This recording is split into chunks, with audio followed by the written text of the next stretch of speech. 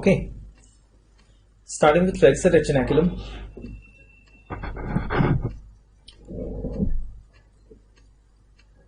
Flexor retinaculum and carpal tunnel. That's a slide. Flexor retinaculum and carpal tunnel. Understand this.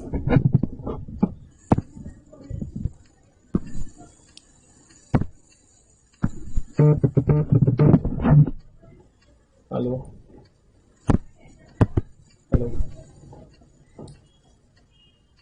Okay, let's start. Starting with flexor retinaculum and carpal tunnel. Okay, have a look.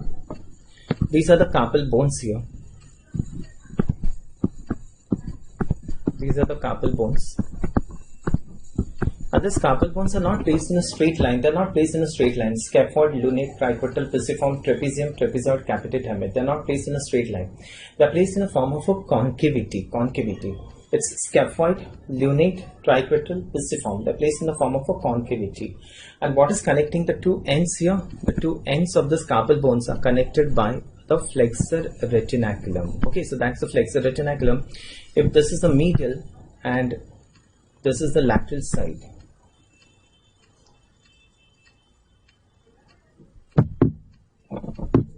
Okay, if that's a medial and that's the lateral side. Remember, this flexor retinaculum on the lateral side splits into two. It divides into two on the lateral side. Okay, so the flexor retinaculum splits into two on the lateral side. Now, between this flexor retinaculum and the carpal tunnel, between the flexor retinaculum and the carpal bones, we get a tunnel here. What is this tunnel known as? The carpal tunnel. This is known as the carpal tunnel. Now, we have to know what are the structures which pass through the carpal tunnel. That means they pass below the flexor retinaculum. And what are the structures which go above the flexor retinaculum? Okay. Okay, we start with the same muscles. Understand this first. Do not draw anything. The same 5 muscles, 2 muscles and 1 muscle. Okay, the superficial, intermediate and deep muscles. They will be passing through this carpal tunnel, or they'll be going above the flexor retinaculum. Fine. Starting with the first muscle. The first superficial muscle. What was that? Pronator teres. Pronator teres is the most lateral muscle. Goes and gets inserted on the radius. So that's the end. Pronator teres doesn't reach till the wrist also. So pronator teres is gone. The next muscle, flexor carpi radialis. And this flexor carpi radialis passes through the flexor retinaculum. Here, that's the tendon of flexor carpi radialis. It passes between the two slips of the flexor retinaculum. Okay, the third muscle is palmaris longus. Palmaris longus goes above the flexor retinaculum. It goes above the flexor retinaculum. The next are the 4 tendons of flexor digitorum superficialis. The 4 tendons of flexor digitorum superficialis.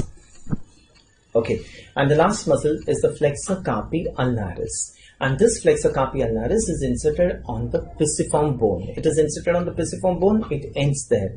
It doesn't cross the flexor retinaculum. Okay, so that's about the flexor carpi ulnaris. Now, coming to the intermediate muscle.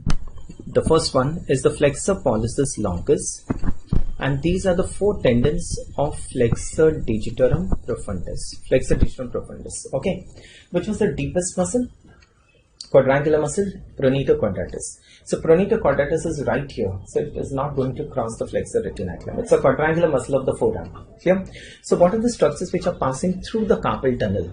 One is this flexor pollicis longus. I'll label this later. Flexor pollicis longus, flexor digitorum superficialis, flexor digitorum profundus. And this is the tendon of flexor carpi radialis, which doesn't pass through the carpal tunnel, but it passes through the flexor retinaculum, through the 2 slips of the flexor retinaculum. Clear? The flexor retinaculum on the lateral side divides into 2 slips. And what passes through this is the flexor carpi radialis. Don't draw anything, just wait. Now, when we move the wrist, there's going to be a friction here, And to prevent this friction, the 4 tendons of superficialis and the 4 tendons of profundus, they're put in a synovial sheath like this. This is the synovial sheath. Synovial sheath is basically a fluid-filled bag to prevent friction. A bag filled with synovial fluid to prevent friction. So this is the synovial sheath. So the synovial sheath, which encloses the tendon of flexor digitorum superficialis and profundus. What is this known as? Ulnar bursa. This is known as the ulnar bursa. And the synovial sheath, which encloses the tendon of flexor pollicis longus. What is this known as? radial bursa. Okay, this is the radial bursa. I'll label this for you. Draw this. I'll show you the slide and explain it once again.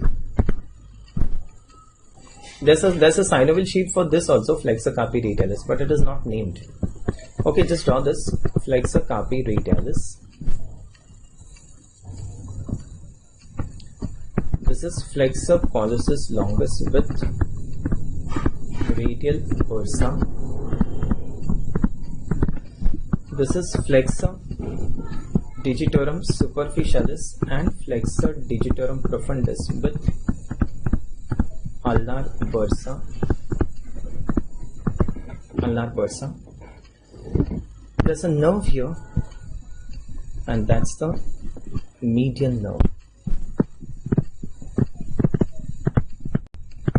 That's a median nerve. Okay, this much is known to you. This much is known to you.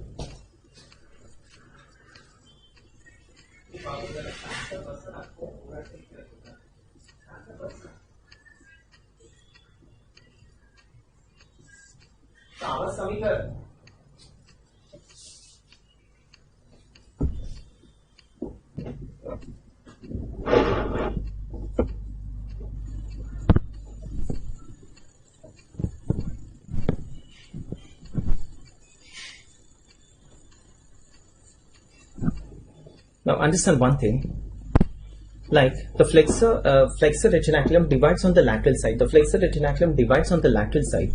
Similarly, the flexor retinaculum gives a small extension on the medial aspect. Okay, it gives a small extension on the medial side. Just wait, understand this. Like the flexor retinaculum divides into two slips. Don't draw, just wait, listen to this. The flexor retinaculum on the medial side gives an extension, and this is what we call as the volar carpal. I'll label that, just wait, volar carpal ligament.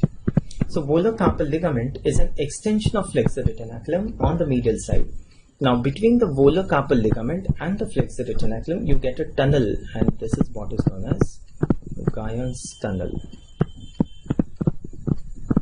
So what is Guyon's tunnel? It is between the flexor retinaculum and the volar carpal ligament. Okay, and what passes through the Guyon's tunnel? The ulnar nerve and the ulnar vessels. Ulnar nerve and the ulnar vessels.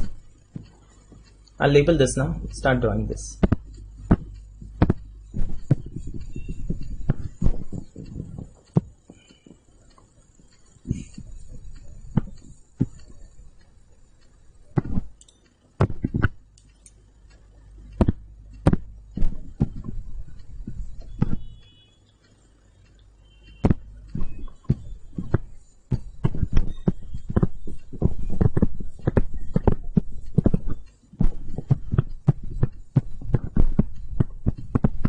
So those 5 structures, I'll label those 5 structures.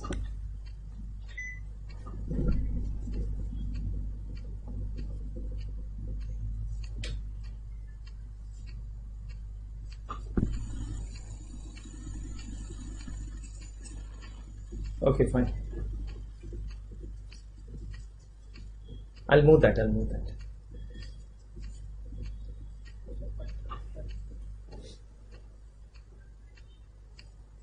I'll repeat this. Just draw this first.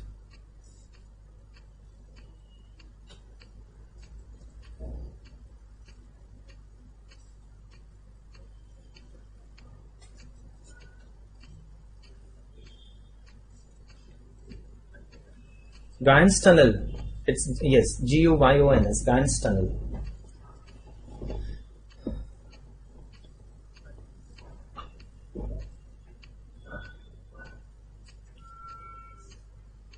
Okay, so what are the structures which are passing through the carpal tunnel? If you're done, you tell me. I'll proceed then.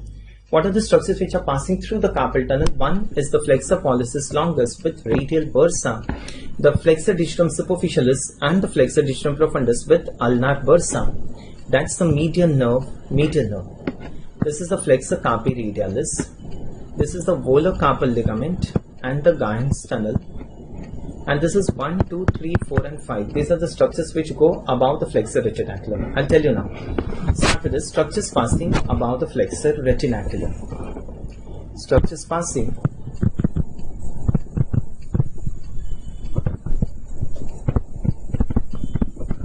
above the flexor retinaculum.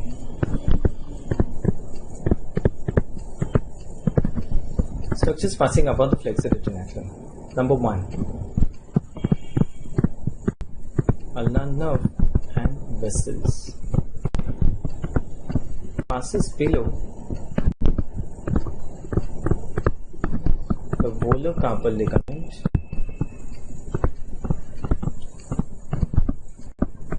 through the Guyon's tunnel.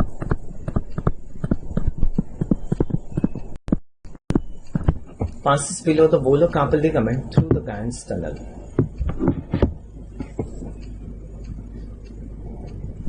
Number 2, triangular thing are the carpal bones. These are the carpal bones. Triangle things are the carpal bones.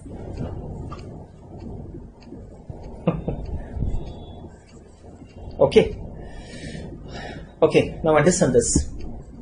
Listen now, understand. You're done, this much is over. This much is over. Now concentrate. Tell me now, how does the median nerve enter the hand? Understand the concept that this is very important, plenty of MCQs on this. How does the median nerve enter the hand? It passes through the carpal tunnel. The median nerve passes through the carpal tunnel. Fine. How does the ulnar nerve enter the hand? It passes through the Guyon's tunnel. Okay, passes through the Guyon's tunnel. Fine. What is this eminence known as? This eminence, thenar eminence.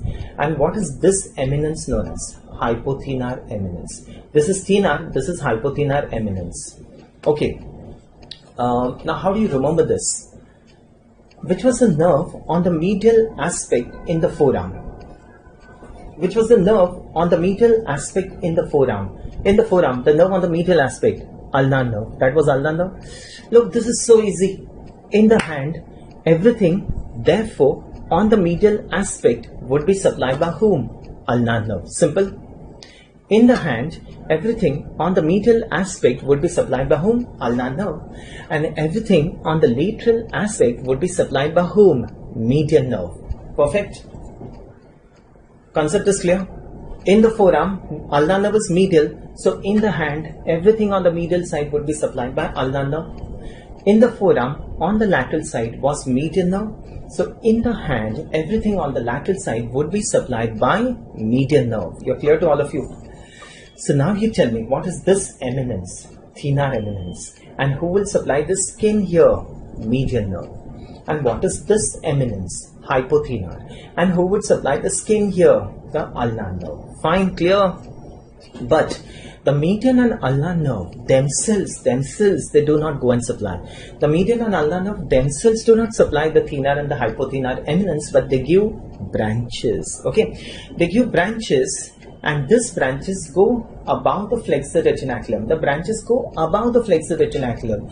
What we call this branch, this nerve, as the palmar cutaneous, supplying the skin, palmar cutaneous branch of median nerve. And who is going to supply this? The palmar cutaneous branch of ulnar nerve. Following this? So these are branches of median and ulnar nerve, but they are going above the flexor retinaculum. What is the name? Palmar cutaneous branch of median nerve and palmar cutaneous branch of ulnar nerve. Now what I want you to understand is, look, this is very important. If the median nerve, if there's a CTS, carpal tunnel syndrome, if the median nerve is compressed in the carpal tunnel, whatever median nerve supplies in the hand is all lost. Whatever median nerve supplies in the hand is gone, but the sensations over the thenar eminence are going to be intact. Why? Because this palmar cutaneous branch is going above the flexor retinaculum, and this is how we know that the median nerve is compressed in carpal tunnel. Following this? Understood the concept? So that's how the median nerve gets compressed in the carpal tunnel. These sensations will remain intact. Suppose if the median nerve is injured in the forearm, this whatever median nerve supplies in the hand is lost, plus the sensations over the thenar eminence are also lost. Following this? Okay. Passes below the volar carpal ligament through the Guyon's tunnel. Through the Guyon's tunnel. I'll magnify it. Okay. Second, palmar cutaneous. Number 2, what I've labeled as number 2, palmar cutaneous branch of. I'll explain it again. Palmar cutaneous branch of ulnar nerve supplies the skin over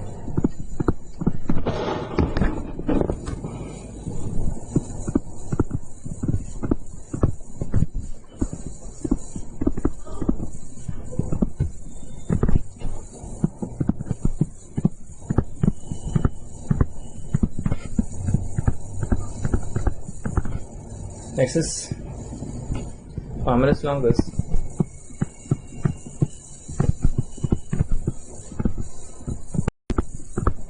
Next is palmar cutaneous branch of median nerve. No, flexor carpi radialis doesn't pass through the. It passes through the flexor retinaculum. Yes, it doesn't pass through the carpal tunnel. Palmar cutaneous branch of median nerve supplies the skin over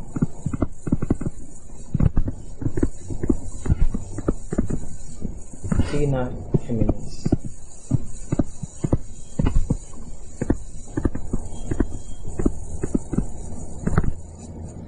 Supplies the skin over the thenar eminence.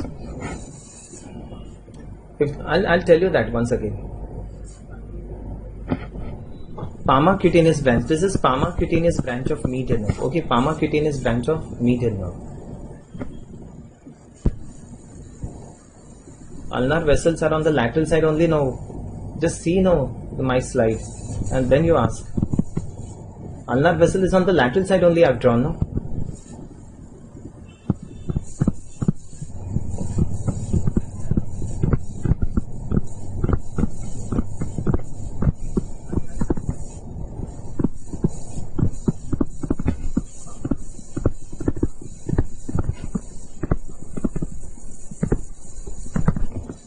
Superficial palmar branch of radial artery. Number 5 is superficial palmar branch of radial artery.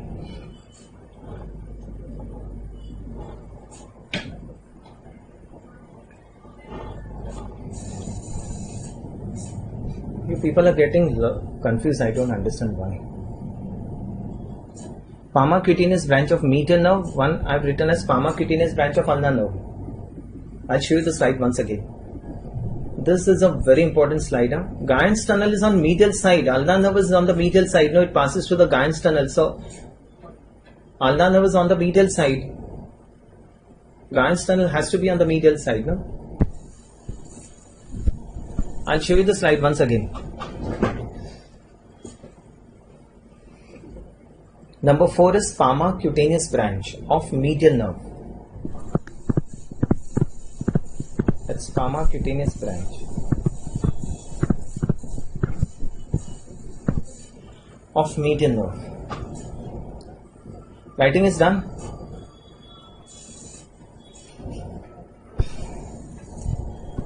Listen, you people stop typing. Okay, let me teach. You people stop typing. Let me teach.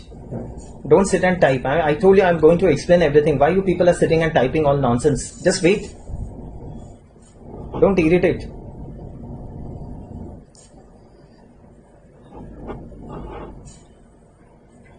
So look, this is flexor carpi radialis. Okay, I'm starting here. Have a look. That's flexor carpi radialis. The flexor carpi radialis is passing through the flexor retinaculum. Flexor carpi radialis. This is flexor pollicis longus with radial bursa. Flexor pollicis longus with radial bursa. This is flexor digitorum superficialis and profundus with ulnar bursa. Clear? The bursa is the synovial sheath. This I have written as median nerve. Median nerve. Now, this is the volar carpal ligament. Volar carpal ligament, and this is the Guyon's tunnel. That's the volar carpal ligament, and that's the Guyon's tunnel. Okay. And what is this? Number 1, I have labeled this as the ulnar nerve and vessels. Number 1, ulnar nerve and vessels. Number 2 is the palmar cutaneous branch of ulnar nerve. Okay, so this is the palmar cutaneous branch of ulnar nerve. This is the palmaris longus. Number 3, palmaris longus. This is the palmar cutaneous branch of median nerve. Number 4, palmar cutaneous branch of median nerve. And number 5 is the superficial palmar branch of radial artery. 5 is the superficial palmar branch of radial artery. I'll tell to stop the chat box, okay? I'll tell him to close the chat box only. Clear to all of you? I told I'll be repeating things again and again. Don't sit and ask questions because it is very disturbing. I look at the questions or I teach.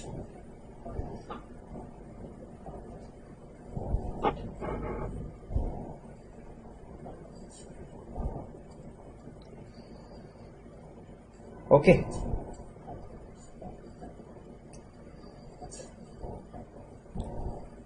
Clear to all of you? So that's the flexor retinaculum, that's the carpal tunnel. Okay, so what I'm telling you is, just have a look, understand this now. If the median nerve is compressed here, okay, before that I'll tell you something, then you'll understand. Okay, fine. Now see.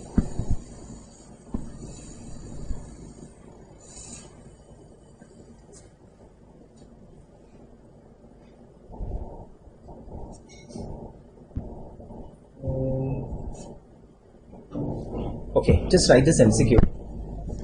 Ulnar bursa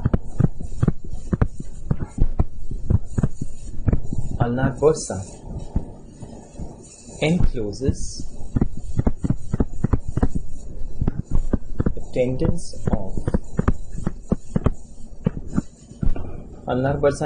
the tendons of flexor digitorum superficialis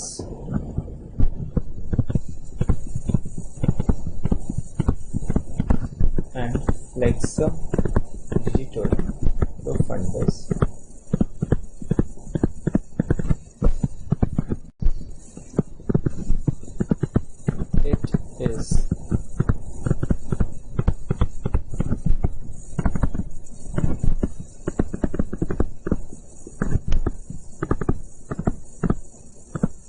It is continuous with the little finger. Okay, just write this down. I'll explain this. So ulnar bursa encloses the tendon of flexor digitorum superficialis and profundus. It is continuous with the little finger. Radial bursa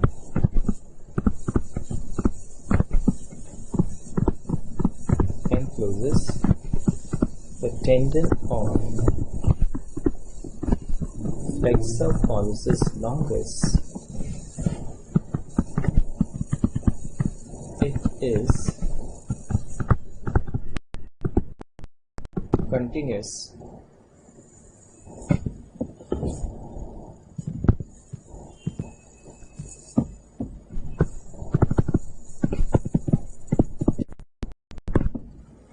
with the thumb. Image is not clear.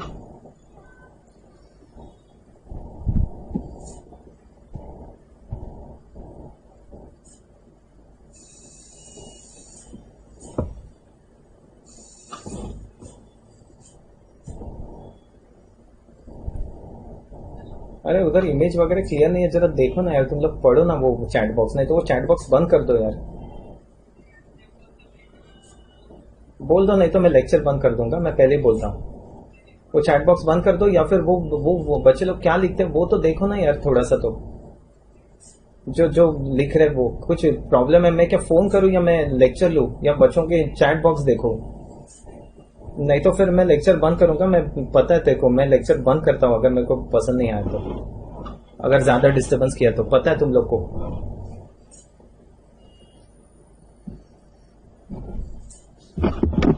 Okay, so radial bursa encloses the tendon of flexor pollicis longus. It is continuous with the thumb. Now see this.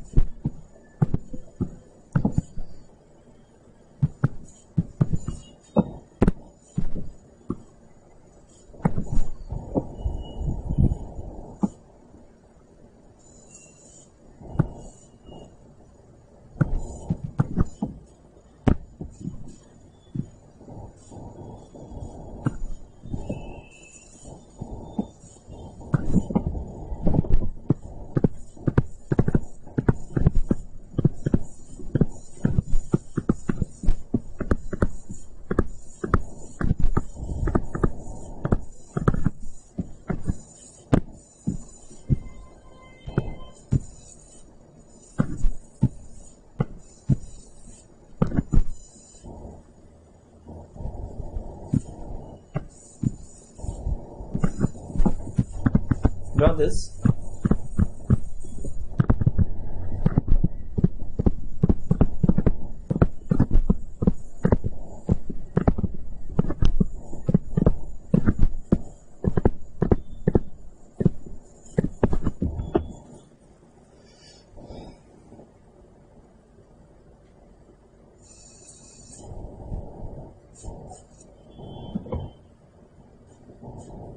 Ulnar bursa, radial bursa, and that's a separate synovial sheath for the fingers. Okay. Clear?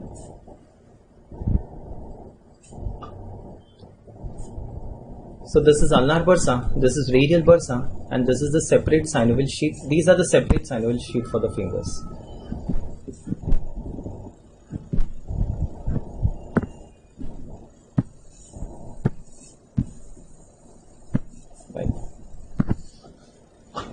Fine. So ulnar bursa, radial bursa, and the separate synovial sheath for the fingers. Done? If you're done, I'll proceed now. Understand this. This is extremely important. Now what I'm going to tell you, all these things are very important. Just concentrate. Okay? And don't keep on typing things, otherwise you're not going to understand anything. And I'm telling you, if you people disturb, no, I'll just stop the lecture. Then someone else will come and teach you. Okay? Done? Are you clear? Fine. Have a look. Understand this now.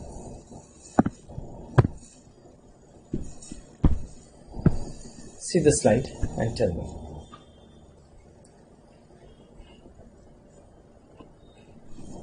What is this bursa? Look at this slide. What is this bursa? That's the ulnar bursa. Ulnar bursa. And what is this bursa? That's a radial bursa. Radial bursa, and that's the ulnar bursa. Ulnar and radial. Okay.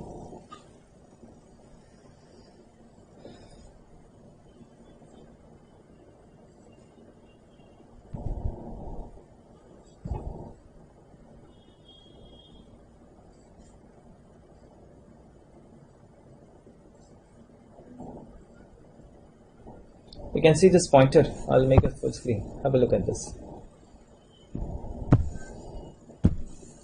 Here. What is this bursa?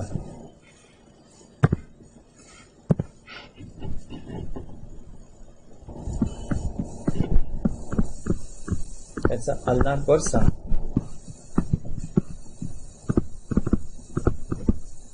That's a radial bursa. Ulnar bursa, radial bursa, and these are the separate synovial sheath.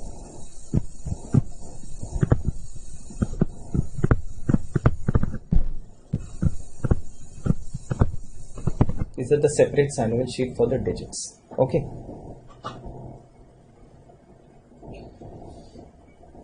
Clear? So this is ulnar bursa.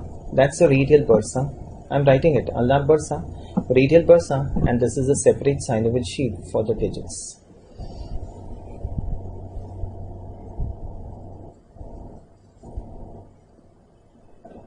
Fine. Why is this so important now? Have a look at this.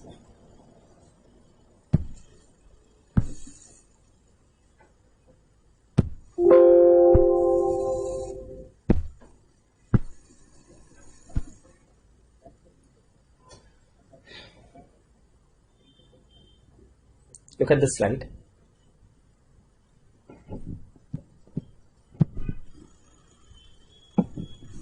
Okay, look at this slide. These are the carpal bones, which I was telling you. These are the carpal bones. This is the flexor retinaculum. On the lateral side, it divides into two slits. This is the tendon of flexor carpi radialis. This is the tendon of flexor pollicis longus. Again, this you'll not see, no? Okay, I'll just make it full screen. One moment. Look, that's the flexor retinaculum here, and this is the split of the flexor retinaculum. This is the tendon of flexor carpi radialis. This is the tendon of flexor pollicis longus with radial bursa. This is the tendon of flexor digitorum superficialis and profundus with ulnar bursa. That's a median nerve. That's a median nerve.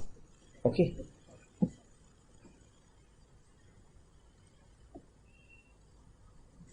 That's a median nerve. And then he has not drawn the structures here. Sorry.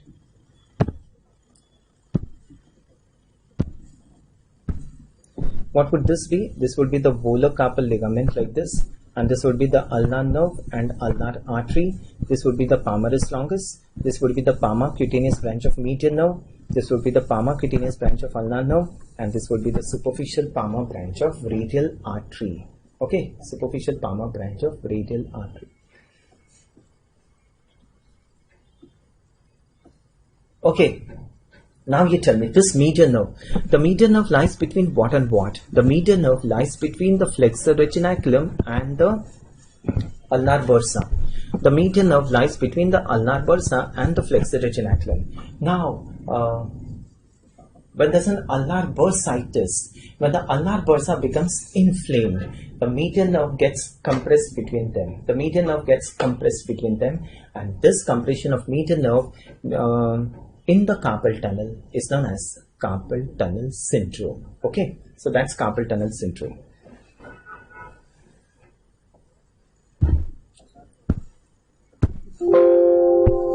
Okay, fine. You're clear with this? This is ulnar bursa, this is radial bursa, and these are the separate synovial sheath for the fingers. Okay, no? This all things are clear. Now, why is this so important? Why is this so important for us? Knowing all this radial bursa, ulnar bursa. Have a look. One moment. Now tell me. Now, you have to remove blood for hemoglobin estimation. So when we remove blood for hemoglobin estimation, out of those 5 fingers, which finger are we going to prick? Out of those 5 fingers, you can prick any of those 3 fingers. Any of those 3 fingers. Why? Because these 3 fingers have got a separate synovial sheath. Whereas the synovial sheath of little finger is continuous with the ulnar bursa. You know, ulnar bursa is continuous with the little finger, or you can say the synovial sheath of little finger is continuous with ulnar bursa, and the synovial sheath of the thumb is continuous with what? Radial bursa. This you know. These 3 fingers have got a separate synovial sheath. So now, if you have to remove the blood for hemoglobin estimation, out of these 5 fingers, which fingers do we prick?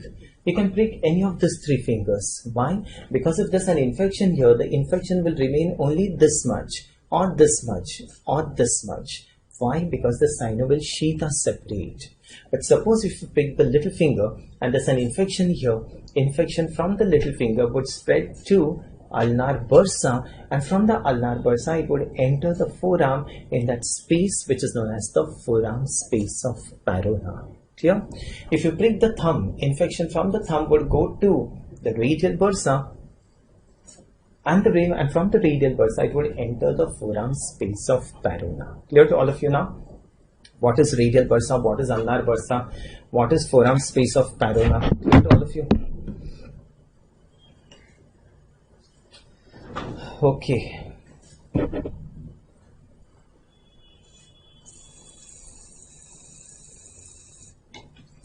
Clear.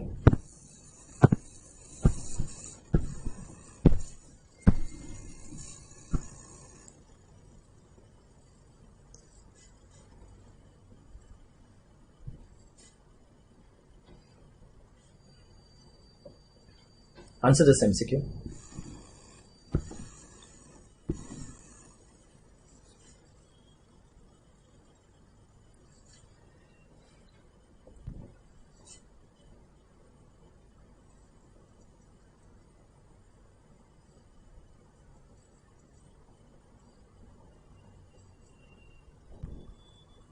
See, clear? Flexor carpi radialis. Okay, very good. Flexor carpi radialis. Right. Understand this slide now. Okay, understand this slide. Tell me now, what is this tendon of? And what is this tendon of? Okay, very good. What is this tendon of in green? What is that tendon in green? This is the tendon of flexor digitorum superficialis, and this is the tendon of flexor digitorum profundus. Okay. Tendon of flexor digitorum superficialis and tendon of flexor digitorum profundus. Okay, very good.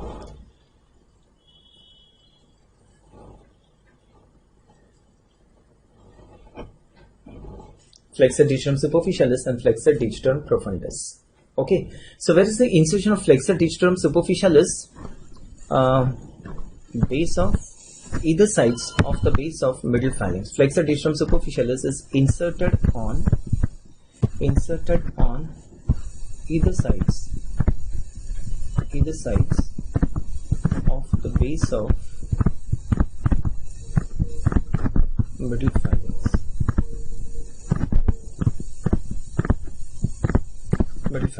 Inserted on either sides of the base of middle phalanx. That's flexor digitorum superficialis. And flexor digitorum profundus is inserted on the base of distal phalanx.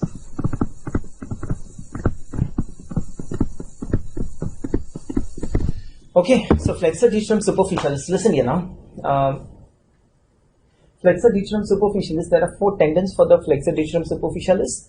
Each tendon divides into two slips, and these 2 slips are inserted on the base of the middle phalanx. They are inserted on the base of middle phalanx. So flexor digitorum superficialis is going to act on all the joints that it has crossed. That means first it will act on the elbow joint. It will cause flexion at the elbow joint. It will cause flexion at the wrist joint.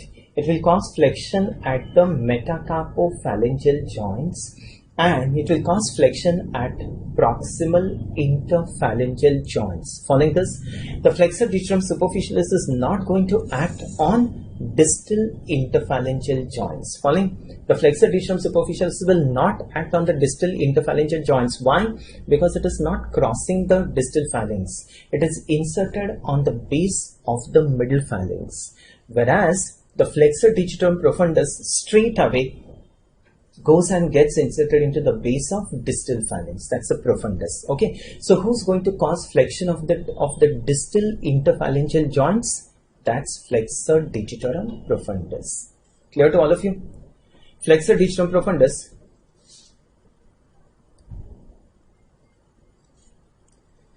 Flexor retinaculum and carpal tunnel है उसका topic का नाम. Flexor retinaculum and carpal tunnel is the name of the topic. Clear to all of you? Okay, that's a very important thing which you need to know, because you get MCQs specifically on this.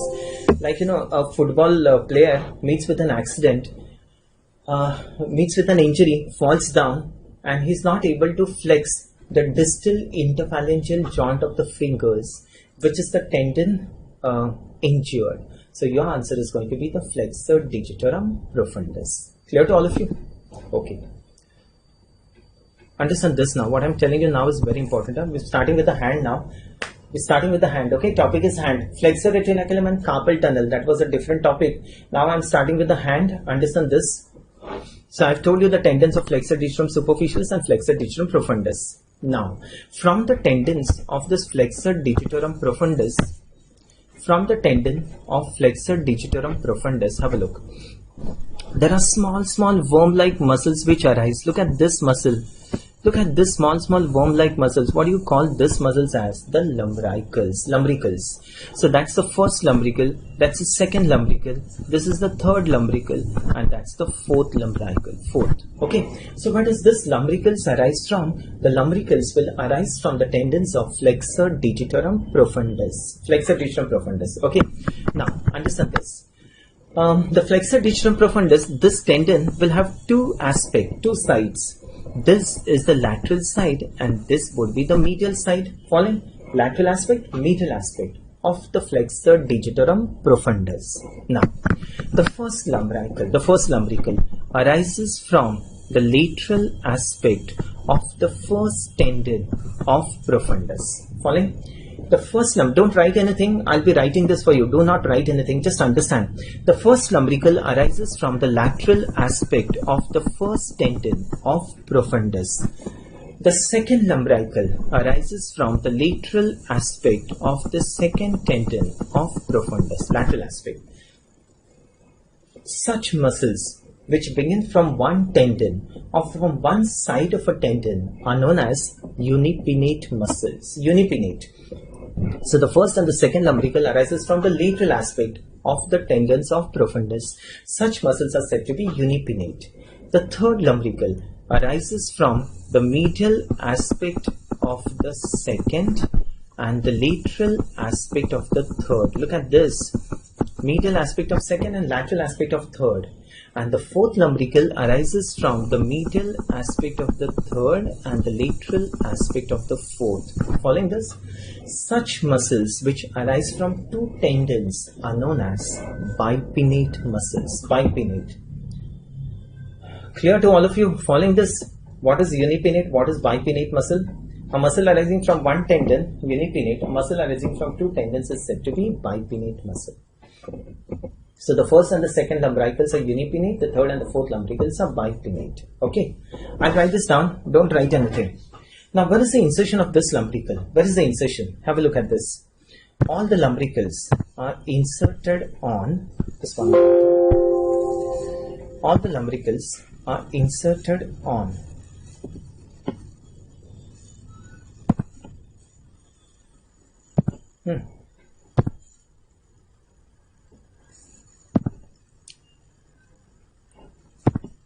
Fine, I'll show you on the hand only.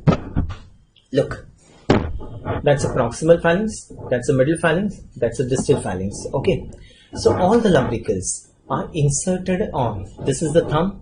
So what aspect is this? Lateral aspect. Lateral aspect. So lateral aspect of the base of the proximal phalanx of the fingers. These are the proximal phalanges. Fine. This is the lateral aspect because this is the thumb. So lateral aspect, lateral, lateral, lateral. All the lumbricals are inserted on the lateral aspect of the base of proximal phalanx. Lateral aspect of the base of proximal phalanx of the fingers. Clear?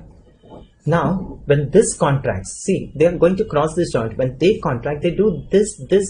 What is this? What is this? Flexion at the metacarpophalangeal joints. So what is the main action of lumbricals? The lumbricals are going to cause flexion at the metacarpophalangeal joints. And after this, the lumbricals from here, after getting inserted here, they go to the dorsal aspect. They now go to the dorsal aspect and they are inserted into the base of distal phalanx. They are inserted on the base of distal phalanx but on dorsal aspect. Difficult it is. Look, understand. The first insertion is on the lateral aspect of base of proximal phalanx. They will start from here. The first insertion is on the lateral aspect of base of proximal phalanx. From here, the lumbricals will go to the dorsal aspect and get inserted into the bases of distal phalanx. When this part is going to contract, what are they going to do? They're going to do this. And what's this? This is extension of the interphalangeal joints. Following this, so what is the action of lumbricals? Flexion at metacarpophalangeal joints and extension at the interphalangeal joints. Remember, this no other muscles can do this type of action, because if a muscle is going straight like this, it will cause flexion at the MP joints and flexion at the IP joints. For example, flexor digitorum superficialis and profundus. They will cause flexion of all the joints. If a muscle is going like this on the extensor aspect, it will cause extension of all the joints. But lumbricals are very unique because they start from the palmar aspect and they go to the dorsal aspect. And that is how they are going to cause flexion at the MP joints and extension at IP joints. Am I clear? Is this clear to all of you?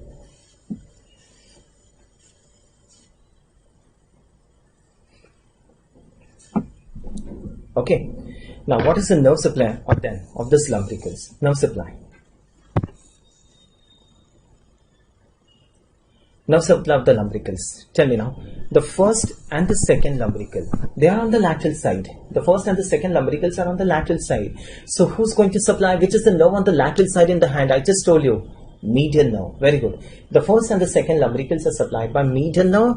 The third and the fourth lumbricals would be supplied by ulnar nerve. Very easy. So the first and the second lumbrical is supplied by medial nerve. The third and the fourth would be supplied by ulnar nerve. And what is the action of lumbricals? It is flexion at MP joints and extension at the IP joints. And that is why when the lumbricals are paralyzed, there is an exactly opposite action. And what is that? It is extension at MP joints and flexion at IP joints. And this is what we call as the claw hand. Okay, and this claw hand is seen in what? I just told you that the claw hand is seen in Klumpke's paralysis. Because in Klumpke's paralysis, the lower trunk of the brachial plexus is involved. Which are the roots involved? C8 and T1. And this C8 and T1 is mainly supplying the intrinsic muscles of the hand, the small muscles of the hand. And that is how in Klumpke's paralysis, we are going to get a claw hand. Am I clear to all of you? Okay, clear.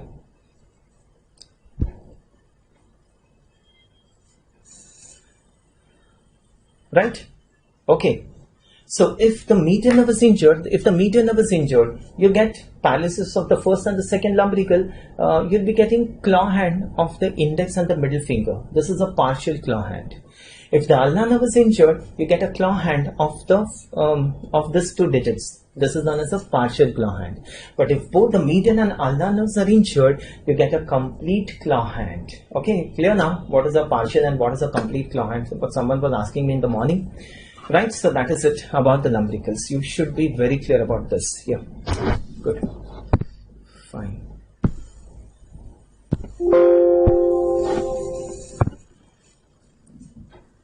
We'll start with the lumbricals. This you have to know. Okay, start now. Lumbricals. Just try to understand as you're writing. Lumbricals. Origin. First, lateral aspect.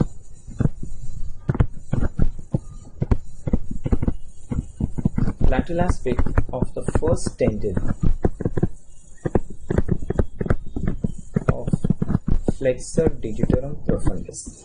Lateral aspect of the first tendon of flexor digitorum profundus. Second, lateral aspect of the second tendon of flexor digitorum profundus. Third, medial aspect of second and lateral aspect of tendon of flexor digitorum profundus. And fourth lumbrical arises from medial aspect of third and lateral aspect of fourth. I hope this is clear to all of you.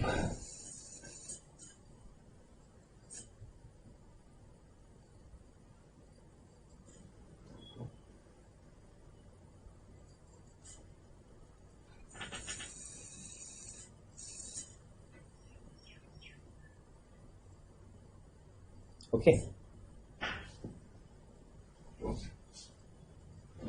Clear with the writing part?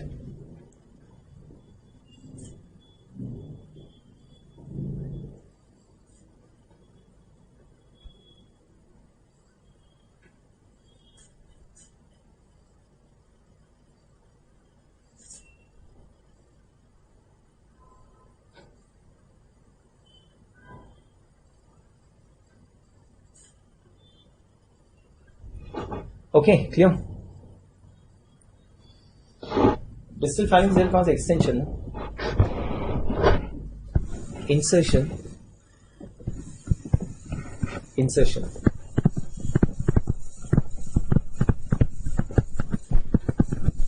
lateral aspect of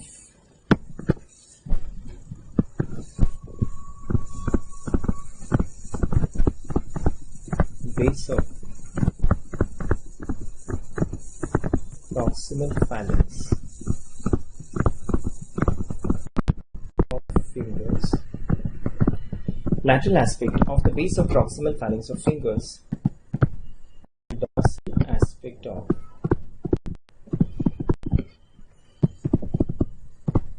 base of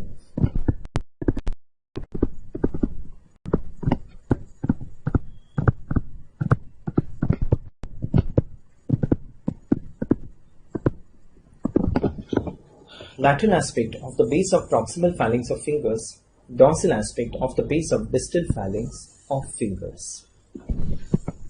No supply. First and second.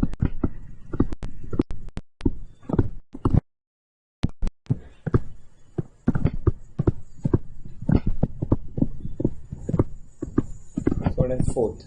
Allah.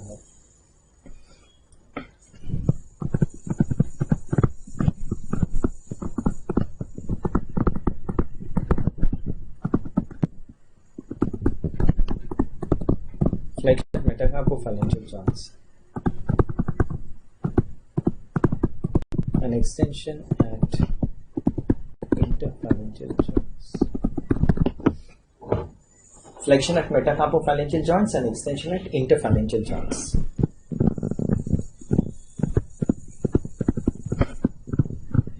Paralysis leads to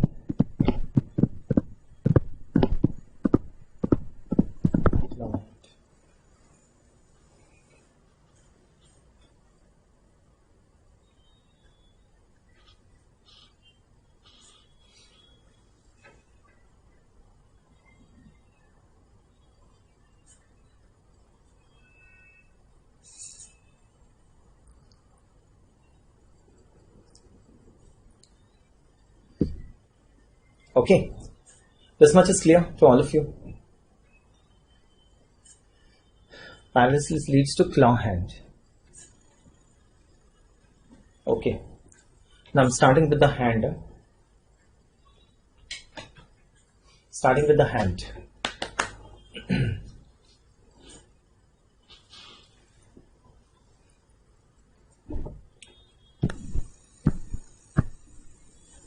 What I'm telling you is very important. Try to understand this.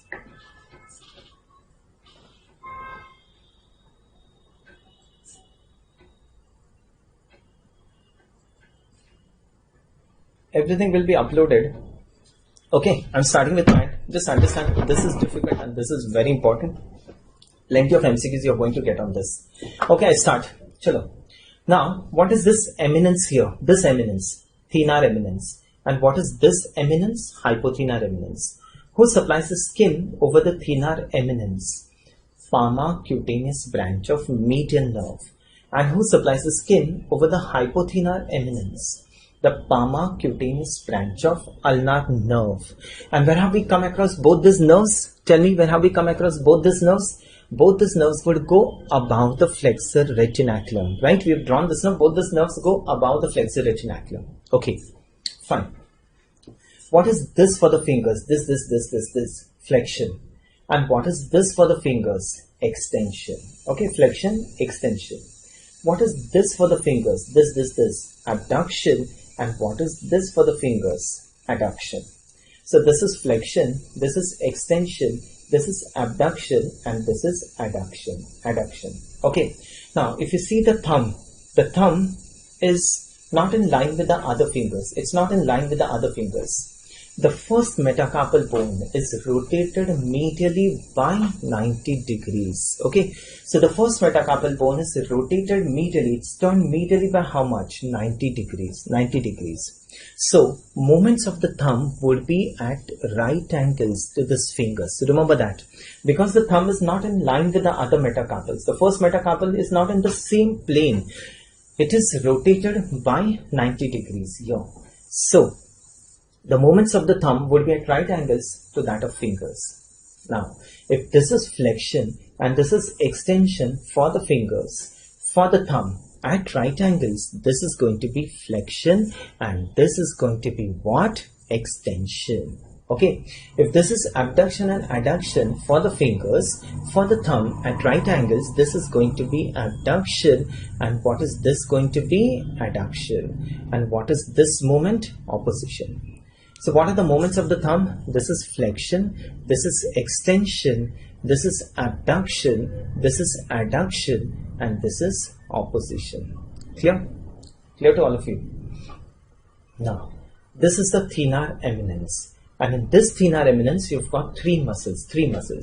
Like, all these muscles of the hand, these are small muscles. So all these muscles will end with what? Small muscles, they will end with brevis. Whereas all these muscles of the forearm, these are long muscles and they will end with longus. Okay, and all the small muscles will end with brevis. Fine, starting now, have a look, listen to this. There are three muscles here in the thenar eminence. Two superficial, one deep. Okay. The first muscle pulls the thumb out. Here, like this. So what is this action? Abduction. So what is this muscle? The lateral muscle. Abductor pollicis. It's a small muscle. Brevis. So this would be known as abductor pollicis brevis. The second muscle of the thenar eminence pulls the thumb down. What's this? Flexion. So what is this muscle going to be? Flexor pollicis brevis. And I remove these two muscles. I come to the third muscle, which is a deeper one. And this muscle is going to do opposition. We call this as the opponens pollicis. So these are the three muscles of thenar eminence. One, abductor pollicis brevis. Second, flexor pollicis brevis. And the third one is opponens pollicis. And these three muscles are supplied by median nerve. So these three muscles are supplied by the median nerve, plus the median nerve supplies the first and the second lumbricals. A total of 5 muscles supplied by median nerve in the hand. Okay, so how many muscles is the median nerve supply in the hand? 5 muscles. 5. Clear to all of you? Following now, this is very important. If you understand this, you will understand plenty of MCQs on the median and ulnar nerve, which are always there. Okay, starting with this, muscle supplied by median nerve in the hand.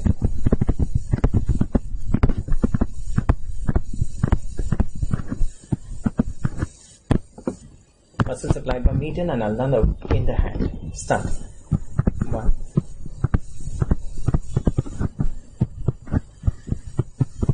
Abductor pollicis brevis.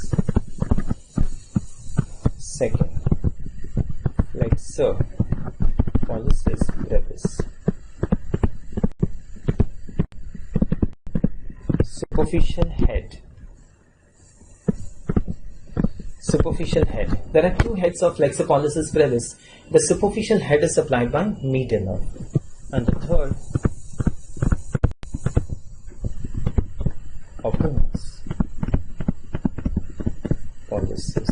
opponens pollicis.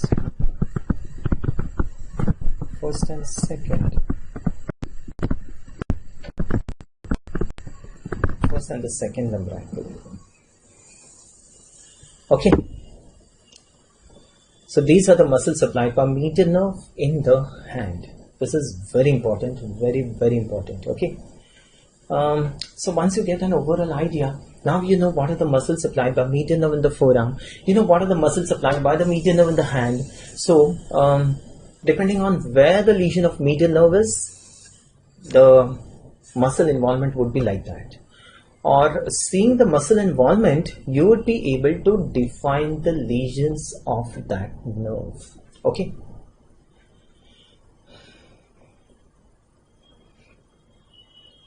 Yes. Very good. So that's median nerve in the hand. Now understand this ulnar nerve in the hand. Ulnar nerve. Ulnar nerve in the hand. That's a deep branch. That means the ulnar nerve will have a superficial branch as well as a deep branch. Remember. So what are the muscles supplied by ulnar nerve in the hand? Okay, I'll start. Look at this. What is this eminence now? This eminence, this is the hypothenar eminence. And same 3 muscles here. The 3 muscles which were here, the same 3 muscles here. The first one does this. What's this? Abduction. Name of the muscle, abductor digiti minimi brevis. abductor digiti minimi brevis. The second muscle pulls the little finger down, down, down. What's this? Flexion. Name of the muscle, flexor digiti minimi brevis. You remove these two muscles and the third muscle is going to do this. What's this? Same. Opponens digiti minimi. Opponens digiti minimi. So three muscles of hypothenar eminence. Getting this? This one, abductor digiti minimi brevis. Second, flexor digiti minimi brevis. Third, opponens digiti minimi. The two lumbricals, name, number, third and fourth lumbricals. This much you know. So now 5 muscles are done. 5 muscles are done. Tell me now, what is this for the fingers? This, abduction. And what is this for the fingers? This, adduction. And this is done by the muscles which are present between the metacarpal bones. The muscles present between the bones are known as what? Intraossei. So there are 4 muscles on this side, the palmar aspect. They are known as palmar intraossei. And palmar intraossei does what? Adduction of fingers. And there are 4 intraossei on this side. They do what? Abduction. And what are these intraossei known as? Dorsal intraossei. So palmar intraossei does adduction of fingers and dorsal intraossei does abduction. All this are supplied by whom? Ulnar nerve. Next, ulnar nerve supplies, what is this for the thumb? This is adduction of the thumb. And this adduction is done by whom? Adductor pollicis. Also supplied by ulnar nerve. And you remember, there's a muscle of the thenar eminence whose one head was supplied by median nerve, one head is still left, and that's the deep head of flexor pollicis brevis. The deep head of flexor pollicis brevis is supplied by ulnar nerve. Okay, once again, muscle supplied by ulnar nerve in the hand. 1. Abductor digiti minimi brevis. 2nd, flexor digiti minimi brevis. 3rd, opponens digiti minimi. Next, 3rd and 4th lumbricals. Next, 4 palmar intraossei. Next, 4 dorsal intraossei. Next, adductor pollicis and the deep head of flexor pollicis brevis. Okay, this is the muscle supplied by ulnar nerve in the hand. Okay, this you should know. Start with this. 1. Abductor digiti minimi. Abductor digiti minimi brevis.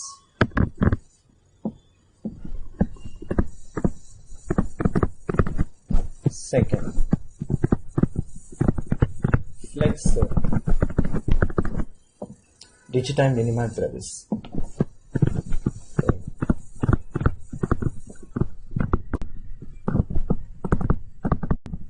Opponens digiti minimi. Fourth,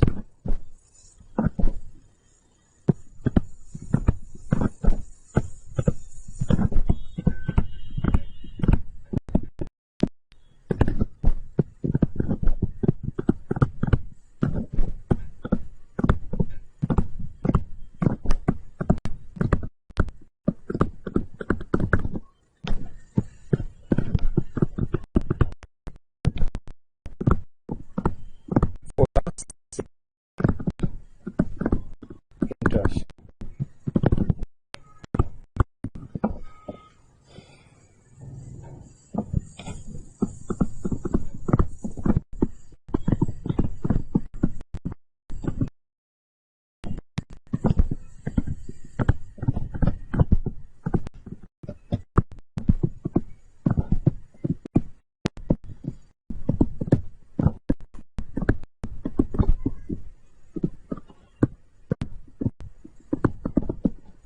Okay, that's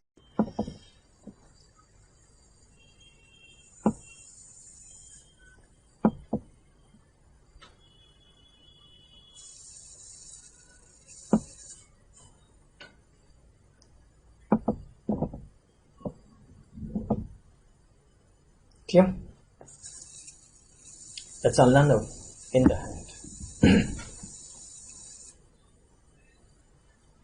So now composite muscles are also clear to you. There are 4 composite muscles.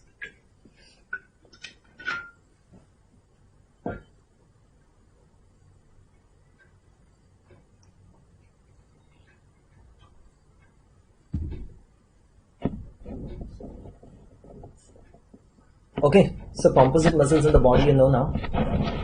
Clear to all of you?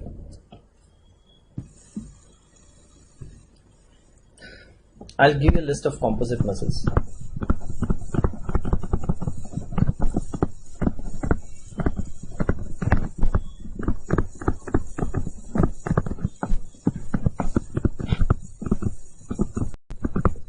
Pectoralis major.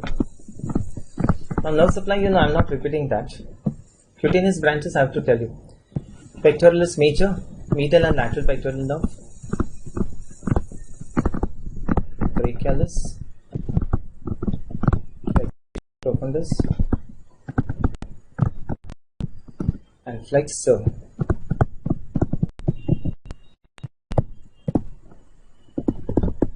Flexor pollicis brevis.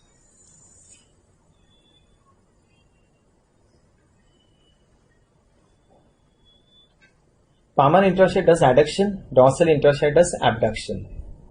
Palmar intraossei adduction, dorsal intraossei is abduction.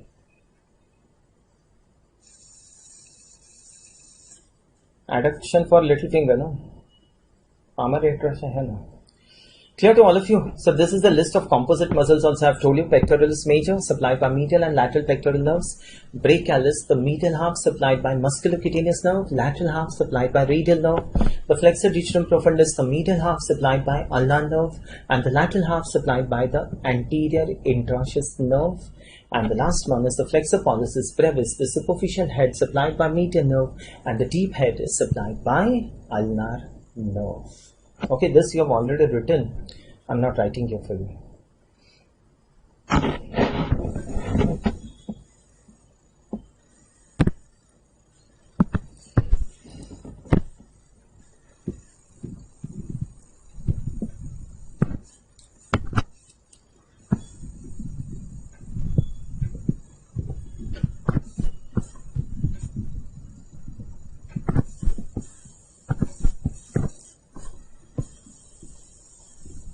Understand the cutaneous nerve supply now.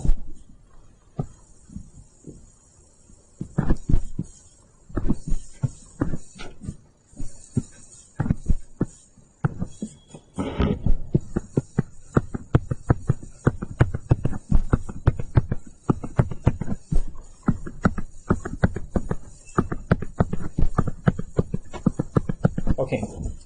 Understand this cutaneous nerve supply of the hand.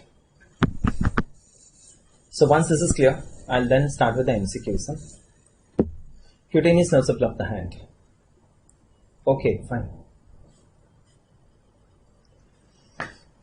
Fine. Now tell me, who supplies the skin here? This is supplied by the palmar cutaneous branch of median nerve, and this is the palmar cutaneous branch of ulnar nerve. Okay. So this is the palmar cutaneous branch of median nerve, and who supplies the skin here? The palmar cutaneous branch of ulnar nerve. Okay, start. Now just concentrate. Don't draw anything. Don't draw anything. The 4 muscles were composite muscles.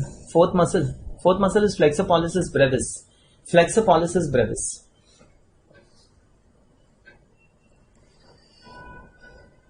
Yes. Okay. Now listen here. What is the skin, cutaneous nerve supply of median and ulnar nerves? Now you know the muscle supply, understand the cutaneous nerve supply, everything is going to be clear then. Okay, I start. Now the median nerve supplies how many muscles in the hand? 5 muscles. And after supplying this 5 muscles, the median nerve now supplies the skin on the palmar aspect of 1, 2, 3.5 fingers. So the skin over this 3.5 fingers is supplied by whom? Median nerve. Now, simple. So 3.5 fingers is supplied by median nerve. Just wait, don't draw anything. Understand this first. So this is 3.5 palmar aspect. This is the palmar aspect. 3.5 fingers. That's the median nerve.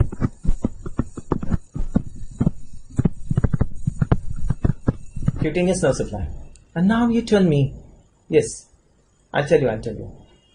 How many fingers are left now? 1.5 fingers, 1.5. And the ulnar nerve. Ulnar nerve, how does it enter the hand? The ulnar nerve enters the hand through Guyon's tunnel. It passes through the Guyon's tunnel, and after it enters the hand, it divides into a superficial branch and a deep branch. Okay, the superficial branch is sensory, cutaneous. It supplies the skin over this 1.5 fingers. That is the superficial branch of ulnar nerve. And the deep branch is motor. How many muscles does it supply? 15 muscles. So the superficial branch supplies this 1.5 fingers, and the deep branch supplies 15 muscles in the hand. Okay. So this 1.5 fingers will be supplied by whom? Superficial branch of ulnar nerve.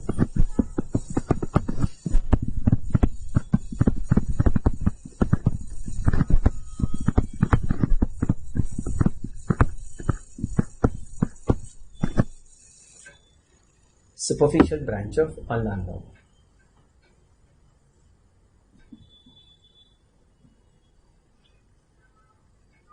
Clear? Lumbricals are not hybrid muscles. After supplying all these 15 muscles, the ulnar nerve goes and ends in the muscle, ends in one muscle. That's adductor pollicis. I'll tell you that later. That is why it is known as graveyard. It ends in that muscle. Clear to all of you? So see this, who supplies the skin over the thenar eminence? This is the palmar cutaneous branch of median nerve. Palmar cutaneous branch of median nerve. Who supplies the skin over the hypothenar eminence? The palmar cutaneous branch of ulnar nerve. 3.5 fingers supplied by median nerve. 1.5 fingers supplied by the superficial branch of ulnar nerve.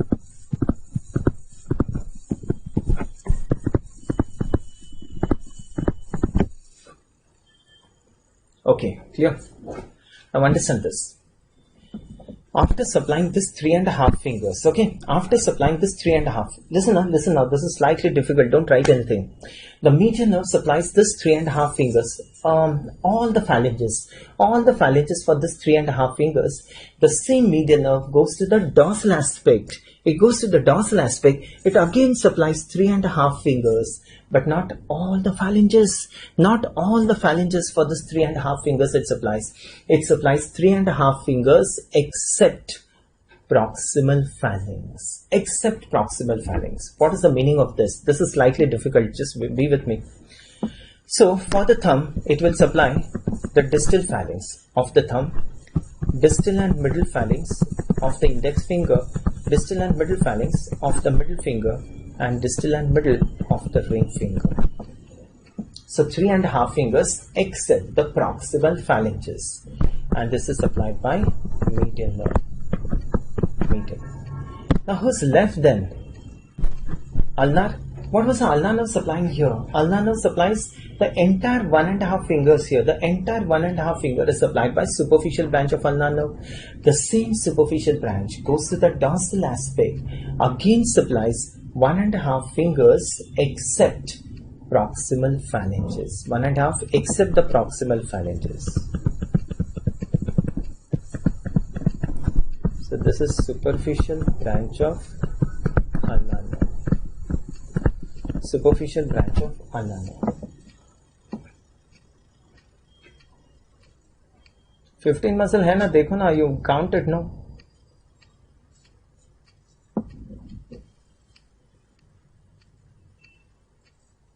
Palmar intro शायद we take it as 4. Some books give it as 3.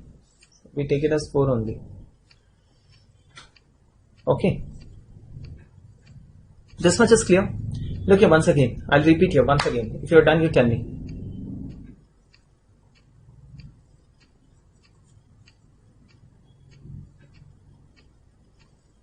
Okay. Once again, a quick repetition. Have a look. Median nerve. Median nerve supplies what? The palmar aspect of 3.5 fingers here. Palmar aspect of 3.5 fingers. And what is the ulnar nerve supply? Palmar aspect of 1.5 fingers. Simple. So the palmar aspect of the hand, The skin over the thenar eminence is supplied by palmar cutaneous branch of medial nerve, hypothenar eminence, palmar cutaneous branch of ulnar nerve, 3.5 fingers, medial nerve, 1.5 fingers, the superficial branch of ulnar nerve. Am I clear? Palmar aspect should be clear. Coming to the dorsal aspect. Dorsal aspect. 3.5 fingers except the proximal phalanges, that's median nerve. 1.5 fingers except the proximal phalanges, that's the superficial branch of ulnar nerve. Superficial branch of ulnar nerve. Now what are we left with? What are we left with? We are left with this proximal phalanges and the dorsum. So now, who's going to supply this proximal phalanges of this 2.5 fingers? 2.5. First we used to say 3.5. Now it is said as 2.5 fingers and the dorsum. This is the radial nerve and this is the superficial branch of radial.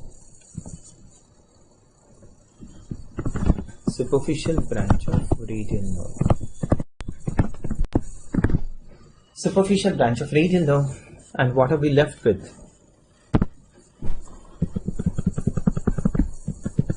This 2.5 fingers.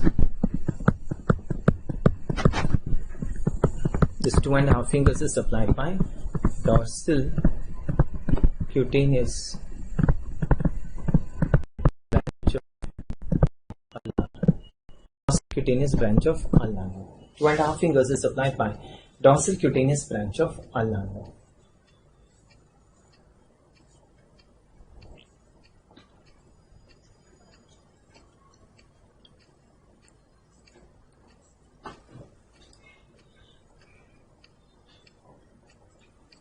Now what is this dorsal cutaneous branch? I have to tell you.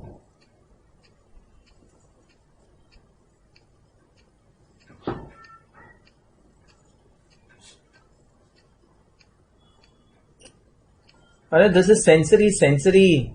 Motor is over. Palmar aspect we are doing on this front. Back is still left. This is sensory.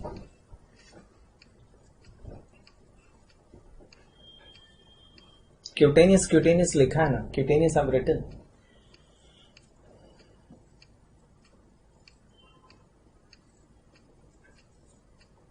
Okay, done. Clear to all of you. So that's it. That's about the cutaneous nerve supply of the hand. If you're clear, just quickly tell me. I'll first repeat this.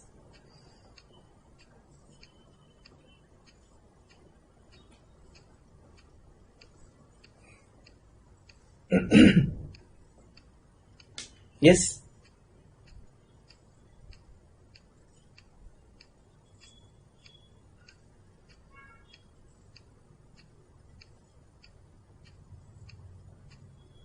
Clear to all of you?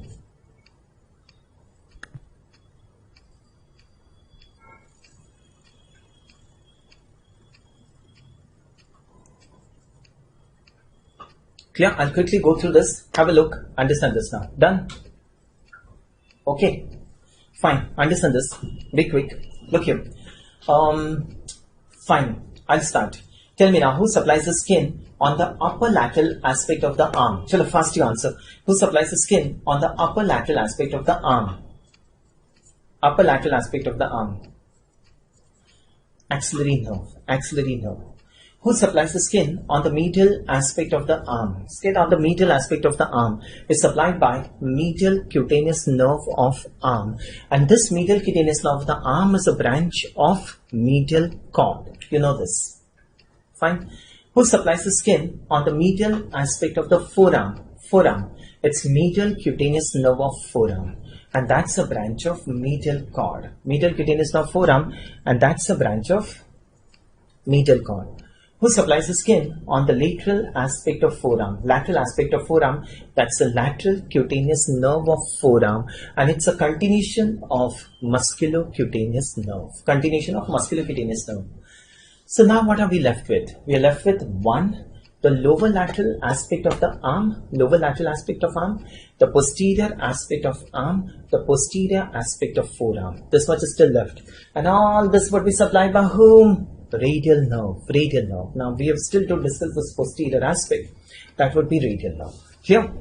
Okay, fine. And now you tell me, starting with cutaneous nerve supply of the hand, once again, who supplies the skin over the thenar eminence? Palmar cutaneous branch of medial nerve. Who supplies the skin over the hypothenar eminence? The palmar cutaneous branch of ulnar nerve. 3.5 fingers, medial nerve. 1.5 fingers, the superficial branch of ulnar nerve. Okay, come to the dorsal aspect. 3.5 fingers except the proximal phalanges, medial nerve. 1.5 fingers except the proximal phalanges, the superficial branch of ulnar nerve. 2.5 fingers, proximal phalanges, dorsal aspect. 2.5 is the superficial branch of radial nerve, and 2.5 on the medial side and the dorsum is the dorsal cutaneous branch of ulnar nerve. Okay, that's it.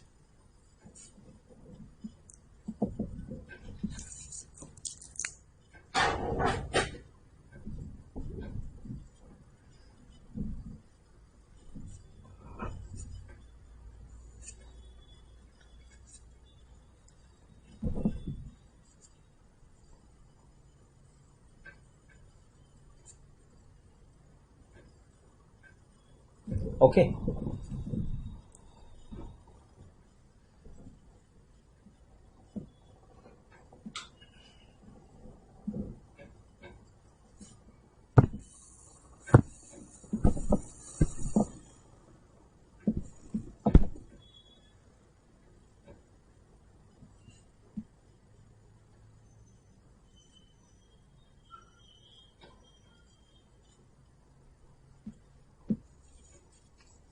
Palmaris brevis is supposed to be supplied by superficial branch of ulnar nerve. Palmaris brevis, superficial branch of ulnar nerve.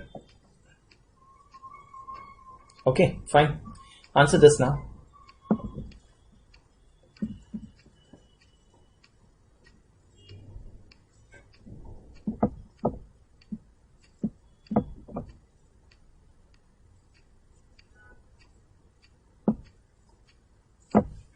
Okay, fine. Answer this MCQ.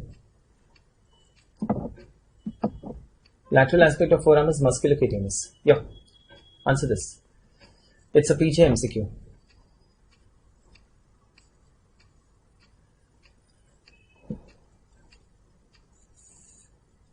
Okay.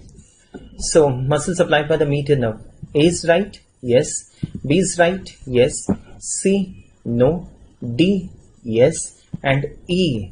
Yes, superficial head. So yes. So all except C. C is supplied by ulnar nerve. C is supplied by ulnar nerve. Clear to all of you?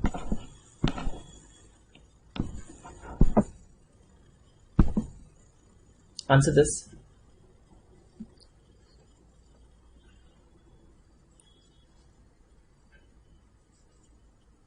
Damage to the ulnar nerve at the wrist will spare. Fourth lumbrical, wrong. Flexor pollicis brevis, the deep head is supplied by ulnar nerve, so that will be involved. Abductor pollicis brevis, yes, this is the answer because abductor pollicis brevis is a muscle of thenar eminence, and this is supplied by whom? Medial nerve. All the dorsal and palmar interossei are supplied by ulnar nerve. So answer would be C. C. Okay.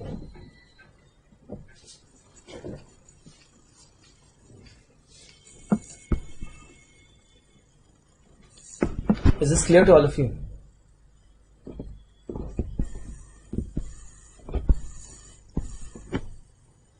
Right. Okay, we start with the back of the arm and forearm. Okay, back of the arm and forearm. Starting with back of the arm and forearm.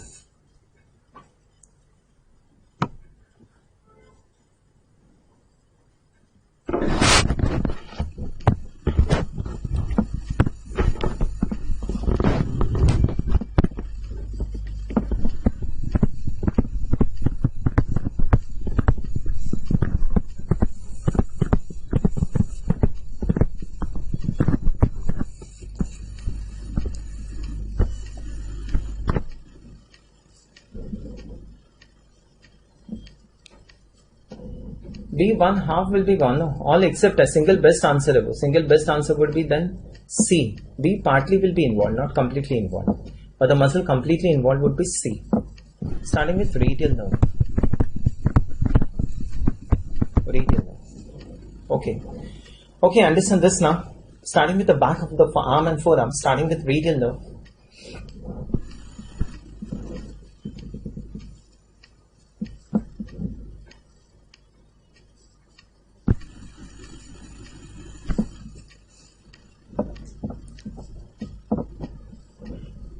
Yes, it is paired, no. It is paired, yes. Flexor pollicis brevis, the superficial head is supplied by medial nerve and the deep head is supplied by ulnar nerve. Okay, clear? Yes, I'm starting now with the radial nerve. Just understand this. So radial nerve will complete the entire back of the arm and forearm, and now we are coming to the end of this upper limb. Okay, starting here. Okay, radial nerve. Chalo, answer now. Radial nerve is a branch of which cord? Radial nerve. It's a branch of which cord? Posterior cord. Posterior cord. Where would we get this radial nerve? In the axilla. You're searching the radial nerve. Tell me, where are we going to get this radial nerve? In the axilla. If you can answer this. Palmaris brevis is supplied by superficial branch of ulnar nerve. Superficial branch of ulnar nerve. Cutaneous branch of medial forearm is medial cutaneous nerve forearm, which is a branch of medial cord. Medial cutaneous nerve forearm. Okay, fine. Listen now. I'll tell you that. I'll tell you. Just wait. So what I'm telling you, radial nerve is a branch of what? Posterior cord. It's a continuation of posterior cord. Where do we get this radial nerve? Where do we get this radial nerve? Where's the clock? I don't have any clock near the mic. I don't know what is what sound you are hearing. I don't have any clock here.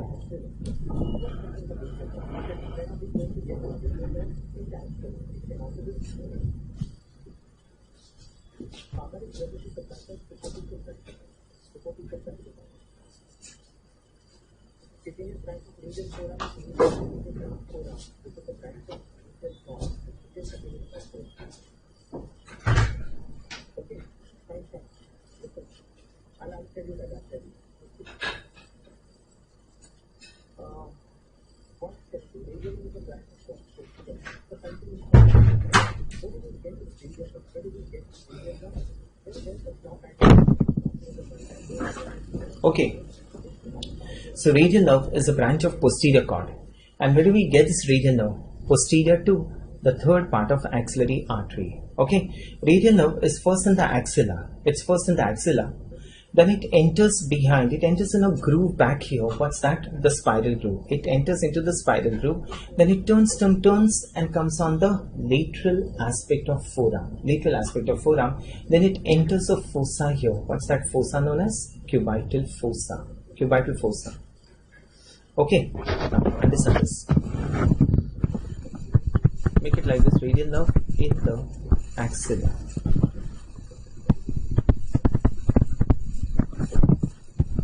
In the axilla. It gives two muscular branches and one cutaneous branch. Two muscular, one cutaneous branch. Now, which is the muscle in the back of the arm? The muscle in the back of the arm is triceps. The muscle on the back of the arm is triceps. Triceps has got three heads. One is the long head of triceps, medial head of triceps, and the third is not the short head. No. The third is the lateral head of triceps. The long head, the lateral head, and the medial head. These are the three heads of the triceps. Out of these three heads, the two heads are supplied in the axilla. Okay, one.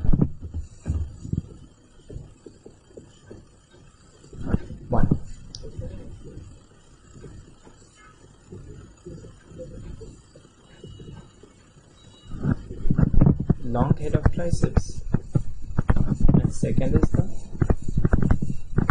medial head of triceps. Long head and the medial head of triceps, and one cutaneous branch.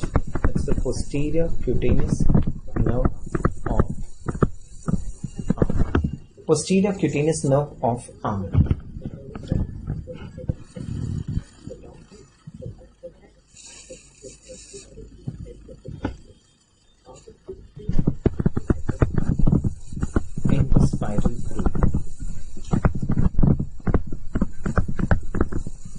In the spiral groove, it again gives muscular and cutaneous branches. Okay, in the axilla, it gives 2 muscular, 1 cutaneous branch. 2 muscular branches too. One is to the long head of triceps and the second one is to the medial head of triceps. 1 cutaneous branch, that's the posterior cutaneous nerve of arm. Okay, let me finish this radial nerve, then I tell you the complete cutaneous nerve supply of the upper limb. In the spiral groove, it gives, again, how do you remember this? Add 1 to this, add 1 to this, so it becomes 3 muscular and 2 cutaneous branches. 3 muscular and 2 cutaneous branch. Cutaneous branch 1 is the posterior cutaneous nerve of forearm. Posterior cutaneous nerve forearm. Second, lower lateral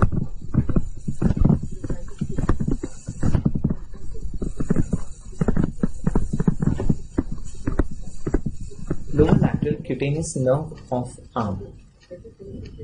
Posterior cutaneous, CUT is cutaneous. Posterior cutaneous nerve forearm and lower lateral cutaneous nerve of arm. Okay, posterior cutaneous nerve forearm and the lower lateral cutaneous nerve of arm.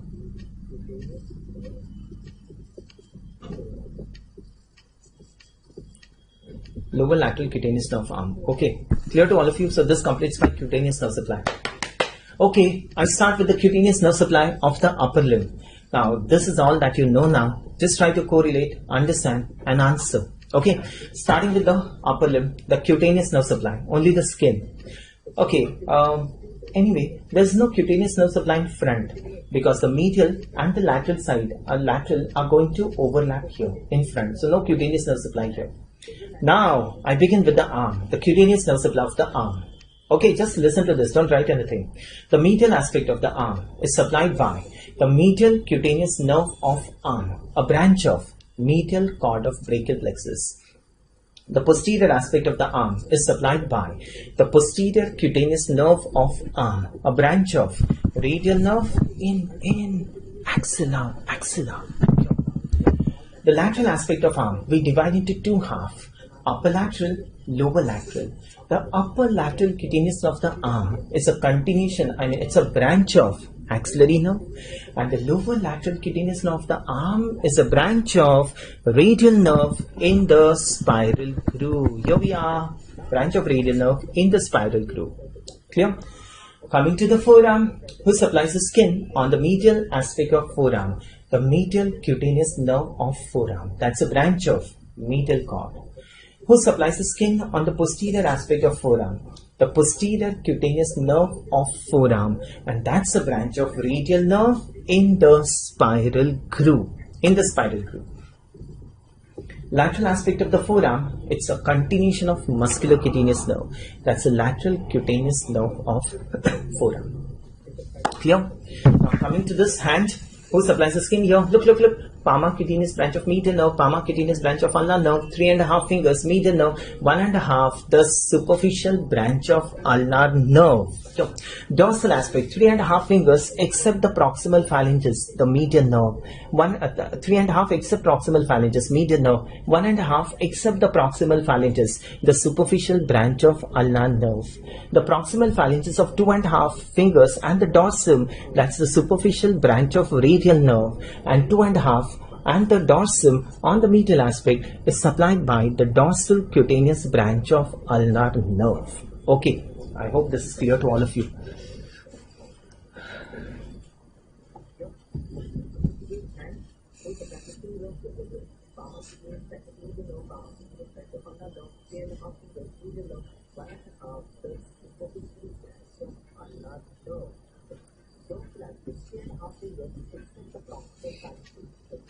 Clear to all of you.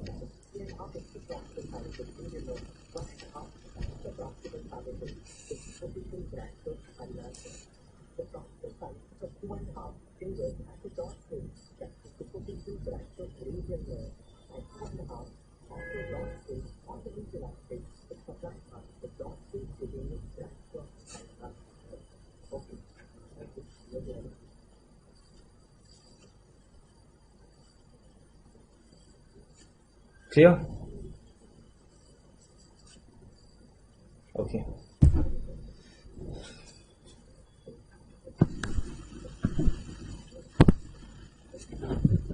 Fine.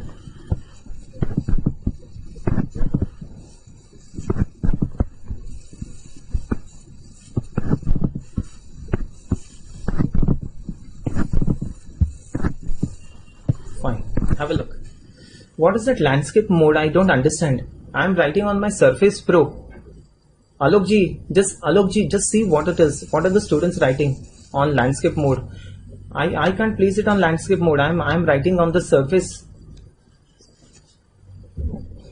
Okay. I'll repeat it later. Okay. 2.5. Now see here once again. Quickly. Tell me now. Here we are. Right. Now tell me, what was the muscle? This is the glenoid cavity. That's the glenoid cavity. What is this? Supraglenoid tubercle. What is this? Infraglenoid tubercle. You know, what is this muscle which arises from the supraglenoid tubercle? That's a long head of biceps brachii. And what is the muscle which arises from the infraglenoid tubercle? That's a long head of triceps brachii. Long head of triceps. Okay, this we know. Tell me, what was the muscle here and what was the muscle here? Dorsal cutaneous branch of ulnar nerve. I'll tell you, it's a branch of ulnar nerve only. What was the muscle here and muscle here? You remember this? This was teres minor. This was teres major. What was the muscle here and what was the muscle here? You remember? Here and here. This is rhomboides major and this is rhomboides minor. Rhomboides major, rhomboides minor. And what is this muscle here? This is the levator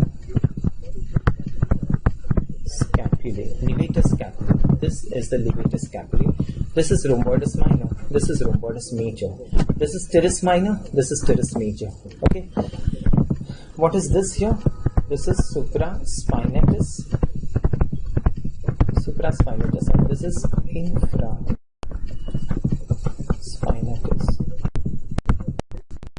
Supraspinatus and infraspinatus. Okay. So this all you know. I've just quickly gone through this.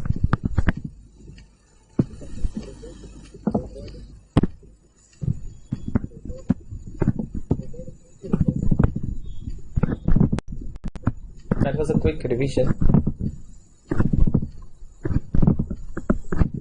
Okay, let's start. Have a look now. Okay, good. Now tell me, what is this muscle which begins from the infraglenoid tubercle of scapula? What is this muscle? This is the long head of triceps. Long head of triceps. Okay. Yes. What is this head? This is the largest head, the most bulkiest head of triceps. The largest head. What is this? Medial head. That's a long head. There's one more head of triceps above the spiral groove. This is the lateral head of triceps. Lateral. Okay.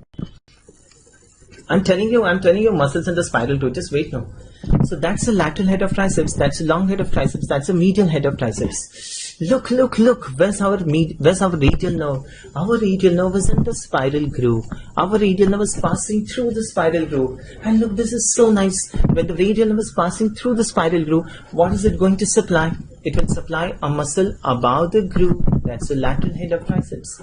It will supply a muscle below the spiral groove. What's that? The medial head of triceps. And the same nerve which supplies the medial head also goes and supplies one more muscle. What is that? Anconeus. That's anconeus. And that is why anconeus is said to be a detached part of medial head of triceps. Following this, because the nerve which supplies the medial head, the same nerve goes and supplies what? Anconeus. And that is why anconeus is said to be a detached part of medial head of triceps. So what are the muscles supplied by the radial nerve in the spiral groove? One, lateral head of triceps, the medial head of triceps, and third is anconeus. Anconeus. Okay. Fine. Just draw this slide. Draw this. Otherwise, you write this down first. Three muscular branches would be: one, lateral head, medial head, ancorace. Lateral head, medial head, and ancorace.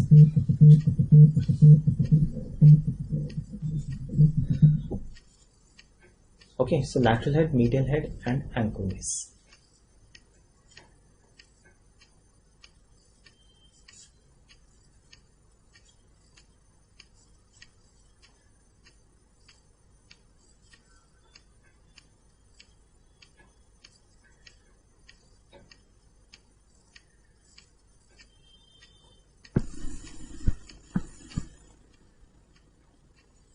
We can draw the slide.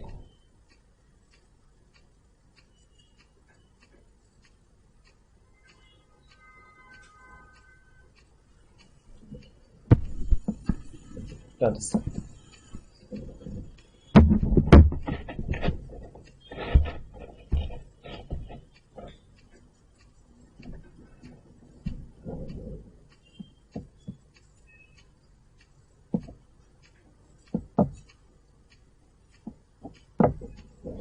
Okay.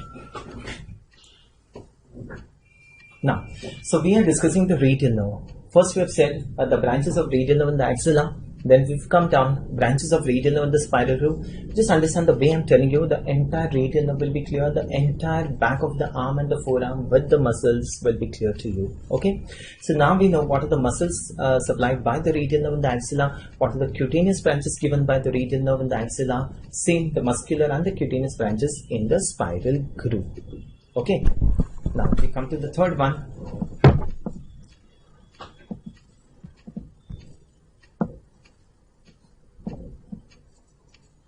Okay, no, fine.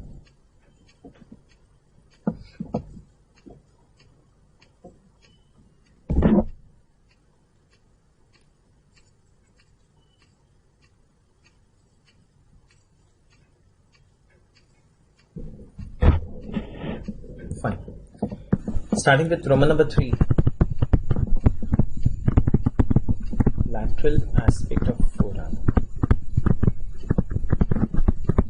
Lateral aspect of the arm, sorry. Lateral aspect of the arm. Understand this now. We're discussing the radial nerve.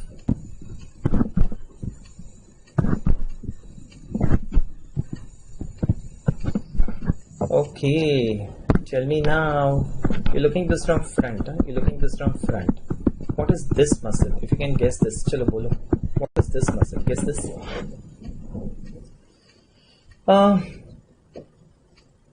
Ancorace is a detached part of a lateral head of medial head of triceps. Ancorace is a detached part of medial head of triceps. Levator scapulae, levator scapulae. Levator scapulae. Ancorace is a detached part of medial head of triceps. Okay, listen here. That's the humerus. I don't have a wristwatch. No wristwatch. I don't have a wristwatch. Okay, so that's the humerus. This muscle is the brachialis. This is the medial epicondyle, lateral epicondyle.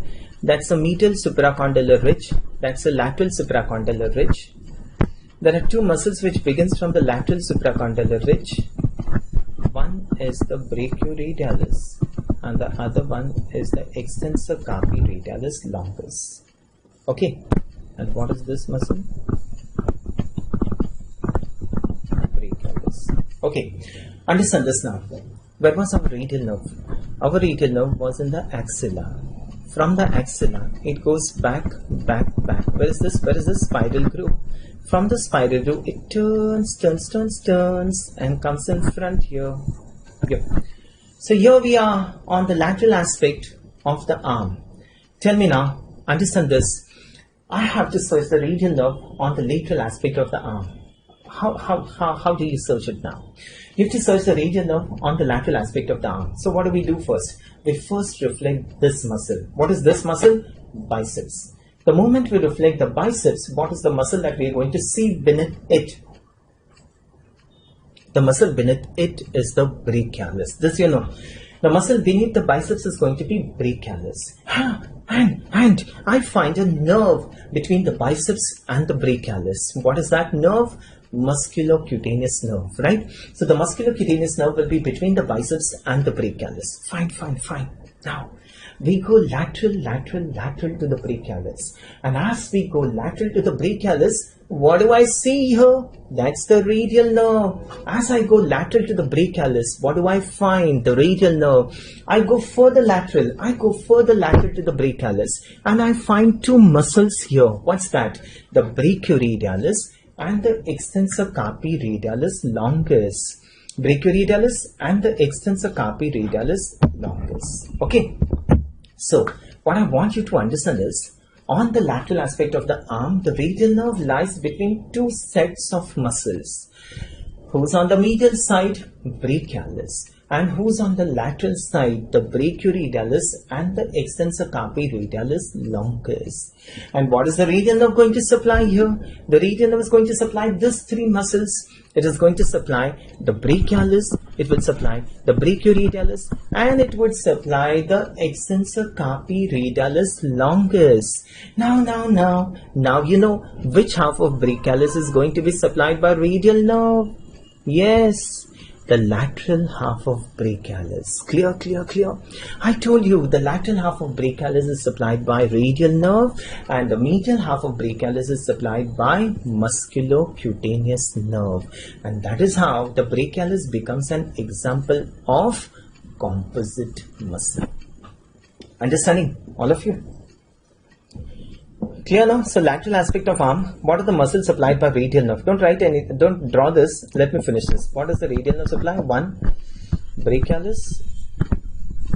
Lateral aspect of the arm, it supplies the brachialis, lateral half. 2nd, brachioradialis. And 3rd, ECRL. Brachialis, and ECRL.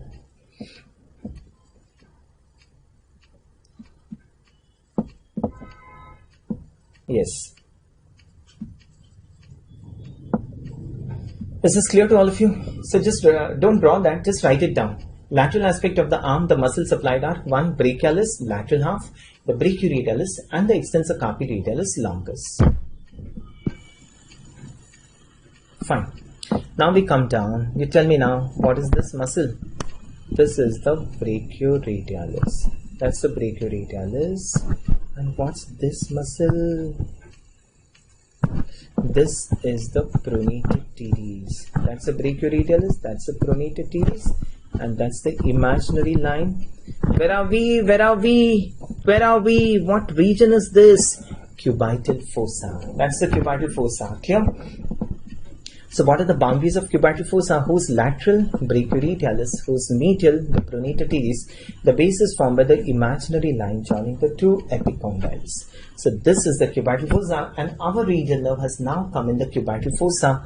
In the cubital fossa, the radial nerve divides into two divisions. Okay, let me just finish this, then you draw. Last, in the cubital fossa.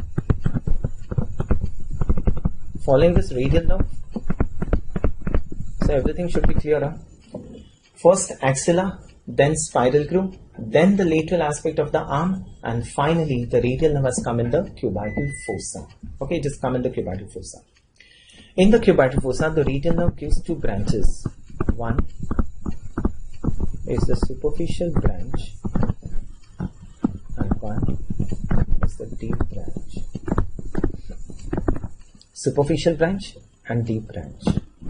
The deep branch is also known as the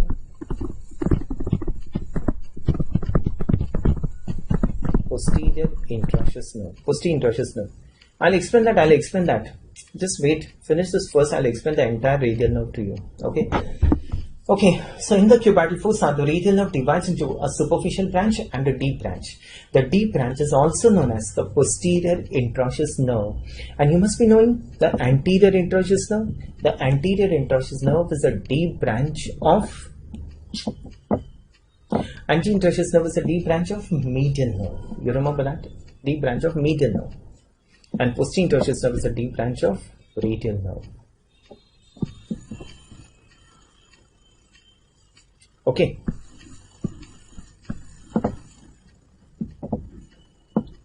posterior intersystem. Just finish this. Pierces the supinator and supplies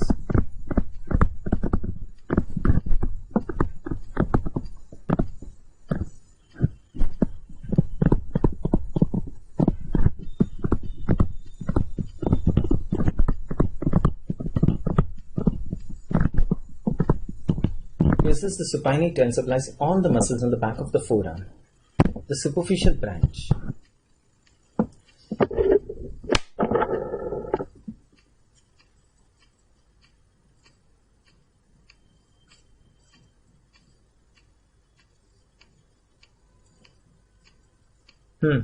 okay, very good. The superficial branch. We've come across the superficial branch somewhere. You remember the skin? You remember the skin? Who was supplying the skin over this dorsum and this 2.5 phalanges here? That was the superficial branch of radial nerve. Yes. Where is the superficial branch now? In the cuboidal fossa. And now you tell me, from the cuboidal fossa, how does the superficial branch come to the dorsum? Understanding? Now tell me, what is this muscle? The most lateral muscle in the forearm. The most lateral muscle, that's the brachioradialis. Okay. The most lateral muscle, the muscle which is forming the lateral boundary of cuboidal fossa, that's the brachioradialis. Right. Just lift the brachioradialis. Just lift the brachioradialis. If you just lift the brachioradialis, what do we find below the brachioradialis? We find the superficial branch of radial nerve. So the superficial branch of radial nerve goes below the brachioradialis, then it enters a box here. What's this box? Anatomical snuff box. And from here, it now goes and supplies the skin on the dorsum of the hand. Understanding? That's the course of the superficial branch of radial nerve. Pierces the supinator. Pierces the supinator and supplies all the muscles on the dorsal aspect.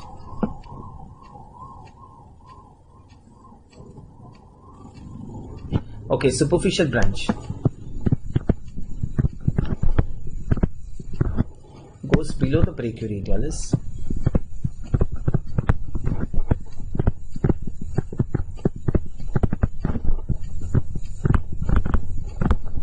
Goes below the brachioradialis. Lies in the roof of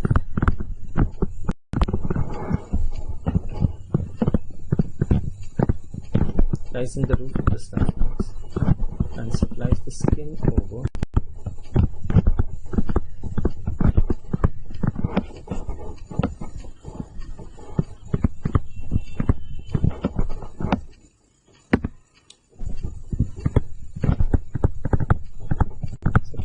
over the dorsum of hand and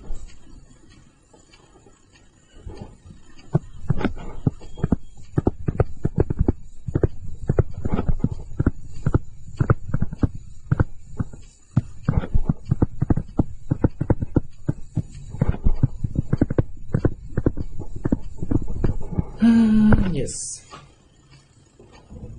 that's the complete radial nerve for you.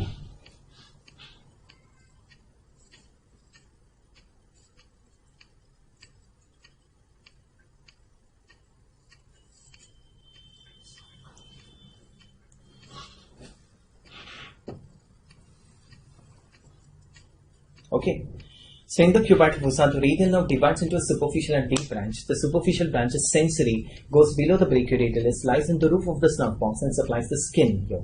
The deep branch is motor, pierces the supinator and supplies all the muscles on the dorsal aspect.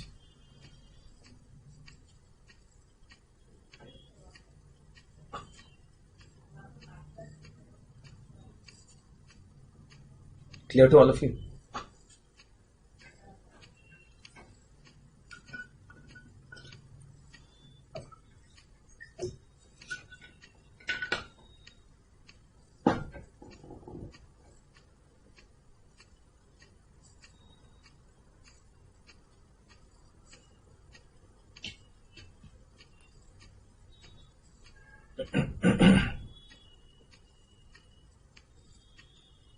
It's a complete radial nerve. It's very nice to understand this. Two and a half. Two and a half, two and a half. First we used to say 3.5, but now it is 2.5 as per recent edition of grades. Okay. Clear to all of you? Look here once again. Radial nerve is first in the axilla. In the axilla, it gives two muscular, one cutaneous branches. Muscular branch to the long head of triceps and the medial head of triceps. Cutaneous branch, that's the posterior cutaneous nerve of arm, comes down in the spiral groove. Gives three muscular, two cutaneous branches. Muscular branch supplies the lateral head and the medial head of triceps. The nerve which supplies the medial head supplies the anconeus. Two cutaneous branches, one is the posterior cutaneous nerve of forearm and the lower lateral cutaneous nerve of arm. Then the radial nerve comes on the lateral aspect of the arm. Here it supplies the lateral half of brachialis, the brachioradialis, and the extensor carpi radialis longus. And finally, it enters the cubital fossa, divides into two branches, a superficial and deep branch. The deep branch is known as the posterior interosseous nerve, pierces the supinator and supplies all the muscles of the dorsum of the forearm. Clear? The superficial branch is sensory, goes below the brachioradialis, comes in the roof of the snuff box and supplies the skin on the dorsum and the proximal phalanges of 2.5 fingers. Okay. Anconeus is a superficial muscle. Clear to all of you?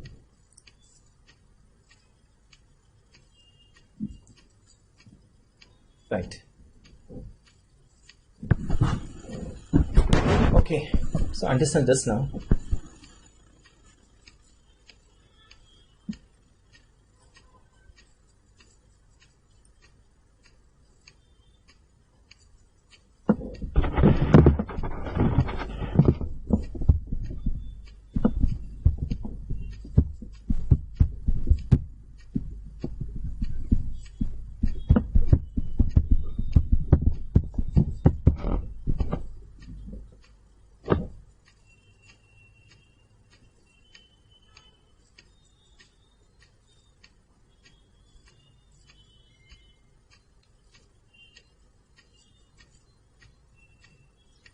Okay.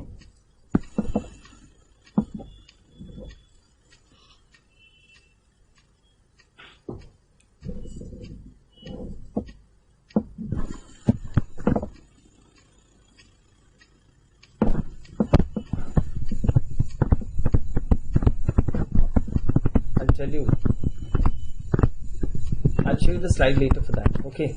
Now see here. Back of the forearm. I'll finish the upper limb and then give a break. Yeah, you just draw the slide.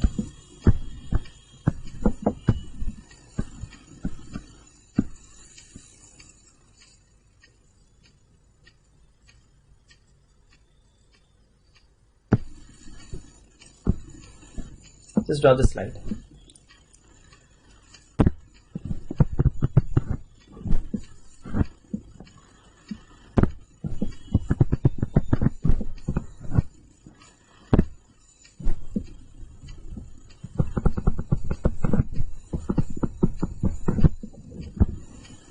Just draw the slide.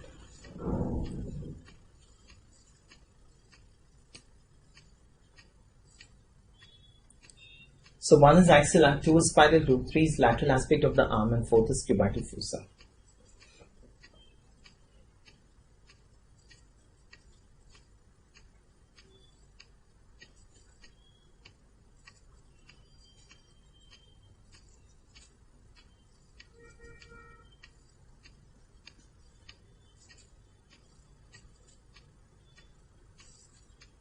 Anti-interosseous nerve supply, I have given you now. Why are you asking me again and again? Anti-interosseous nerve, I have given you the nerve supply. Okay, draw the slide first. What is important I am telling you? Okay. Fine. This is done. Just take the slide. I'll continue then. So I'll just finish this. Back of the forearm, just the muscles I'll tell you. PT is pronator teres. Yes, PT is pronator teres.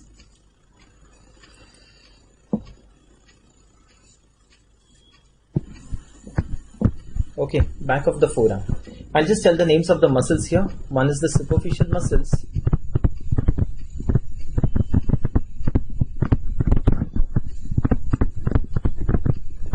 I'll tell you. Superficial muscles. Finish this fast now. Superficial muscles. For one. Ankles. Second.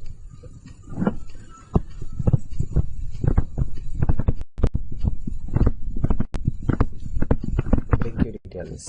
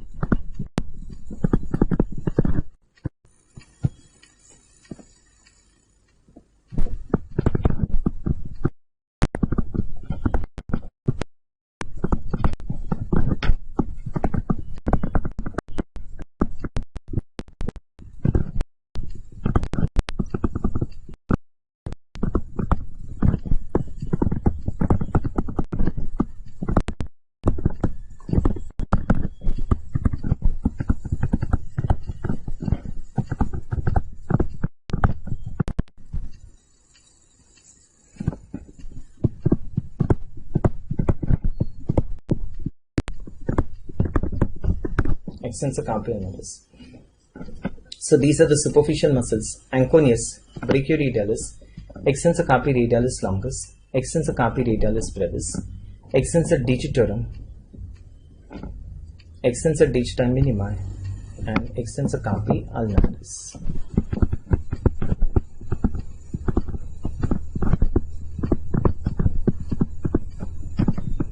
Deep muscles.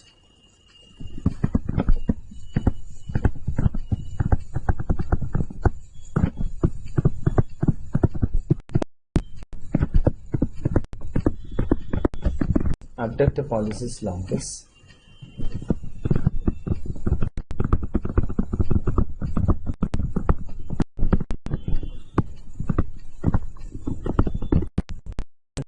brevis,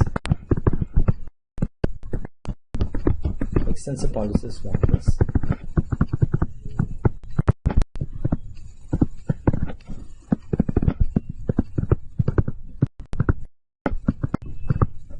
supinator.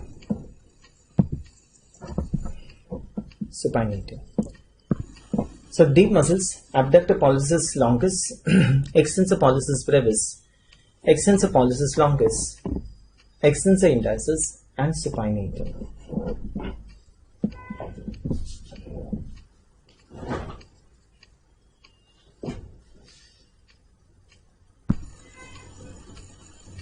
So what is the nerve supply of all these muscles? Look, anconeus. Who supplies the anconeus?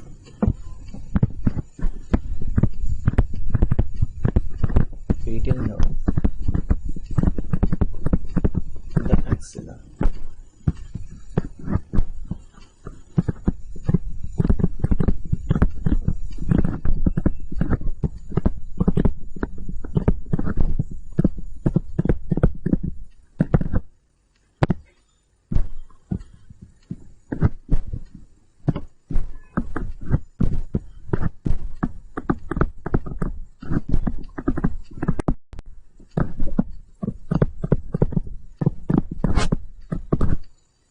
Posterior interosseous nerve.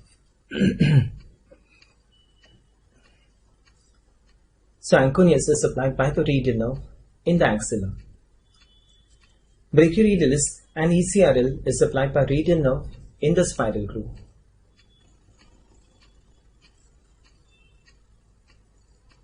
Rest all the muscles are supplied by posterior interosseous nerve. Because once the extensor carpi radialis longus is supplied, the radial nerve enters the cubital fossa, and in the cubital fossa it divides. Okay, it divides in the cubital fossa into a superficial and deep branch, right? Divides. So superficial branch is sensory, and who's the deep branch? The posterior interosseous nerve. So right from extensor carpi radialis brevis till supinator, all these muscles are supplied by spiral groove. Oh, I'm so sorry. 6. Anconeus is in the spiral groove. Oh, I'm so sorry.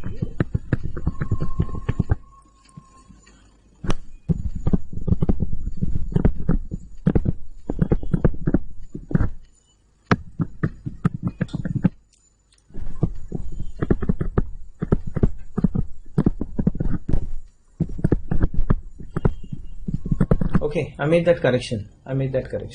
Yeah. Okay, good. So Anconeus is supplied by the radial nerve in the spiral groove. Yes.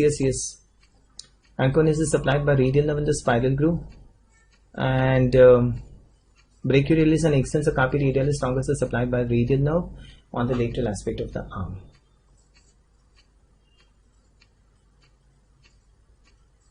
Fine. So you people are concentrating. Well, good. Yes. Okay, fine.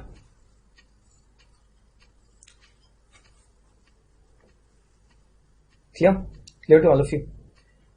Okay, just one or two more topics.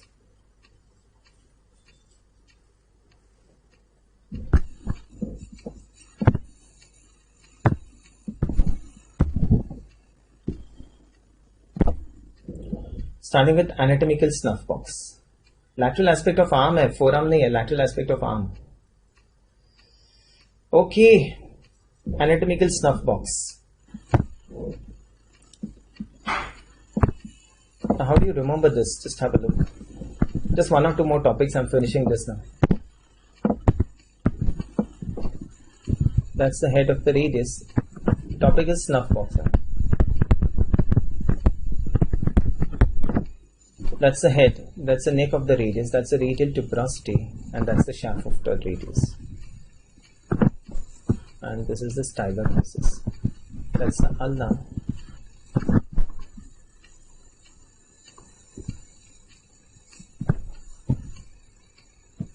That's the styloid process. Okay, there's a muscle which begins from both radius and ulna.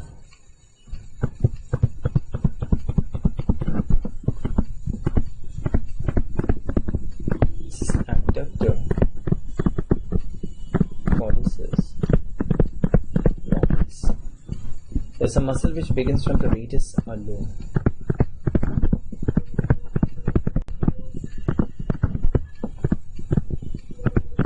Extensor pollicis brevis. Now, abductor pollicis longus and extensor pollicis brevis, they go together. And there's a muscle which begins from ulna. What's this?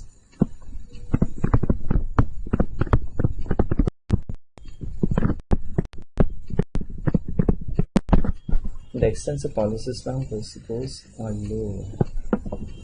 That's the snuff box. That's a snuff box.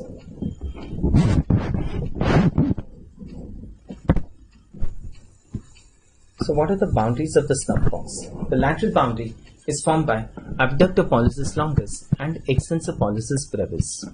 The medial boundary is formed by extensor pollicis longus, who lies in the floor. In the floor lies the styloid process,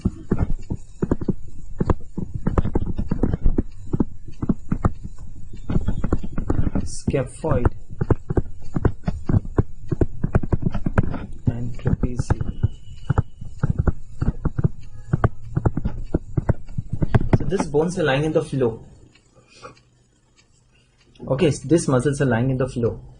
Now,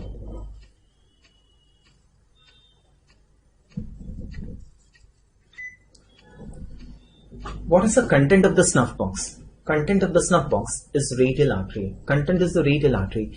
And if the radial artery lies on these bones, the radial artery will get compressed against these bones. So there are two tendons which are arising from the humerus, and these two tendons are going to cover the bones like this. And these are the tendons of ECRL and ECRB. ECRL and ECRB. And they form a carpet here. They form a carpet. And who's lying on the carpet? The radial artery. Okay.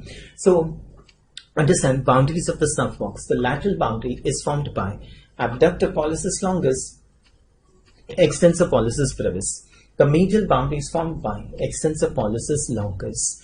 The floor is formed by the styloid process of radius, the scaphoid, the trapezium. And the floor is covered by the tendons of ECRL and ECRB. Content of the snuff box would be radial artery, and the roof is left.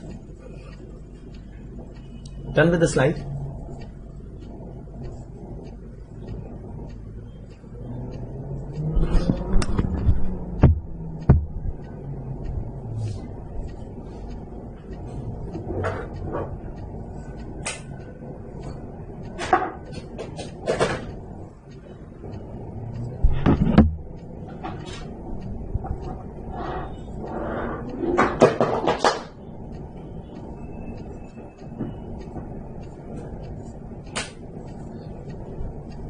Okay, so that's about the anatomical snuff box. Starting with the snuff box, boundaries. Lateral. Lateral is also known as anterior. Lateral or anterior is formed by abductor pollicis longus and extensor pollicis brevis.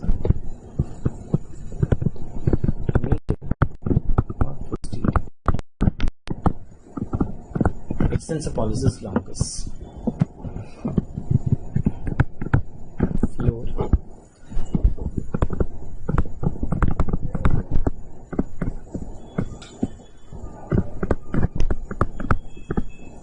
Styloid process of radius.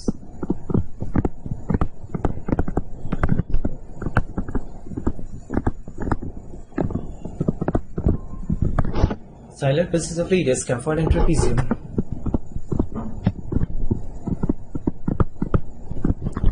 Floor is covered by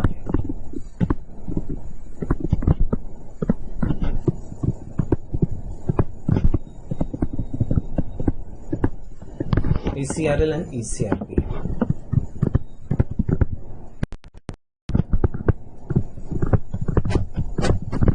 Content is radial artery,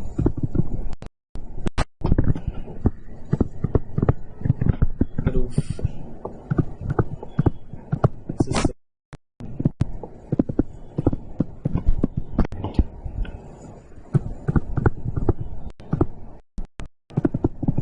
Superficial branch of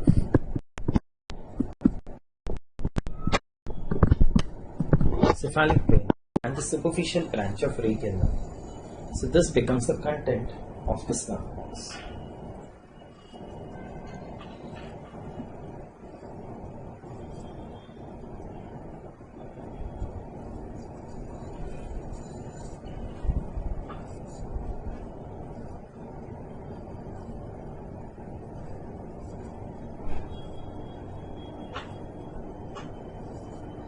Clear to all of you? So that's about the anatomical snuff box. Okay, I'll show you the slide. Have a look at this slide.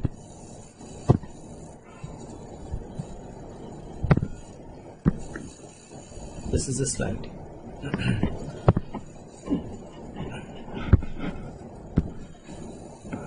Yeah.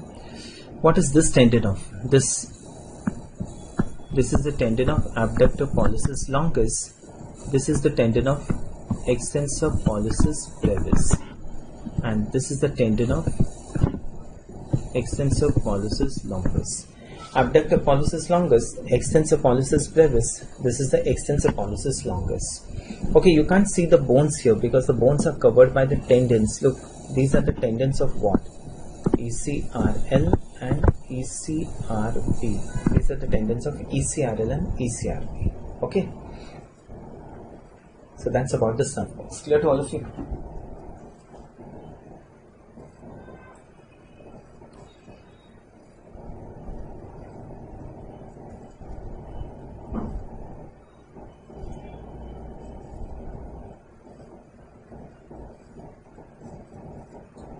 Okay, fine.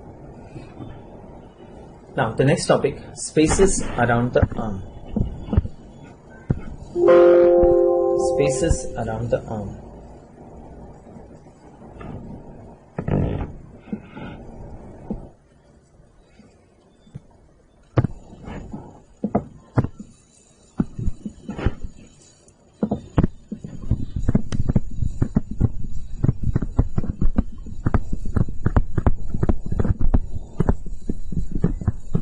Spaces around the arm. Another very important MCQ.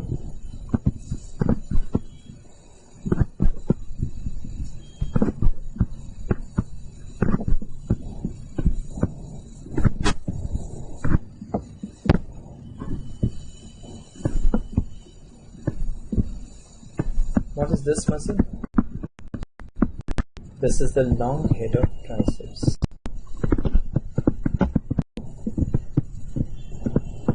Long head of triceps. What is this muscle here? And this muscle here. This muscle begins from the scapula and goes to the humerus. And this muscle begins from the scapula and goes to the humerus in front, which is going in front.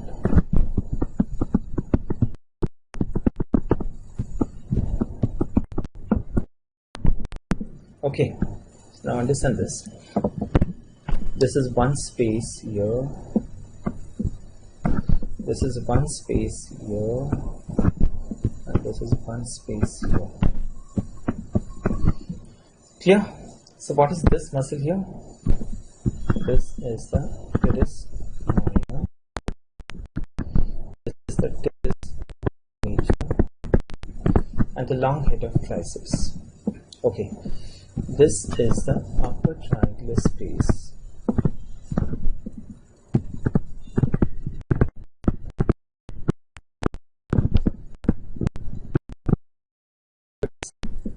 This is the lower triangular space. And this is the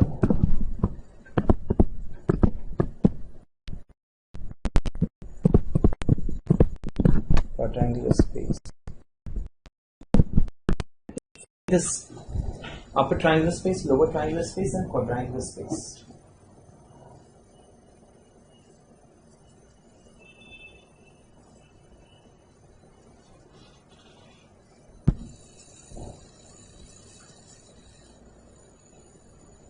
Spaces around the arm, it is spaces around the arm.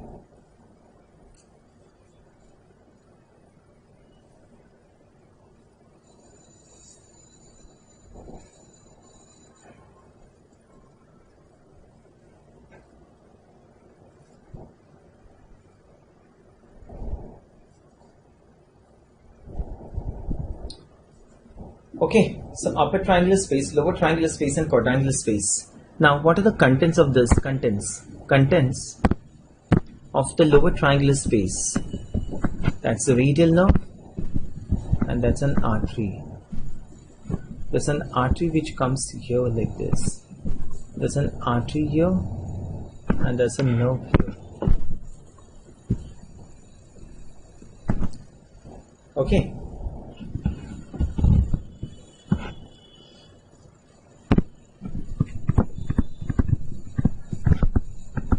Triangular space,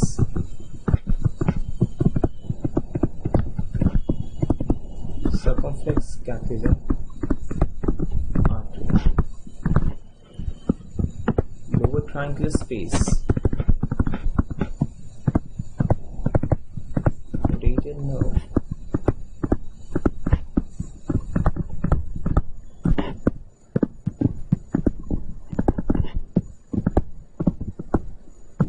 radial nerve, and profunda brachii artery.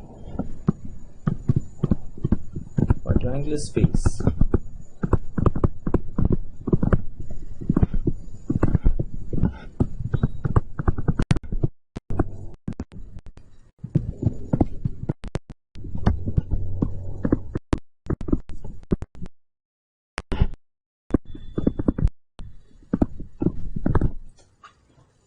Axillary nerve and the posterior circumflex humeral artery.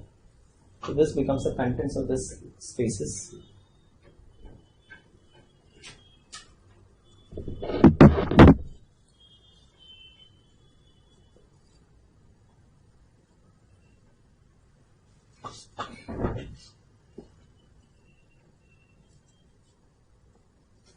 Okay, clear to all of you? Spaces of the arm is clear to all of you?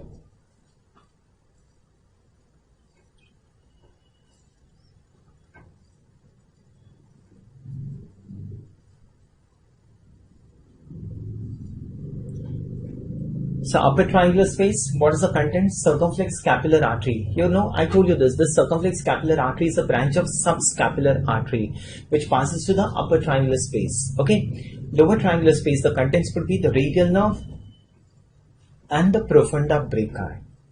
And quadrangular space, the contents are the axillary nerve and the posterior circumflex humeral artery. Okay, now what is important, I'm telling you. All those things are not asked now. So the things which are not asked, I'm not telling you. Okay, those small things I'll put as topics for you. Okay, whatever is important, I'm telling you. Those previous notes and all, if you have, whatever is not asked now, so now I'm not telling you that. If I feel there's something important, I'll put it as a separate topic later for you. Okay. Boundaries of the spaces are clear now. I've told you. Now look at the slide now. Boundaries of the spaces are clear. Look, what are the boundaries of upper triangular space? This is teres minor, this is teres major, and the long head of triceps. Clear? Teres minor, teres major, and the long head of triceps. That's the upper triangular space. The lower triangular space, the boundaries would be the teres major, the long head of triceps, and the shaft of the humerus.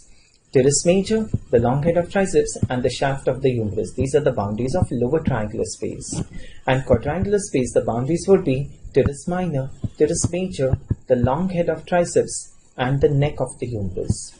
Teres minor, teres major, long head of triceps, and the neck of the humerus. Clear? Profunda brachii artery is a branch of brachial artery. Brachial artery ka branch hai, profunda brachii. Palmar arches are not asked nowadays. If there's anything before anything, I'll put that as a separate topic for you. Okay? Clear? So what is important, I'm telling you.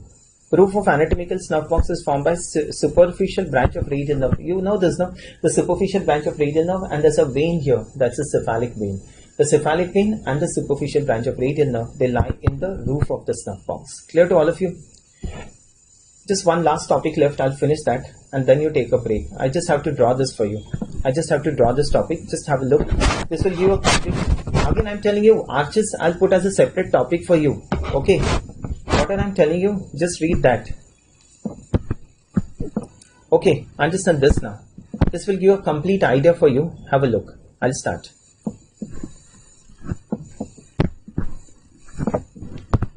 This is the first strip. That's the first strip. What is this artery here? That's a subclavian artery. The moment it crosses the first strip, it now becomes what? Axillary artery. Axillary artery. Okay.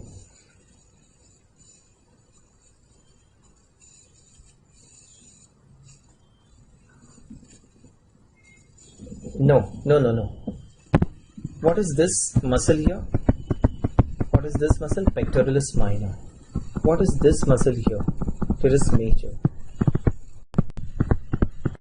That's teres major.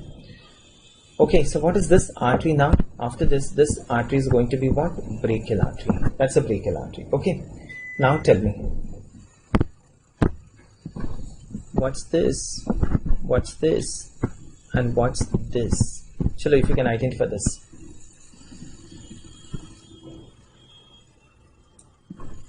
This is the lateral cord. This is the medial cord. That's the posterior cord. These are the branches of lateral cord. We are interested in this branch. These are the branches of medial cord. We are interested in this branch. And tell me now, what is this going to be? Yep. You understanding? This is the lateral root of medial nerve.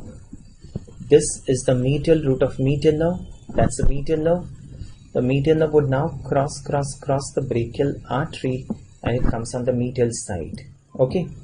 Now look, this is so nice. Just try to understand what I'm drawing.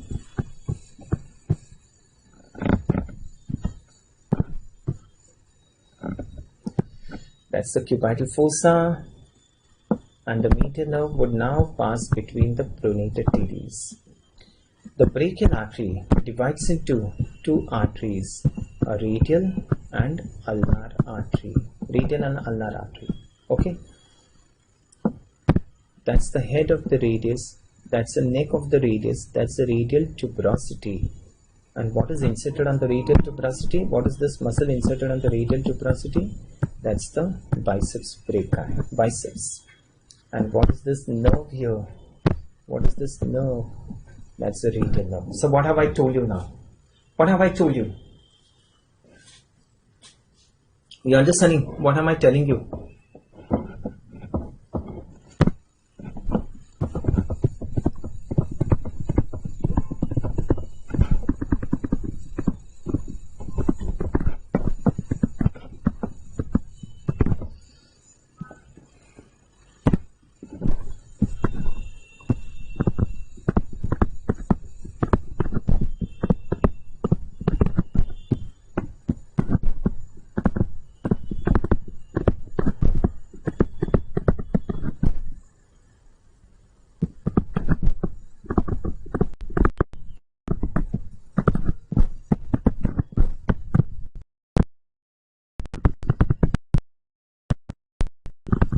Yes.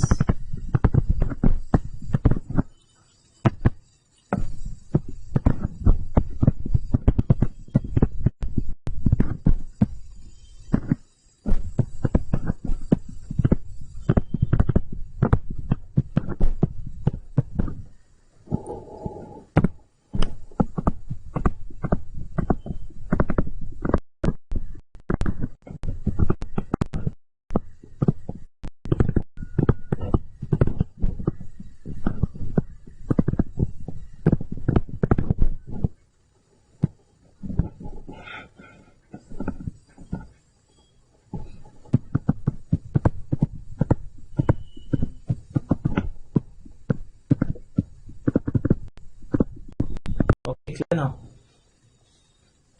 So that will tell you the course of the median nerve. How's the median nerve formed? The median nerve is formed by two roots. One is the medial root of median nerve and the other one is the lateral root of median nerve. The medial root of median nerve is longer. It goes to the lateral side, joins with the lateral root and forms the median nerve. The median nerve is formed lateral to the brachial artery. The median nerve now crosses the median nerve is formed lateral to the third part of axillary artery. I'm so sorry. The median nerve now crosses the brachial artery from the lateral to the medial side. In the cubital fossa, the median nerve is the most medial structure. That's the brachial artery, which now divides into two terminal branches, the radial artery and the ulnar artery. That's the tendon of biceps and that's the radial nerve. You remember the radial nerve, Roman number 4 that we have written, the radial nerve enters the cubital fossa and here it divides into two terminal branches, the superficial branch and the deep branch. What are the boundaries of cubital fossa? Whose medial, pronator teres, whose lateral, the brachioradialis, and the base is formed by the imaginary line joining the two epicondyles. Okay, so this becomes the cubital fossa. Simultaneously, I've told you the course of the medial nerve. You understand? The course of medial nerve also I've told you.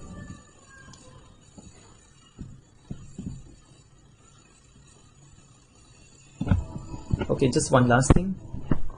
That's the head, that's the neck of the radius, that's the radial tuberosity, that's the ulna here, and that's the ulnar tuberosity here, ulnar tuberosity. Who's inserted on the ulnar tuberosity? Remembering what is this muscle?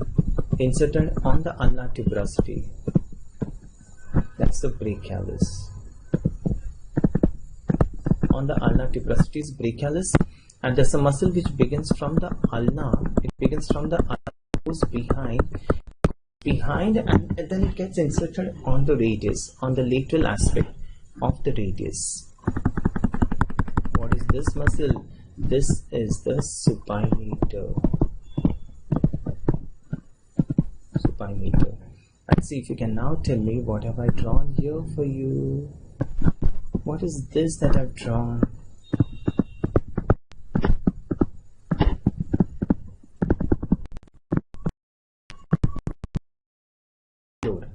Of the cubital fossa. So clear? In short, I've told you the entire cubital fossa also. Topic है cubital fossa. Topic is cubital fossa. Plus you get an overall orientation of this.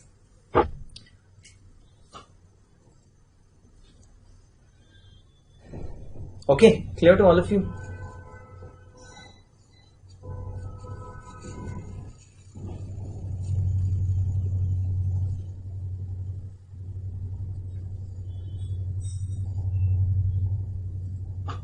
A muscle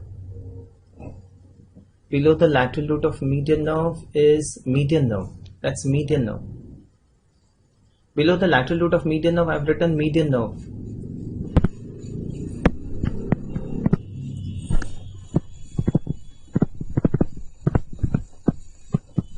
Median nerve.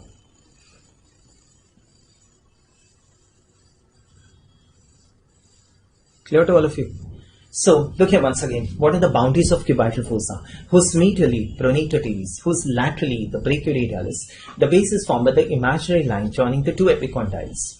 The contents of cubital fossa from medial to lateral side. One is the medial nerve, second is the brachial artery with its two branches, the radial and ulnar. Third is the tendon of biceps, and fourth is the radial nerve. The floor of cubital fossa is formed by the brachialis and the supinator. Understood? What's written about the radial nerve? Biceps, biceps. Biceps है वो biceps. Biceps break है. Clear?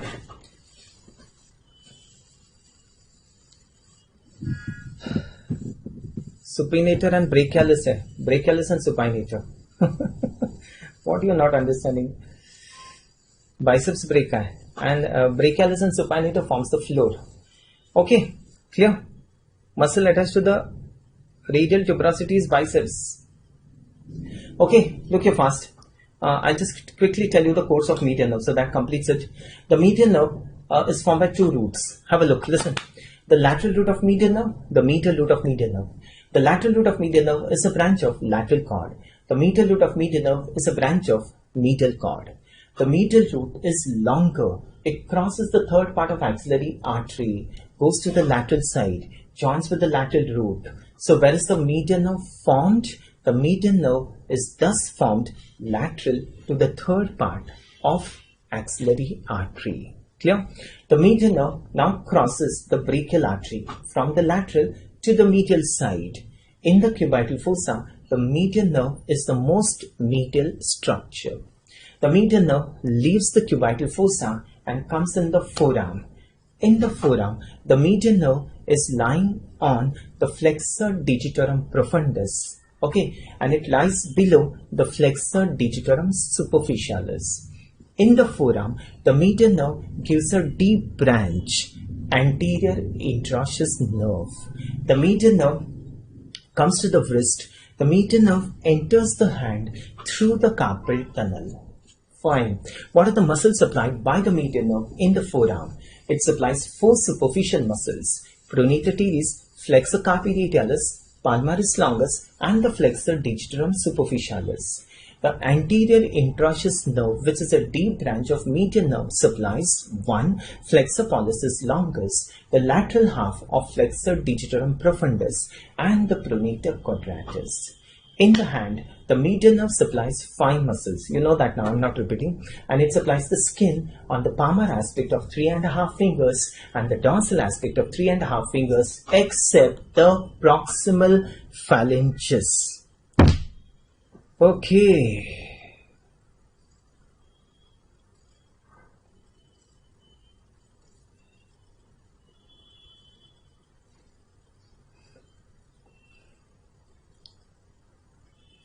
Okay. These are the important things which are asked nowadays. So the less important things, I'll put that as a topic for you. Okay.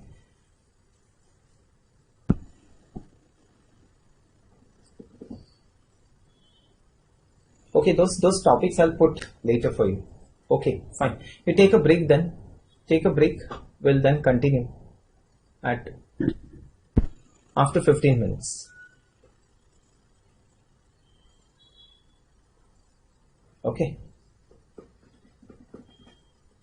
Fine.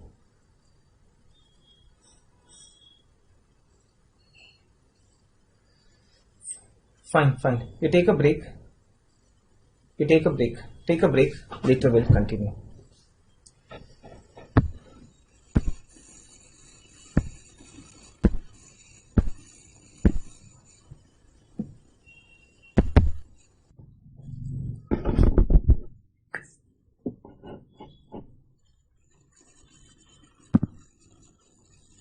Okay. I just finished a small topic, general embryology. It's a small topic. Okay. 3 weeks of fertilization. I'll start.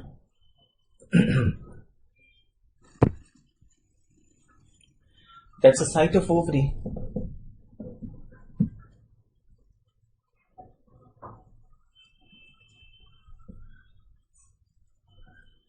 Just one moment.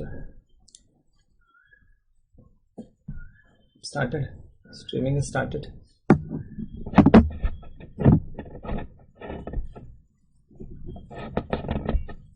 Okay, fine. Starting now. That's the area where the ovary ruptures. And this part where the ovary ruptures is known as stigma. Okay. This area where the ovary ruptures, this is known as the stigma. That's the oocyte which is liberated out. That's the oocyte. Now, inside the ovary, inside the Graafian follicle, that's a Graafian follicle, the oocyte is surrounded by cells. And what are these cells known as? These cells are known as the cumulus oophorus. So inside the Graafian follicle, the cells which surround it are known as the cumulus oophorus. And as the oocyte, as the Graafian follicle ruptures, the cells of cumulus oophorus now rearrange themselves. The cells of cumulus oophorus rearrange themselves, and this is now known as the corona radiata cells. Corona radiata cells. Okay. A sperm has to undergo 2 changes before it fertilizes an ovum. One is capacitation, and the second one is acrosome reaction. Don't write anything, just listen. And both these changes occurs in the female genital tract. Once the sperm has undergone capacitation and acrosome reaction, 3 barriers it has to cross before it fertilizes an ovum. 3 barriers. 1. What are these cells now? These are the cells of, these are the corona radiata cells. Second, what is this known as? Zona pellucida. And the third one is the fusion of the cell membranes. So 3 barriers it has to cross: the cells of corona radiata, the zona pellucida, and the fusion of the cell membranes. As the cell membranes fuse, fertilization occurs in the ampulla of the fallopian tube. Okay, fertilization occurs in the ampulla of the fallopian tube. The zygote divides and redivides. 2-celled, 4-celled, 8-celled, 16-celled is known as what? A morula. Okay, so 16-cell stage is known as morula. Now just imagine the room in which you are sitting. And this room is completely filled with cells. The room in which you are sitting, just imagine the room is completely filled with cells. And what is that stage known as? Morula. So morula is a stage when there are all cells inside the sphere. And as this morula comes towards the uterine cavity, as this morula goes towards the uterine cavity, fluid from the uterus enters the morula. You can see this is a morula. So fertilization occurs in the ampulla of the fallopian tube. The cell, then it starts to divide: 2-celled, 4-celled, 8-celled, 16-celled is known as the morula. And this morula is completely filled with cells. As this morula enters the uterine cavity, fluid from the uterus enters the morula and divides this into 2 types of cells. One type which is going to line the borders of the sphere, the room in which you are sitting in. One type of cell is going to line the periphery of this sphere, and what is that known as? Outer cell mass. And the second group of cells will be concentrated at one pole up there. Here, look up. One group of cells will be concentrated at one pole up there, and what is that known as? Inner cell mass. So now there are 2 different types of cells. One group of cell which lines the periphery of the sphere, that's the outer cell mass, also known as trophoblast. And the second group which is going to line at one pole, that is known as inner cell mass. This is general embryo, or this is also known as embryoblast. Now you get a space here. Look at this space. What is this space known as? This space is known as the blastocyst. And this structure is known as blastula. Okay, this structure is known as blastula. So the morula has now become a blastula. Clear to all of you till here? The morula has now become a blastula. Now we have to know what happens to the outer cell mass and what happens to the inner cell mass. Okay, this is very easy. It's just 3 weeks of fertilization. But I have to tell you, we have to finish this before we start with the topics, with the organs, systems. Okay, so general embryo I have to finish before that. Now, what happens to the outer cell mass or the trophoblast? The outer cell mass starts to differentiate into 2 types of cells. One type in which, the cell walls are absent. Look at the cells. The cell walls are absent. The nuclei are scattered. What is this known as? This is known as the syncytial trophoblast. Syncytial trophoblast. Don't write anything. I'll tell you this. Syncytial trophoblast. Look, the cell walls are absent. The nuclei are scattered. The second group of cells in which the cell walls are distinct. There are distinct cell walls. There is one nucleus in each cell. What is that? Cytotrophoblast. So the outer cell mass differentiates into a syncytial trophoblast and a cytotrophoblast. Okay. What is the function of syncytial trophoblast? It would start to dig inside the wall of the uterus and thus help in implantation. It will help in implantation by digging inside the wall of the uterus, and as this process of implantation begins, the cells will start to die because of friction. The cells will start to die, and who forms this new cells then? The cytotrophoblast. The cytotrophoblast will form the new cells. Okay, so that's about the outer cell mass. Now what happens to the inner cell mass? The inner cell mass is up there. It is up there. So now just imagine, you tell me, the room in which you are sitting, who's going to line the periphery of this room from inside? Who's going to line the walls of this room from inside? That's the cytotrophoblast. And who's the cell outside this? That's the syncytial trophoblast. Following this? Now, the inner cell mass is up there. Now, we divide this sphere into 2 halves. The cells of the inner cell mass, they come down above this imaginary plane. The cell becomes columnar.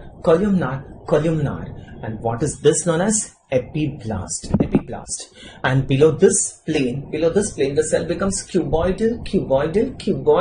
And what is this known as? Hypoblast. So what I'm telling you is, the inner cell mass is attached to one pole. The cells of the inner cell mass, they come down above an imaginary line. They become tall and columnar. What is that known as? Epiblast. And below this plane, they become cuboidal. And what is this known as? This is known as the hypoblast. Have a look at this slide. Look, tell me now, who's going to line this sphere from inside? Here. What's this? This is the cytotrophoblast. Okay, the sphere from inside, this would be the cytotrophoblast. And who's going to line the sphere from outside? This one which I'm drawing, this is the syncytial trophoblast, right? That's the syncytial trophoblast. Now the inner cell mass cells, they come down above this imaginary plane. Look at this. Above this imaginary plane, the cells becomes columnar. What are these cells known as? Epiblast. These are known as the amniogenic cells. And below this plane, the cells will become cuboidal. What are these known as? Hypoblast. Okay. So this is now known as hypoblast. Together, this epiblast and hypoblast is known as what? The germ disc. And this germ disc is made up of how many layers now? 2 layers. Epiblast and hypoblast. Okay. Now, just one more thing. Now, this epiblast, once again, just tell me, you're sitting inside this room, you're sitting inside the sphere. Who's lining the sphere from inside? What are the cells which lines the sphere from inside? Cytotrophoblast. What are the cells outside this cytotrophoblast? That's the syncytial trophoblast. We have divided the sphere into 2 halves by an imaginary plane. The cells of the inner cell mass above this plane are columnar. What is that? Epiblast. Below this plane are cuboidal. What is that? Hypoblast. Okay. Now, this epiblastic cells will grow in a circle. They will grow around the cytotrophoblast. The epiblastic cells will grow around the cytotrophoblast. They will grow like this. They will grow in a circle around the cytotrophoblast. But above the sphere, ये sphere के ऊपर, above the sphere, they grow in a circle around the cytotrophoblast. They enclose a cavity between them. And what is this cavity known as? Amniotic cavity. Following this, that's how the amniotic cavity is formed. The epiblastic cells will grow in a circle and enclose a cavity between them. That's the amniotic cavity. The hypoblast will also grow around the cytotrophoblast. Look at that.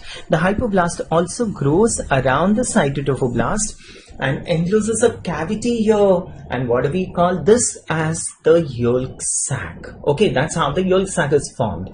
So now, in a big cavity, just imagine, in a big cavity which is lined by cytotrophoblast from inside, we've got two small cavities. A cavity above this and a cavity below this. The upper one is the amniotic cavity and the lower one is known as the yolk sac. Following this, what is the lining of amniotic cavity? Epiblast. And what is the lining of yolk sac? Hypoblast. Am I clear till here? Okay.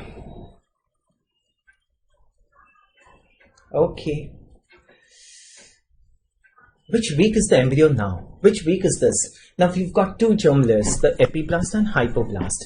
Which week is this? This is the end of 2 weeks. End of 2 weeks, we have got a bilaminar germ disc. We call this as a bilaminar germ disc. Okay, it is made up of epiblast and hypoblast. Fine. Okay, very nice. Now understand one thing. Tell me now.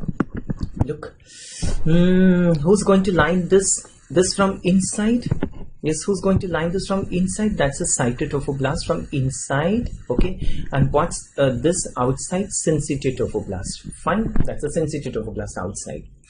What is this cavity above? That's the amniotic cavity. What is this cavity below? Yolk sac. Okay, now understand. Just one last thing in second week. This is only general embryo, I'm telling you. Only general embryo. 3 weeks of general embryo. Now between the amniotic cavity, the yolk sac and the cytotrophoblast, there is no place here, there's no space here. Between the amniotic cavity, the yolk sac and the cytotrophoblast, there's no space there. Now a new type of cell is formed. Okay, just have a look. Okay, now a new type of cell is formed.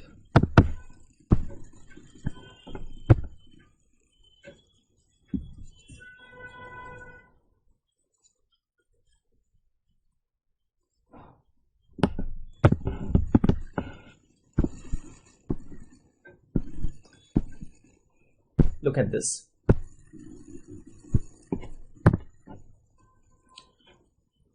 Okay.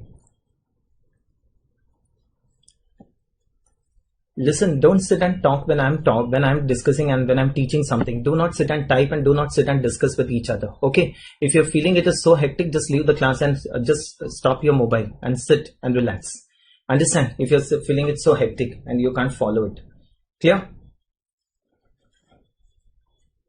Right. What is this now? I'm taking only 2 days class. The next class I'm not taking. Okay. Next class someone else will take. I'll tell Dipti madam to tell someone to take the class. Fine, if you're finding so hectic and if you're finding so difficult to understand. Fine. Right. So what is this? Amniotic cavity. And what is this? Yolk sac. Okay. What is this amniotic cavity lined by? What is this amniotic cavity lined by?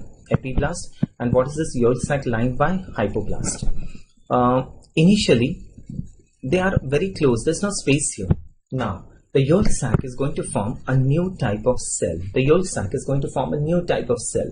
And this cell will come to life between the amniotic cavity, the yolk sac, and the cytotrophoblast. A new type of cell will be formed here. And you can see this red one. What is this red one? What is this red cell known as? This is a mesoderm.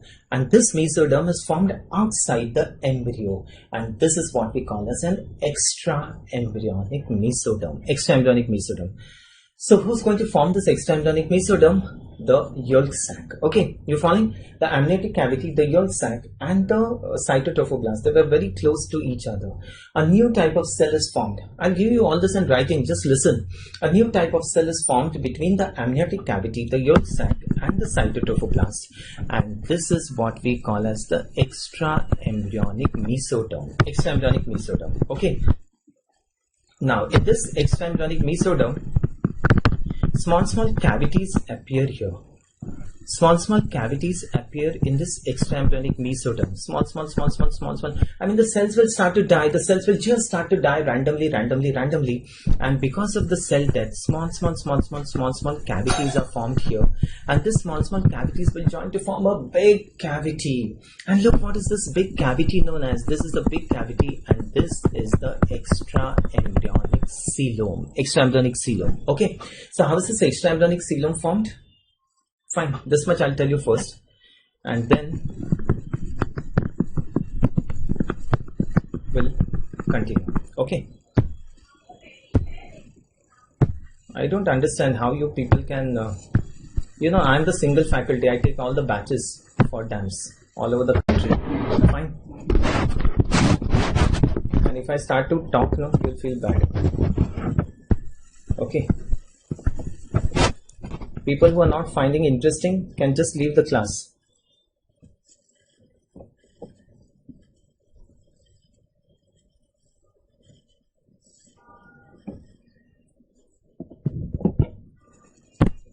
Okay, we start with general update. Once again, I'm telling you, people who are finding it difficult to follow, people who are finding it out of interest, they can't follow. I mean, this is the easiest thing that can be made, and I'm teaching. I'm the single faculty teaching for DAM since last 15 years. Okay. Still, if you're not able to follow, better close your mobile and sit and relax. You're not fit to join the class. Okay. I'm very straight to talk. If you can talk like this nonsense, I can also talk. Clear? All my students are now faculties of DAMs.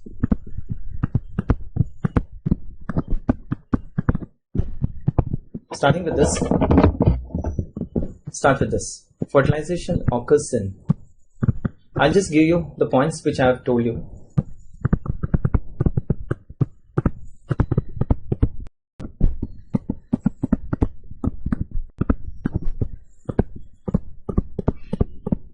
Fertilization occurs in the ampulla of fallopian tube. And when I'm talking, how can you sit and type? I don't understand. When I'm teaching something, I'm discussing something, how can you chat between yourselves? That is the first thing which I don't understand. Okay. And you're talking with each other. Fertilization occurs in the ampulla of fallopian tube. I will just let me finish this lecture, then I'll talk to the concerned people. Zygote divides to form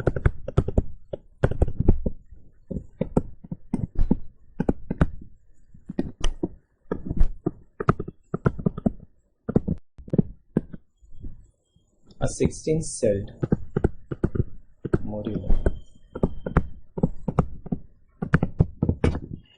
Zygote divides to form a 16-celled morula.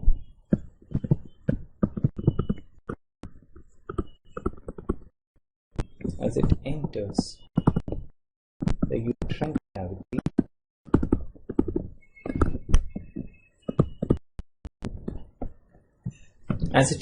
uterine cavity, the uterus enters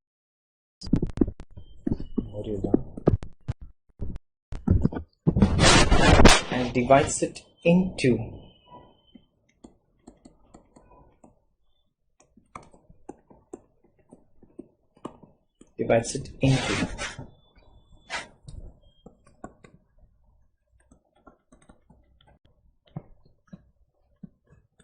outer cell mass, also known as trophoblast,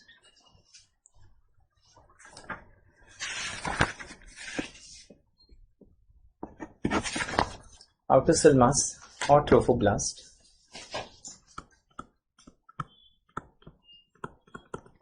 inner cell mass,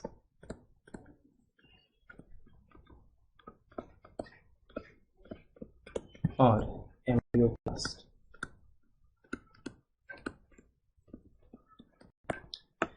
Outer cell mass or trophoblast and inner cell mass or embryoblast.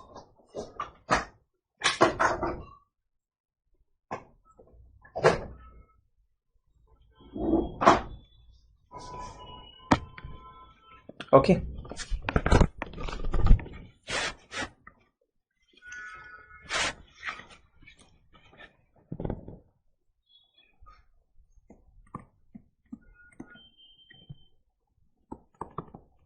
The cavity is known as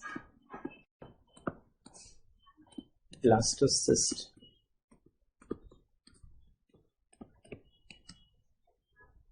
Cavity is known as blastocyst, and the structure is known as blastula. Clear till here? So morula has now become a blastula.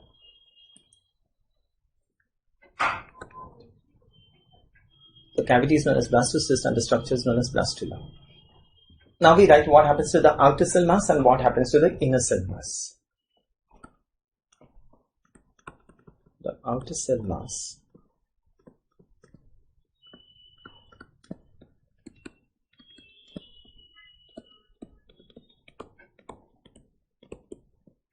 The outer cell mass differentiates into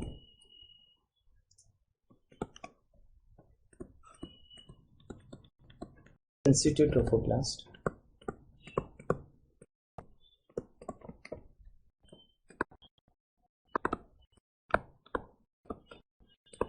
It is very easy. I hope you're following this. Clear? So morula has now become a blastula. The blastula has an inner cell mass, outer cell mass. Now we are writing what happens to the outer cell mass. Clear? The outer cell mass differentiates into a sensitive trophoblast and cytotrophoblast. Sensitive trophoblast cell walls are absent. Cell walls are absent. Nuclei are scattered.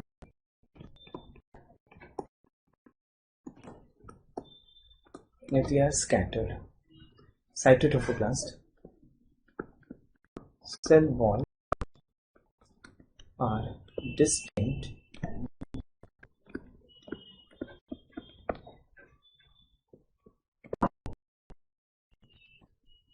There is one nucleus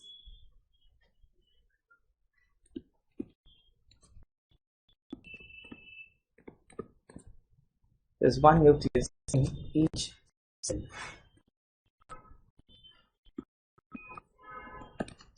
There's one nucleus in each cell.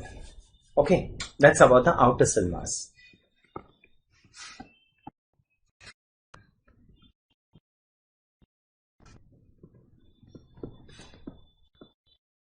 Mass.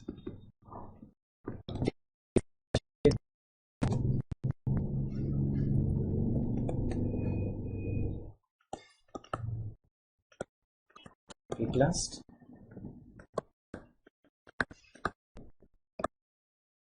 Cell mass differentiates into epiblast and hypoblast. Epiblast are tall and columnar cells.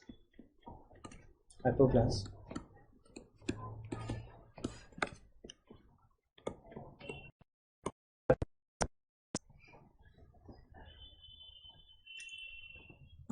now clear now. So the inner cell mass differentiates into a tall and columnar epiblast and a cuboidal hypoblast. Clear? Now what happens to the epiblast? The epiblast grows around the cytotrophoblast, and encloses a cavity between them. What is this cavity known as? Amniotic cavity. Okay, so epiblast grows around the cytotrophoblast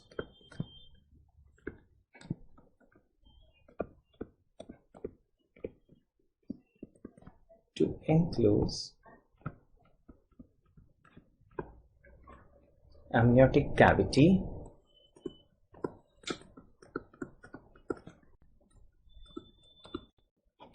The epiblast grows around the cytotrophoblast to enclose the amniotic cavity.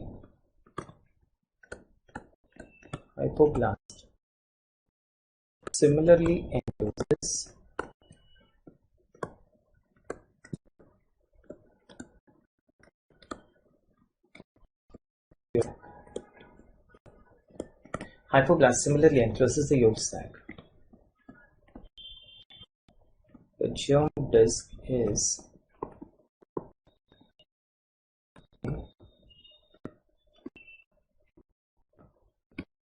bilaminar. Clear?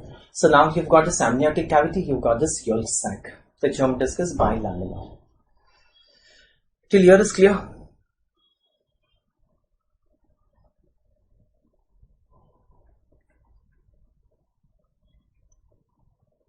If anything is left, you tell me. If anything is not clear.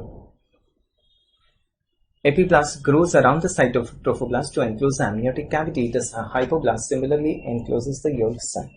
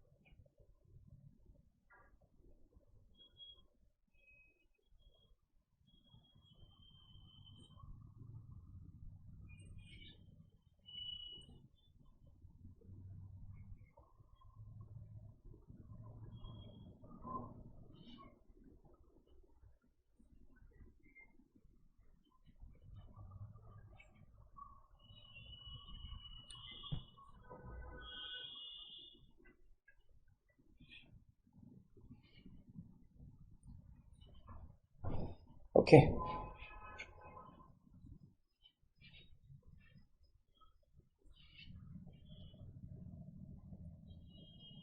Fine. The germ disc is bilaminar. Now what happens? Just have a look here. Okay, once again, I'll quickly go through this. Have a look. Once again, just have a look. This is the site of ovary where ovulation occurs, and that's the oocyte which is liberated out. Okay, inside the ovary, inside the Graafian follicle, the oocyte is surrounded by cells. What are these cells known as? These cells are known as the cumulus oophorus. And as this oocyte is liberated out, the cells of cumulus oophorus rearrange themselves, and what is that known as? Corona radiata. Okay. Now, a sperm has to undergo two changes before it fertilizes an ovum. One is capacitation and acrosome reaction. And once the sperm undergoes these two changes, three barriers it has to cross before it fertilizes an ovum. One is the corona radiata cells, second is the zona pellucida, and the third one is the fusion of the cell membranes. Cell membranes fuse, fertilization occurs in the ampulla of the fallopian tube. Okay, fertilization occurs in the ampulla of the fallopian tube. The zygote divides and redivides. 2-celled, 4-celled, 8-celled, 16-celled is known as what? Morula. 16-celled known as morula. So what I'm telling you, imagine that you are sitting inside this room and this entire room is filled with cells. What is that stage known as? Morula. Okay, and as this morula enters the cavity of the uterus, fluid enters inside this morula. The cells gets divided into two types of cells. One, outer cell mass which lines the periphery of the sphere, and the inner cell mass which is attached to one pole here. Now, there's a cavity formed between them, and what is that known as? Blastocyst, and this structure is known as blastula. So morula has now become a blastula. Now what happens to the outer cell mass? Differentiates into two types of cells, a sensitive trophoblast and a cytotrophoblast. Sensitive trophoblast where the cell walls are absent, the nucleus scattered, and cytotrophoblast, the cell walls are distinct, there's one nucleus in each cell. Okay, now what happens to the inner cell mass? The inner cell mass, the cells comes down above an imaginary plane, they become columnar, and what is this known as? Epiblast. And below this plane, they become cuboidal. What is this known as? Hypoblast. Okay. The epiblast grows around the cytotrophoblast. They will grow around the cytotrophoblast and enclose a cavity between them, and that's the amniotic cavity. The hypoblast similarly grows around the cytotrophoblast and encloses the yolk sac. That means in a big cavity which is lined by cytotrophoblast from inside, we've got two cavities. The upper one is the amniotic cavity and the lower one is the yolk sac. Okay. The amniotic cavity is lined by what? Epiblast, and the yolk sac is lined by hypoblast. And just outside the amniotic cavity and the yolk sac, what do we have? The cytotrophoblast. Clear to you now? Now, the point which is left here is this yolk sac forms a new type of cell. A new type of cell is formed by the yolk sac, and this new type of cell comes to lie between the amniotic cavity, the yolk sac, and the cytotrophoblast. Okay, they come to lie between here. And what is this in red? This is a mesoderm, and this mesoderm is formed outside the embryo. What do we call this as? Extra embryonic mesoderm. And who's going to form this extra embryonic mesoderm? The yolk sac. Okay, now in this extra embryonic mesoderm, look what happens. The cells will start to die. Some cells will die here, some will die here, some cells will die here. Like this, there is random cell death. And because of this random cell death, there are small cavities which are formed here. Small cavities which are formed here. And this small cavities joins to form a big cavity. And what is a big cavity known as? Look at this big cavity. This is the extra embryonic coelom. Okay. So how is this extra embryonic coelom formed? In this extra embryonic mesoderm, the cells start to die. Small cavities are formed which joins to form a big cavity. That's the extra embryonic coelom. And the moment this extra embryonic coelom is formed, it divides the mesoderm into two parts. Okay, it is going to divide the mesoderm. It is going to divide the extra embryonic mesoderm into two parts. One which lines the yolk sac. Look at this. The one which lines the yolk sac. This mesoderm is known as the extra embryonic splanchnopleuric. Okay. So the extra embryonic mesoderm which lines the yolk sac is known as the extra embryonic splanchnopleuric, and the mesoderm which lines the amniotic cavity and the cytotrophoblast here, this becomes the extra embryonic somatopleuric mesoderm. Okay. So the mesoderm, I'll make it in a different color. The extra embryonic mesoderm which lines the yolk sac is known as splanchnopleuric, and the one which lines the amniotic cavity, look at this, the amniotic cavity and the cytotrophoblast, and this is what is known as extra embryonic somatopleuric mesoderm. Okay, so that's how the mesoderm gets divided. So this completes 2 weeks of fertilization. Then we go to the third week. Fine, we'll finish this much. Then I'll draw the slide for you. You'll understand it. Okay. Fine, so the germ disc is bilaminar. This much I've told you. Now we come to the next one. The yolk sac.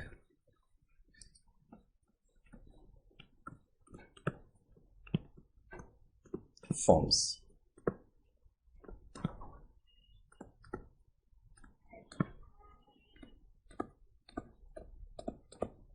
The yolk sac forms the extra embryonic mesoderm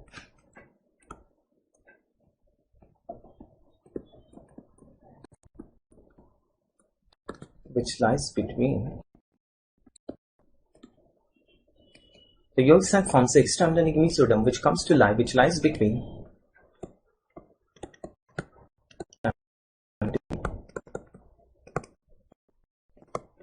yolk sac and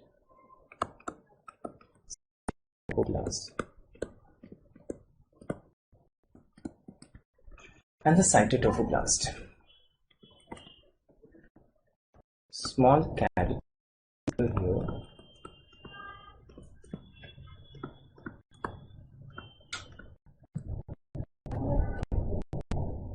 which joins to form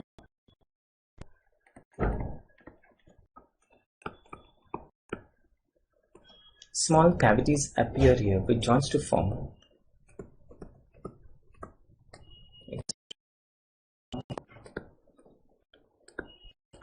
extra embryonic coelom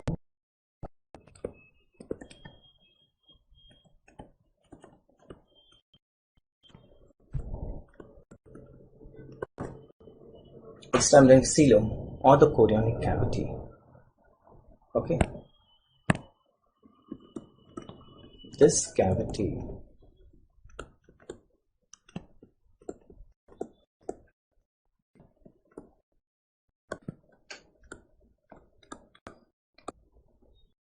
cavity divides the mesoderm into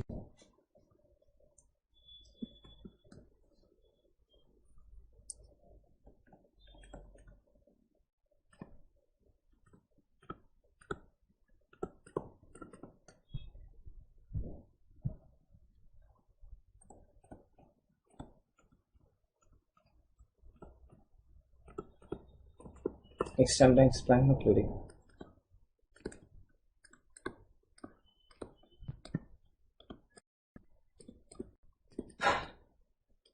extraembryonic somatopleuric, extraembryonic splanchnopleuric,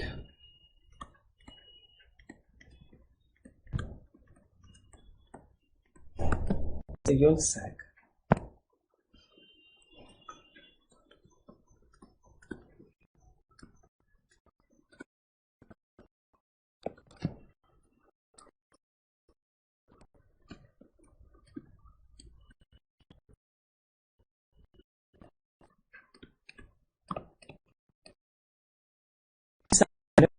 and the cytotrophoblast.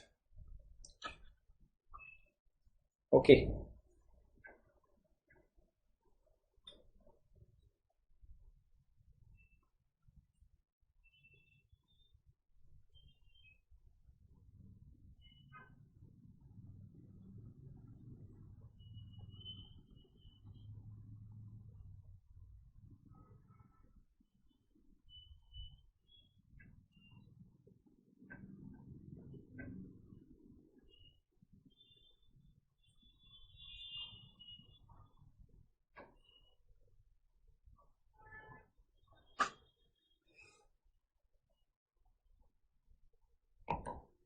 Extraembryonic splanchnopleuric it is. Extraembryonic splanchnopleuric, extraembryonic somatopleuric.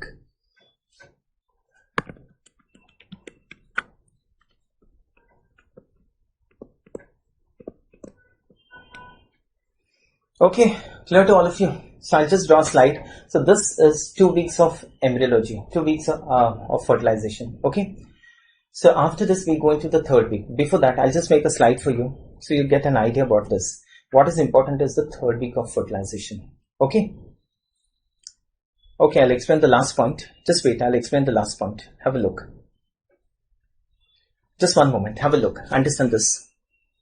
Look, what is this cavity here? This is the amniotic cavity. What is this cavity? Yolk sac. You'll understand it. One moment. That's the amniotic cavity. That's the yolk sac. And what is this immediately outside? What is this immediately outside? This would be the cytotrophoblast, right? So that's the amniotic cavity. That's the yolk sac. And immediately outside this is going to be the cytotrophoblast. And outside this is going to be the syncytotrophoblast. Now, a new type of cell is formed. So that's the amniotic cavity, that's the yolk sac, and the yolk sac is going to form a new type of cell, right? And this new type of cell will come to lie between the amniotic cavity, the yolk sac, and the cytotrophoblast. And what is this new type of cell known as? The extra embryonic mesoderm. And in this extra embryonic mesoderm, small cavities will appear, and these cavities will join to form a big cavity. Okay, what is a big cavity known as? Extra embryonic coelom. And this extra embryonic coelom will divide the mesoderm into 2 parts. One mesoderm which lines the yolk sac. What do you call this as? Extra embryonic splanchnopleuric. And the second mesoderm which lines the amniotic cavity and the cytotrophoblast. What is this known as? This is known as the extra embryonic somatopleuric mesoderm. Okay, that's how it is. And now you tell me, what are these cells? What are these cells which are lining the amniotic cavity known as epiblast? These are the epiblastic cells, right? And what are these cells which are lining the what are these cells which are lining the yolk sac known as? These are the hypoplastic cells. Hypoplastic cells. Okay. So now this is going to form our future placenta. This is going to form our future embryo. And what is this now? What is this going to be? This is what we call as the connecting stalk. The future umbilical cord. Future umbilical cord. Okay, just draw the slide.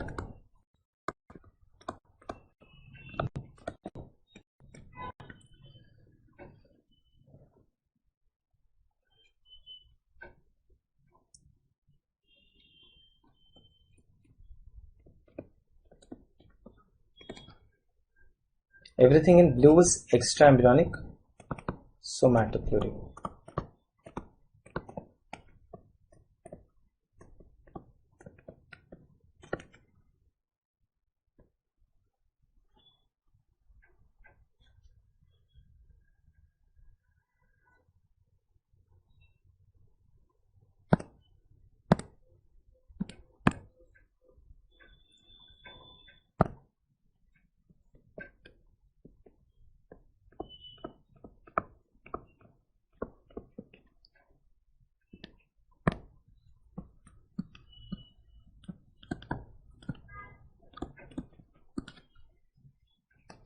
epiblast.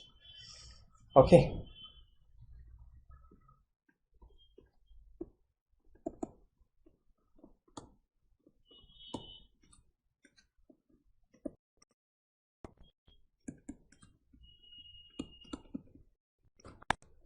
Extraembryonic coelom or the chorionic cavity.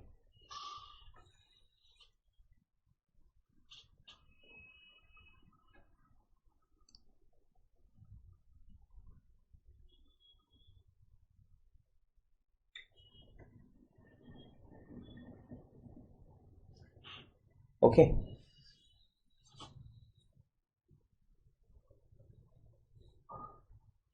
Fine. I'll show you later. Okay, I'll show you the whatever is missed. I'll show you later. Okay, I'll proceed now. Clear? So that's the end of 2 weeks. Now just see the slide and tell me. This is done now.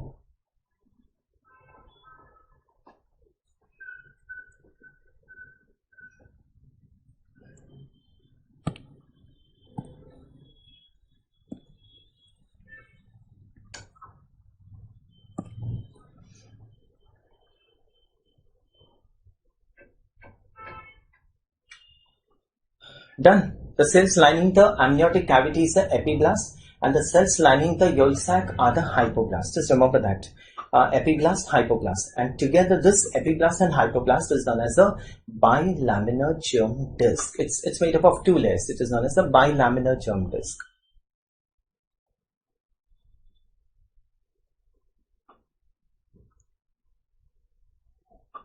Clear to all of you?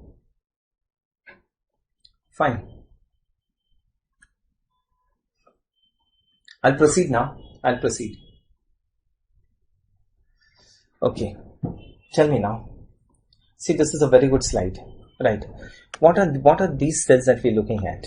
This cells in green. This is the syncytial trophoblast. Syncytial trophoblast. What are these cells that we're looking at? This is the cytotrophoblast. Syncytial trophoblast, cytotrophoblast. What are these in blue? What are these cells in blue? This is the epiblast. What are these cells in yellow? Hypoblast. These are the epiblast. This is the hypoblast. What is this cavity known as? This cavity is the amniotic cavity. This cavity is known as the amniotic cavity. And what is this cavity known as? Yolk sac. Okay, this cavity is known as yolk sac. Clear to all of you? So the amniotic cavity is lined by what? Epiblast. And the yolk sac is lined by what? Hypoblast. Hypoblast. Okay, clear to all of you? Now, what is this mesoderm? This mesoderm which is lining the yolk sac. This is the extra-embryonic splanchnopleuric mesoderm which lines the yolk sac. And what is this mesoderm which lines the amniotic cavity? And if we go, it will be a circle like this, right? Circle like this. What is this mesoderm which is lining the amniotic cavity and the cytotrophoblast? What is this? This is the extra-embryonic somatopleuric mesoderm. Following this now? Okay.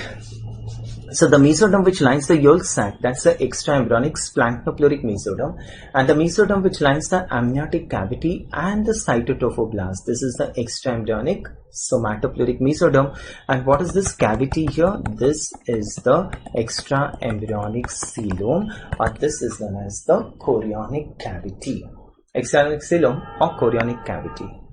Okay, this should be clear now. This is the easiest way that I can tell you. Okay.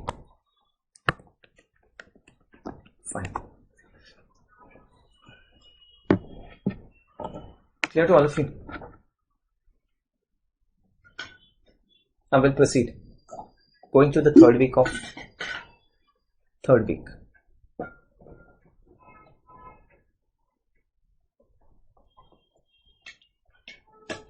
Okay. Starting with the third week. Now listen to this. Now, from this big trophoblastic cavity, this is a big trophoblastic cavity. What is the cavity above? What cavity is this? Amniotic cavity. And what is this cavity below? Yolk sac. So that's the amniotic cavity. That's the yolk sac. From this trophoblastic cavity, we remove the embryo outside. Okay, we've taken the embryo outside. This big trophoblastic cavity, we've taken the embryo outside. Tell me now.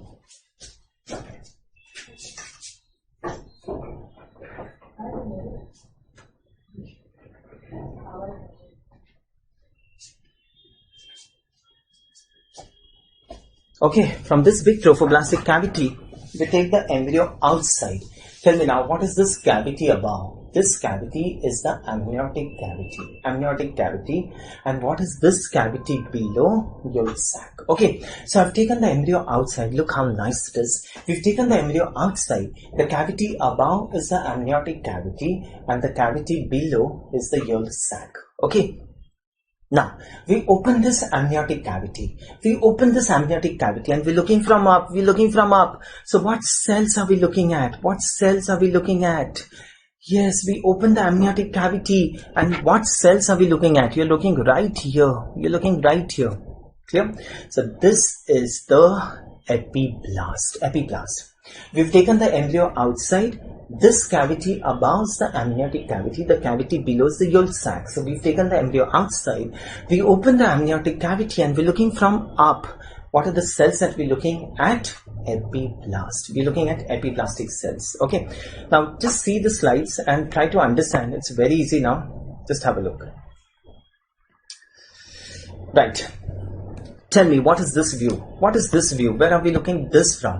We're looking this from up. We're looking from up. Means what have we opened? What cavity have we removed? Amniotic cavity. And we're looking from up. So what cells are we looking at? What are these cells that we're looking at? Epiblast. This is the epiblastic cells. So this is a view from up. And what is this view? This is a side view. That's a view from the side. Okay, so what cavity would this be? Amniotic cavity like this. And what cavity would this be? This would be the yolk sac like this. So what are these cells? Epiblastic cells. And what are these cells? Hypoblastic cells. Clear to you? Just get oriented to the slides. It's very easy. I'm starting now with the third week. This much was second week. Now we go into the third week. Second week we have got two germ layers, right? Epiblast and hypoblast. In the third week, we get the formation of 3 germ layers. And formation of 3 germ layers is known as what? Gastrulation. Okay, so you understand how these 3 germ layers are formed and what is gastrulation. Fine, I start here.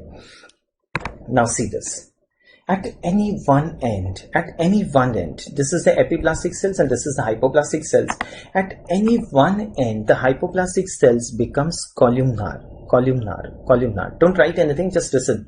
The hypoblastic cells becomes columnar, and as they become columnar, they grow upwards. They form an elevation in the amniotic cavity.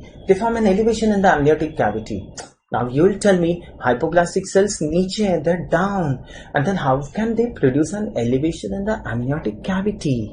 So what I'm telling you is, when the hypoblastic cells, which are cuboidal, when they become columnar like this, they grow upwards, and they're going to displace the epiblast upwards. And this displaced epiblast, we are looking from the amniotic cavity, and this is what we call as the procaudal plate. Okay, that's the procaudal plate. So how's the procaudal plate formed? The hypoblastic cells, which are cuboidal, becomes columnar, and as they become columnar, they form an elevation upwards, and this we are looking from up, and this is what we call as the procaudal plate. Okay, that's how the procaudal plate is formed. This procaudal plate is going to form the future mouth. Clear? So the first thing is the formation of procaudal plate. Fine.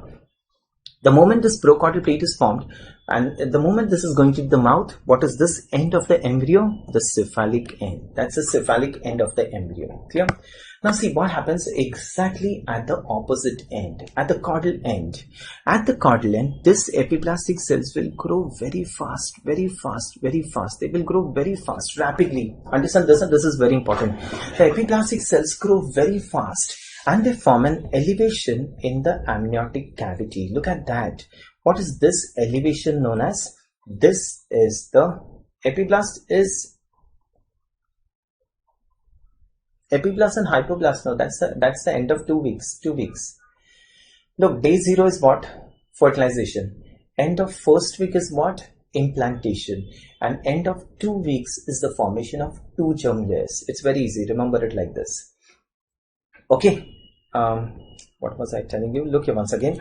Now, once the procaudal plate is formed, the head end is determined exactly at the opposite end. That's the caudal end. The epiplastic cells becomes they grow rapidly. They grow rapidly, and they form an elevation in the amniotic cavity. What is this elevation known as? This is the primitive streak. This is how the primitive streak is formed. So how is the primitive streak formed? Because of the proliferation of epiblast. And where is the primitive streak formed? At the caudal end of the embryo. It is formed at the caudal end of the embryo. It is slightly difficult. Just listen. Don't write anything. Look, that's the procaudal plate. That's the primitive streak. The primitive streak is formed by the proliferation of epiblastic cells. Right. Now this primitive streak has a rounded anterior end. Just one moment. This primitive streak has a rounded anterior end. What is this rounded anterior end known as? Primitive node. This is known as primitive node, and in this primitive node there's a depression inside. And what is this depression known as? Primitive pit. Primitive pit. So following this, or is it difficult? Where is the primitive streak found? At the caudal end. At the caudal end, the primitive streak is found. The primitive streak anterior end is rounded. What is that known as? Primitive node. Inside the primitive node, there's a depression. What is this known as? Primitive pit. Primitive pit. Okay. Understand now? What I'm telling you now is very important. Just have a look. Now see. What happens here? This epiplastic cells, okay, this is a section taken from the embryo. This would be the amniotic cavity. This would be the yolk sac. Following this one, so that's a section, and we're looking from a side view. This is the primitive streak here. That's a primitive streak. What is this rounded thing known as? Primitive node. And what is that depression inside known as? Primitive pit. Primitive pit.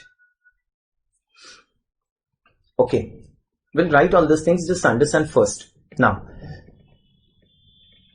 understand this now. This epiplastic cells detach themselves. They detach themselves. The epiplastic cells detach themselves. Enter inside this primitive pit. Okay, they go inside this primitive pit.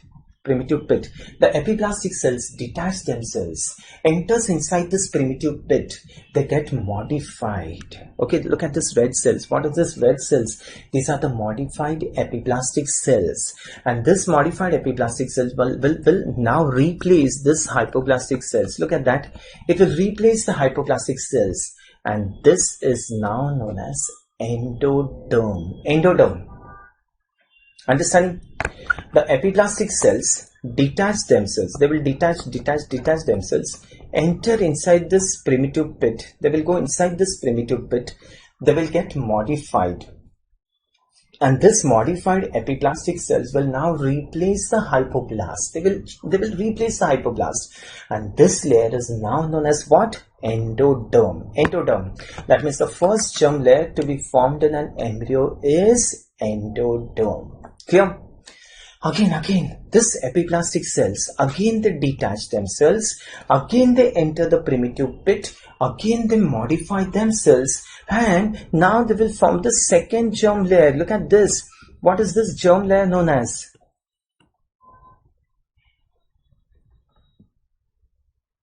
Wait, I'll tell you. What is this second germ layer which is known as? This is known as the mesoderm. And this mesoderm is formed inside the embryo. So what do we call this as? Intra-embryonic mesoderm. Intra-embryonic mesoderm. And finally, last, the epiplastic cells again get detached, again enter inside this primitive pit, again they get modified, and now they will replace this cells. They will replace the epiblast itself, and they will replace the epiblast itself. And this layer is now known as ectoderm. This layer is now known as ectoderm. Understanding?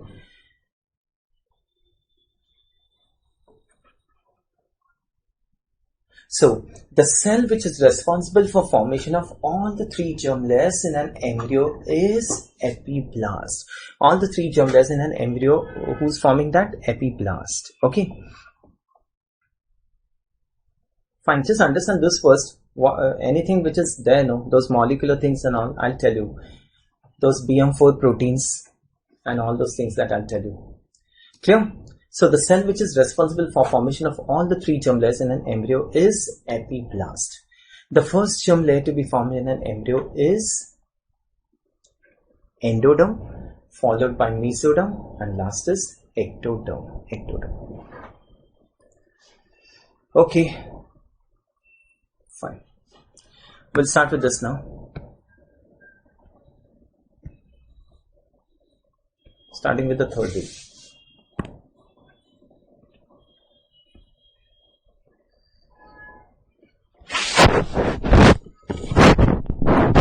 Starting with the third week. Start. The hypoplastic cells, those fibroblastic growth factor, okay, those BMP proteins, all this are signaling factors for all these things that I'll tell you. The hypoplastic cells becomes columnar.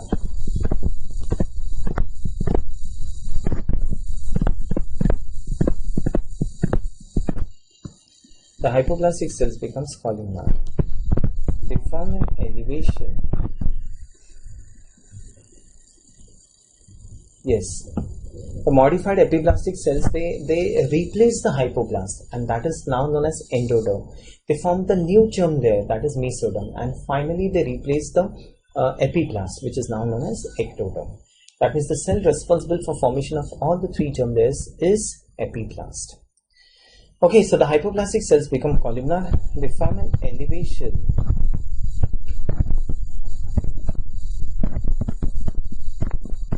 They form an elevation in the amniotic cavity.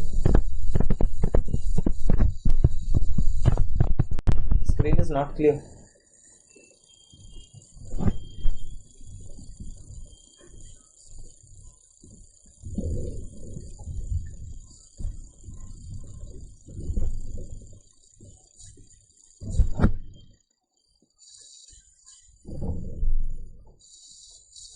They form an elevation in the amniotic cavity.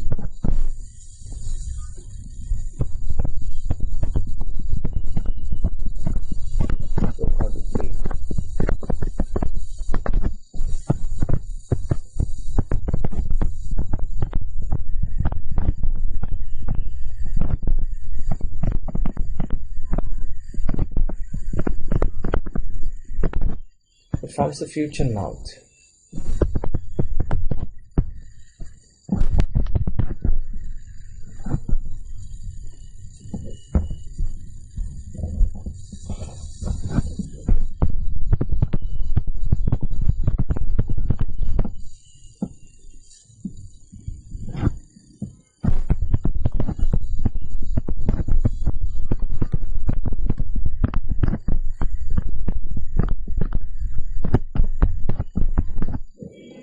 That's the formation of procaudal plate.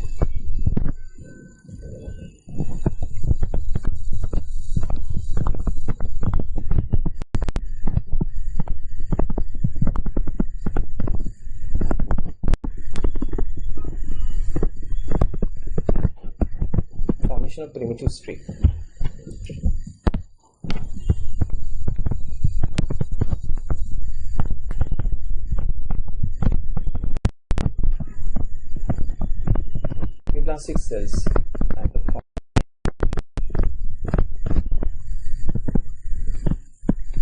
Epiblastic cells at the caudal end grow rapidly.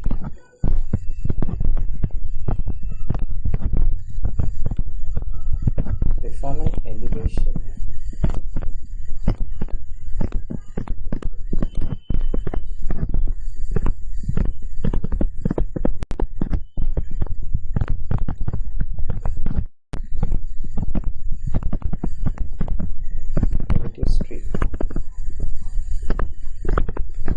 Okay, they form an elevation in the amniotic cavity, the primitive streak.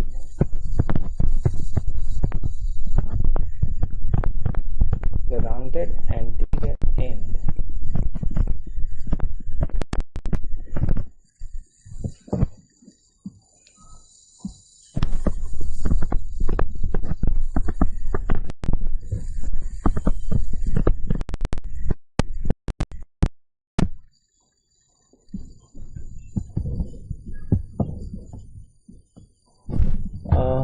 the epiplastic cells at the caudal end grow rapidly.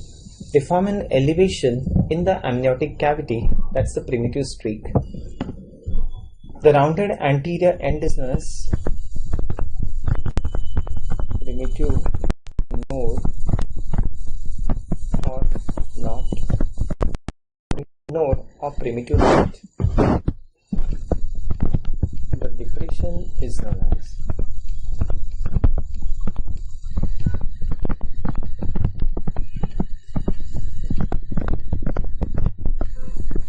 blastopore.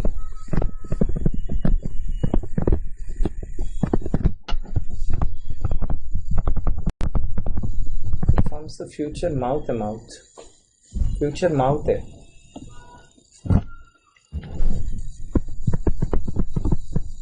Primitive pit.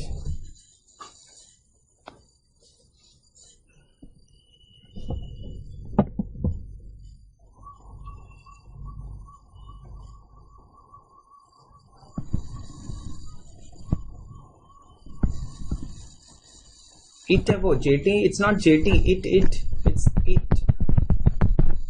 It's not JT. It forms the future mouth. It forms the future mouth. It.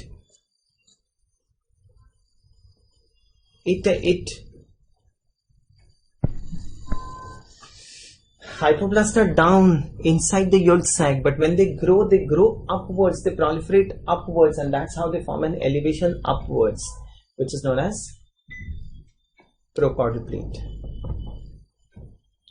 The depression is known as blastopore or primitive pit.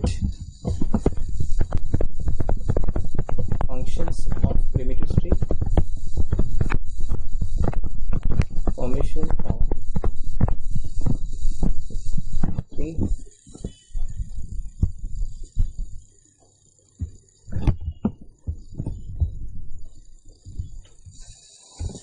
I'll draw that this way. Formation of three germ layers. I'll draw that, you'll understand, you write it down. Formation of three germ layers.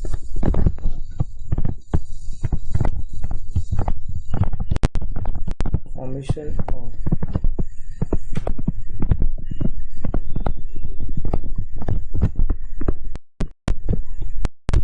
procaudal process.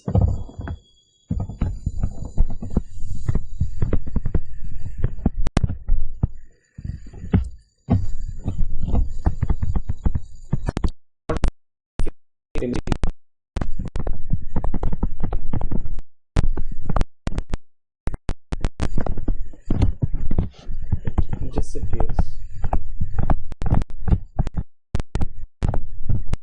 I'll draw that. Disappears if it persists.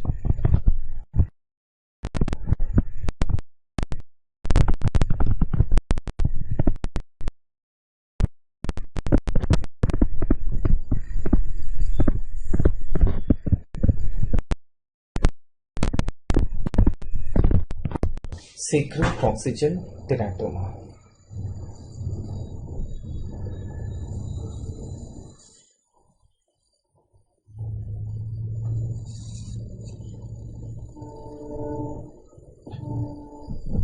Okay.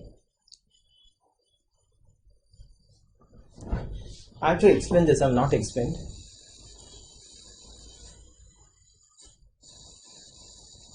If it persists, it leads to a sacrococcygeal teratoma.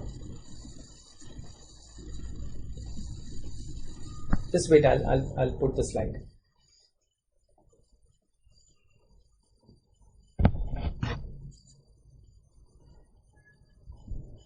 Functions of primitive streak. Yes, these are the functions of primitive streak.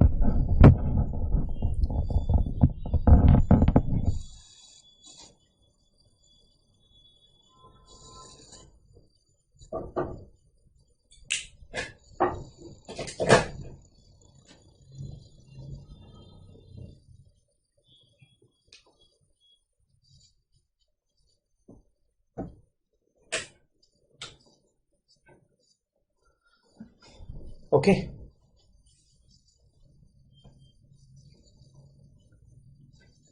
Okay, that's it. So I'll start now. You're done with the writing part?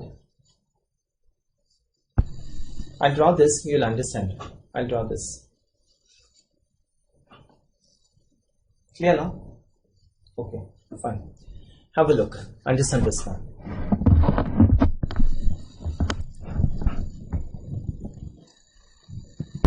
It's very easy. Just have a look.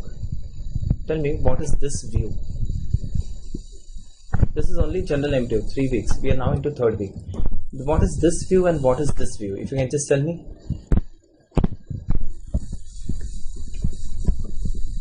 What are these cells? Epiblastic cells. These are the epiblastic cells, epiblast. And what are these cells? These are the hypoblastic cells. Okay, hypoblast. So what is this view? The first one. This is a view from up. We're looking from up. So what cells are this? What cells are we looking at? Epiblast. And what is this view? That's a section. So this is the epiblast. This is the hypoblast. What is this above? Amniotic cavity. And what is this below? Yolk sac. Okay, clear now? I'll start. Just have a look. At any one end, the hypoblastic cells becomes columnar. Look, they become columnar like this. They become columnar. And as they become columnar, they form an elevation upwards into the amniotic cavity. And this is what we call as the prochordal plate. So this prochordal plate is going to form the future mouth. Okay, and once this prochordal plate is formed, this is going to be the cephalic end of the embryo, the cephalic end. Now once this prochordal plate is formed, exactly at the opposite end, this epiblastic cells, they grow very fast, and they form an elevation in the amniotic cavity. What is this elevation known as? Primitive streak. The rounded anterior end is known as primitive knot. Okay, primitive knot or primitive node, and the depression here is known as what? Blastopore. Following this, now what happens is the epiblastic cells from around, they enter inside this primitive pit. They enter inside this primitive pit.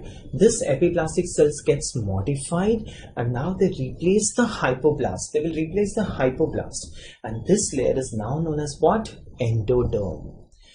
Again, the epiblastic cells enter inside this blastopore or the primitive pit. Again, they get modified and they form the second germ layer. What is this? This is the mesoderm, intra-embryonic mesoderm. And finally, this epiblastic cells again enter, again they get modified, and now they replace the epiblast itself. And this is now known as ectoderm. I hope this is clear to you now. So that's how all the 3 germ layers are formed. Plus, the primitive streak forms something here. Functions. One is the formation of 3 germ layers, and second one is the formation of notochordal process. This is the notochordal process. It is formed by the primitive streak.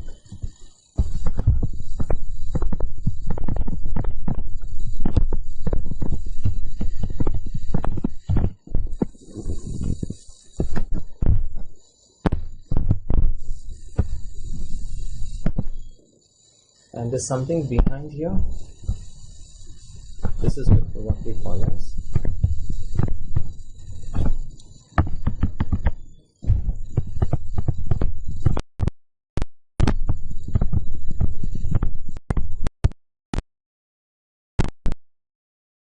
cloacal membrane. I'll tell you what that cloacal membrane is. Okay, the first slide is a view from up, and the second slide is a side view. This is 3rd week now. This is 3rd week. This is cephalic end.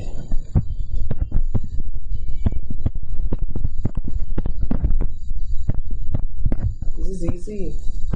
And this is a caudal end.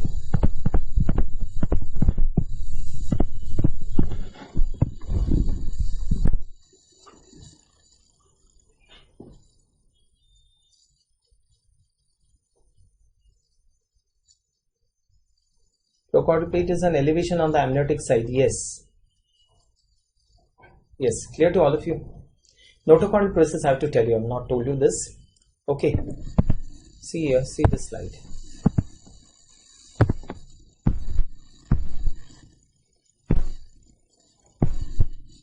Okay, understand one thing. Now this mesoderm which is formed here, okay, what is this? Quickly tell me, what is this view? This way looking from up. What is this structure here? Sorry, what is this structure? I'll make a full screen for you. Hypoblast is not getting converted into endoderm, mesoderm. The epiblastic cells gets modified and they replace the hypoblast to form the endoderm. They form the mesoderm, and the epiblastic cells which gets modified replace the epiblast and they become the ectoderm. So the cell which is responsible is epiblast. Okay, clear? Wait, I'm telling you how the notochord process is formed. So now see this. What is this? You tell me. That's a prochordal plate. Okay, that's a prochordal plate. What is this here? That's the primitive streak. Primitive streak. What is this process here? That's the notochordal process. Notochordal process. Okay, that's the notochordal process. And now what I'm telling you is, what are these arrows indicating? What are these arrows indicating? These arrows are indicating the mesoderm, the intraembryonic mesoderm. You remember the extraembryonic mesoderm? The extraembryonic mesoderm was formed outside the embryo. And who was going to form the extraembryonic mesoderm? Yolk sac. And this mesoderm, which is formed by the epiblastic cells, what is this mesoderm known as? Intraembryonic mesoderm. And this intraembryonic mesoderm is going to migrate. It will go between the ectoderm and endoderm. It will go everywhere. It will go everywhere except at two areas the intraembryonic mesoderm does not enter. One is the prochordal plate and second is the cloacal membrane. Okay, at two ends the intraembryonic mesoderm does not enter. One is the prochordal plate and the second one is the cloacal membrane. Why? Because at these two ends the ectoderm and endoderm are fused. They're fused like this. So the mesoderm cannot enter inside this. Okay, why? In future this will break off and this will form what? The mouth, and this will break off and this is going to form the anal canal. This will form the anal canal. Okay, so this is what you're supposed to know.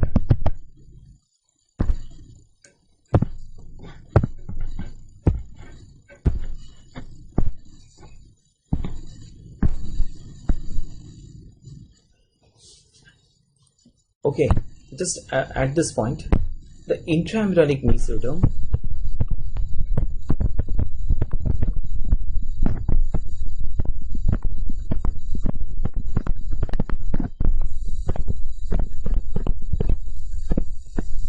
migrates between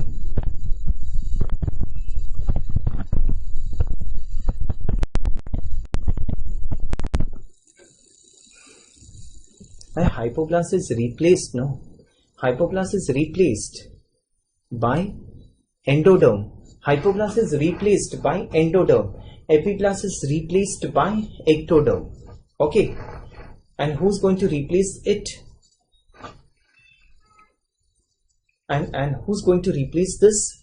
The modified epiblastic cells. The modified epiblastic cells will replace this. Okay, the intraembryonic mesoderm migrates between the ectoderm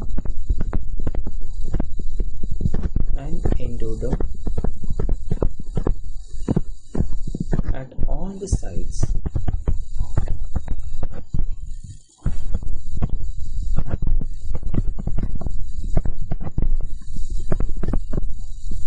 Except, I tell you, just wait, except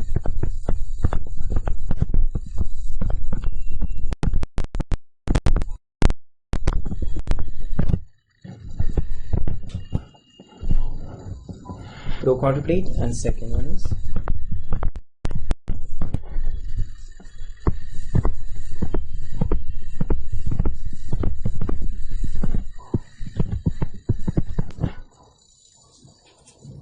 okay. First germ layer to be developed is endoderm. I've told you this. I've told you at least 5-6 times. The first germ layer to be developed is endoderm. The second is mesoderm. The third is ectoderm. The problem is you people keep on typing in between and you don't listen. That is the thing. I've told you everything.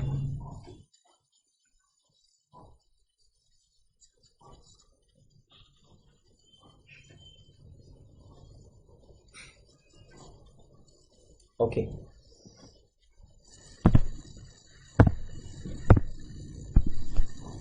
Have a look at this slide.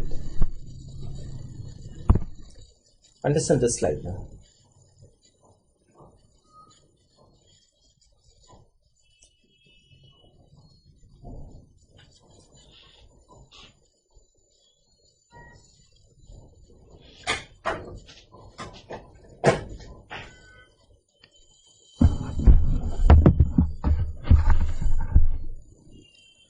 Now see the slide and tell me.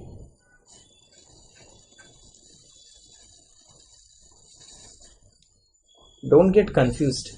You people are getting confused. Okay, I'll start. Tell me now, what was this here? What is this here? That's a procaudal plate. Just listen here now. Do not sit and type all these things. Just listen. That's a procaudal plate. What is this? That's a primitive streak.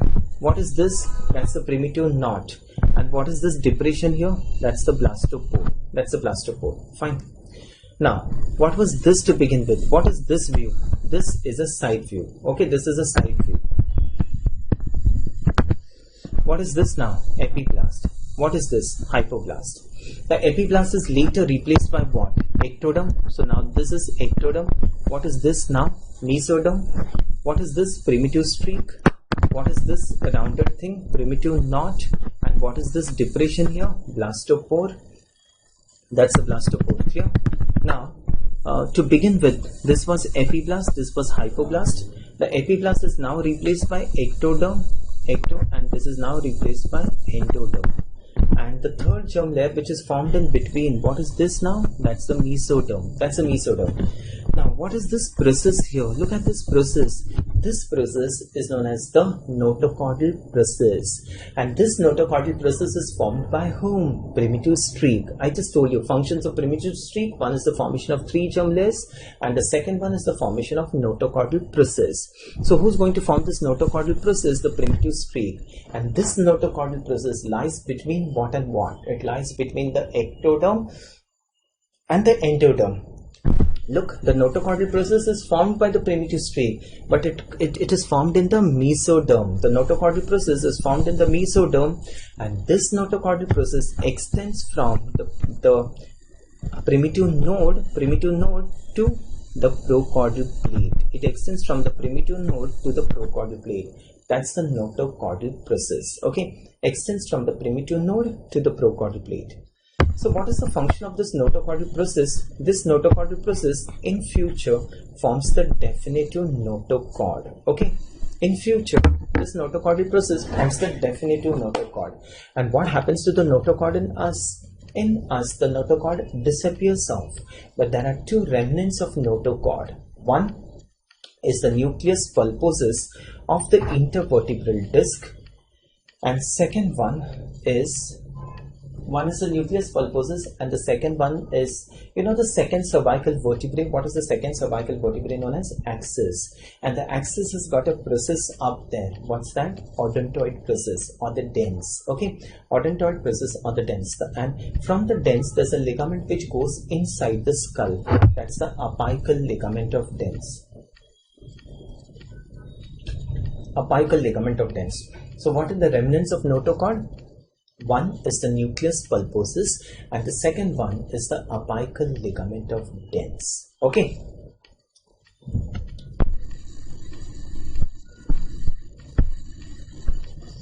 See here once again. Look here once again. Just have a look.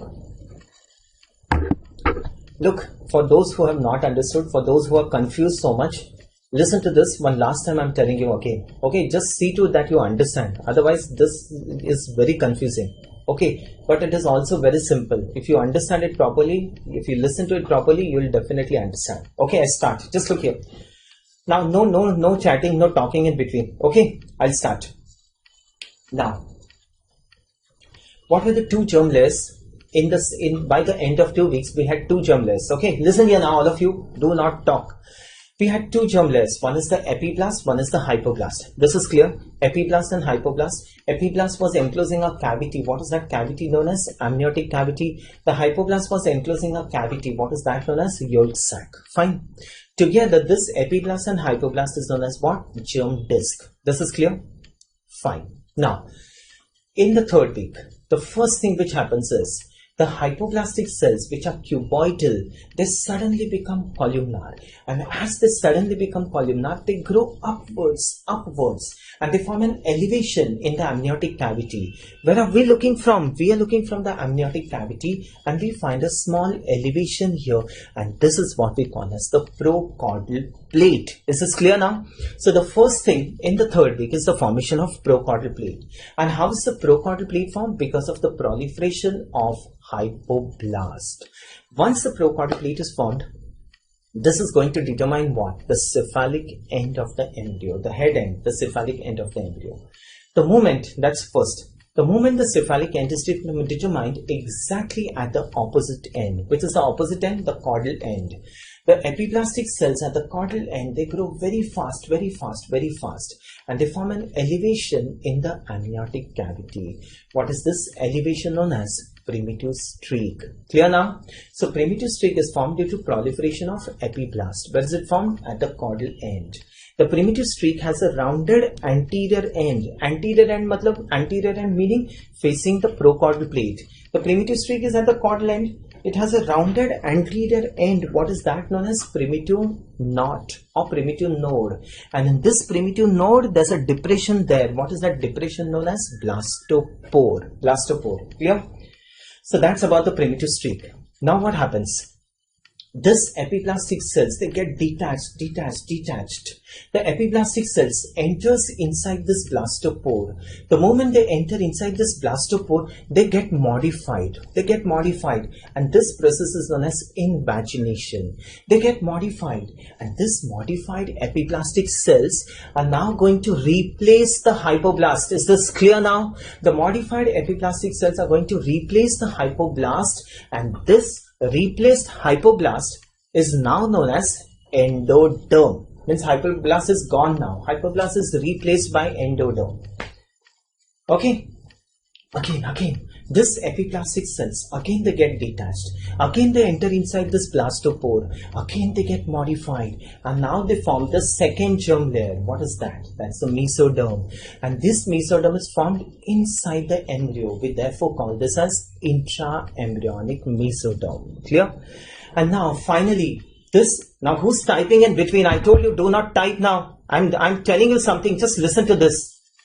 Why are you typing in between? Don't you understand? Who typed how cloacal membrane is formed? I'm explaining everything right from the beginning. Don't you understand? You sit and type, and then you don't listen, and then you keep on typing. I'm telling you right from the beginning. Still you are sitting and typing. What nonsense is going on? Okay. Now this epiblastic cells, again they get detached. Again they enter inside this blastopore. Again they get modified, and now what are they going to replace? They will replace the epiblast itself, and this layer is now known as ectoderm. Clear? That means the hypoblast is gone now, and the hypoblast is replaced by what? Endoderm.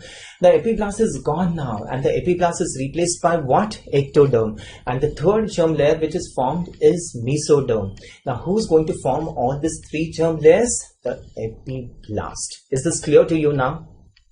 Okay, so what is the function of primitive streak? One is the formation of three germ layers, because the epiblast enters inside the primitive streak and forms the three germ layers. So function of epiblast, function of primitive streak, both function is the same, formation of three germ layers. And the second function of primitive streak is to form a process here. The primitive streak forms a process, and this process will enter the mesoderm, and this process is known as the notochordal process. That means the notochordal process is formed by whom? Primitive streak. But this notochordal process is formed in the mesoderm, and this notochordal process extends from where to where? The primitive knot to the procaudal plate. And this notochordal process in future is going to form the definitive notochord. Okay. What is the fate of notochord in us? In us, the notochord disappears off, except for two things. One, the nucleus pulposus of the intervertebral disc, and second is the apical ligament of dens. Okay, so that's the notochord. Clear? Now this mesoderm which is formed, inside the embryo, the intraembryonic mesoderm will go everywhere, will go anteriorly, will go posteriorly, it will go everywhere between the ectoderm and endoderm, except at two areas it is not able to go. One is in front, that's the procordial, and one is behind, that's the cloacal membrane. At these two areas, the ectoderm and endoderm are fused here, so the mesoderm cannot enter inside this. Understand? And why they fuse? Because in future this procordial plate breaks off and forms what? Mouth, and the cloacal membrane becomes what? Anal canal. I hope this is clear to all of you.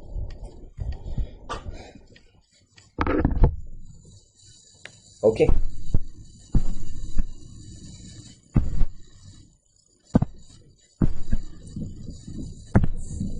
Fine. The third thing is the formation of notochordal process.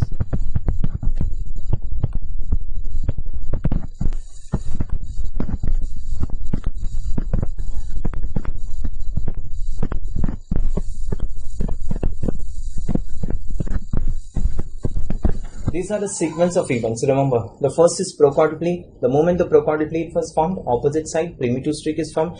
The moment the primitive streak is formed, 3 germ layers are formed and the notochordal process is formed. So formation of notochordal process formed from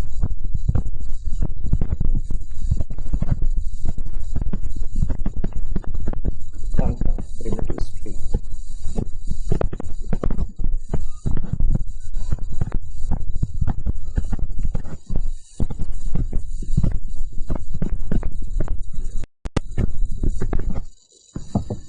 Formed in the mesoderm.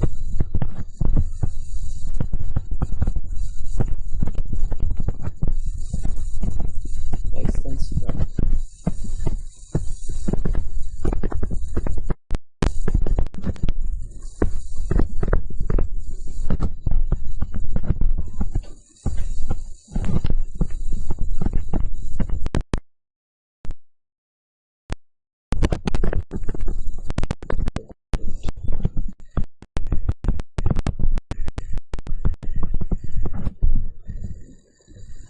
there's no name for that modified epiplastic cells. There's no name for that.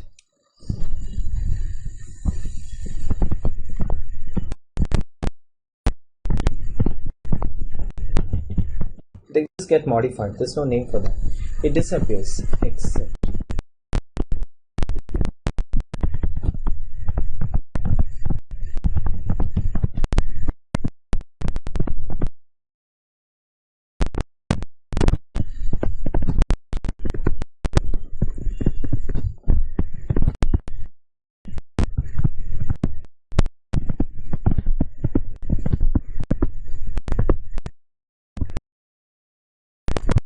apical ligament of Dens.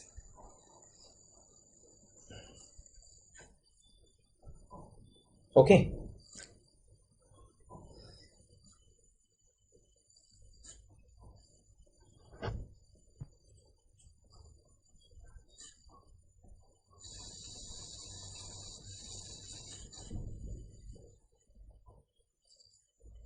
Fine.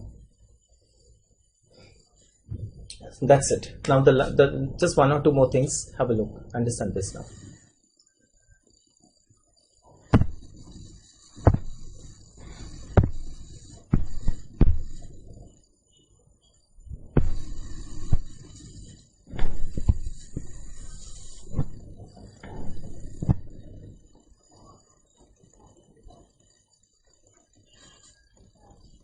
Okay, I'll start.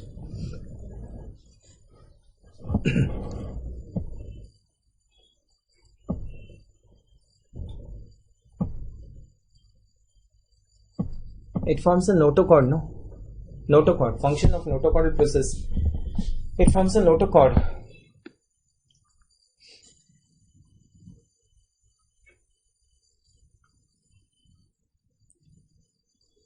Okay, now understand this now.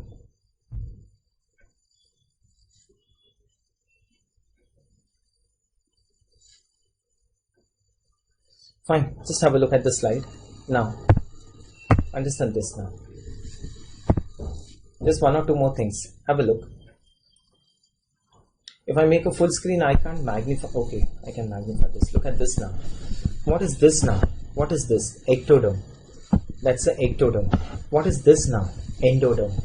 And what is this now? That's a mesoderm. Okay, this is mesoderm. Wait, let me finish this. That's the ectoderm, that's the endoderm, and this is the mesoderm. And what mesoderm is this? This is the intra-embryonic mesoderm. Intra-embryonic mesoderm. Okay. Now look. Who's this in the center? Who's this in the center of the mesoderm? That's the notochord. In the center of the mesoderm is the notochord.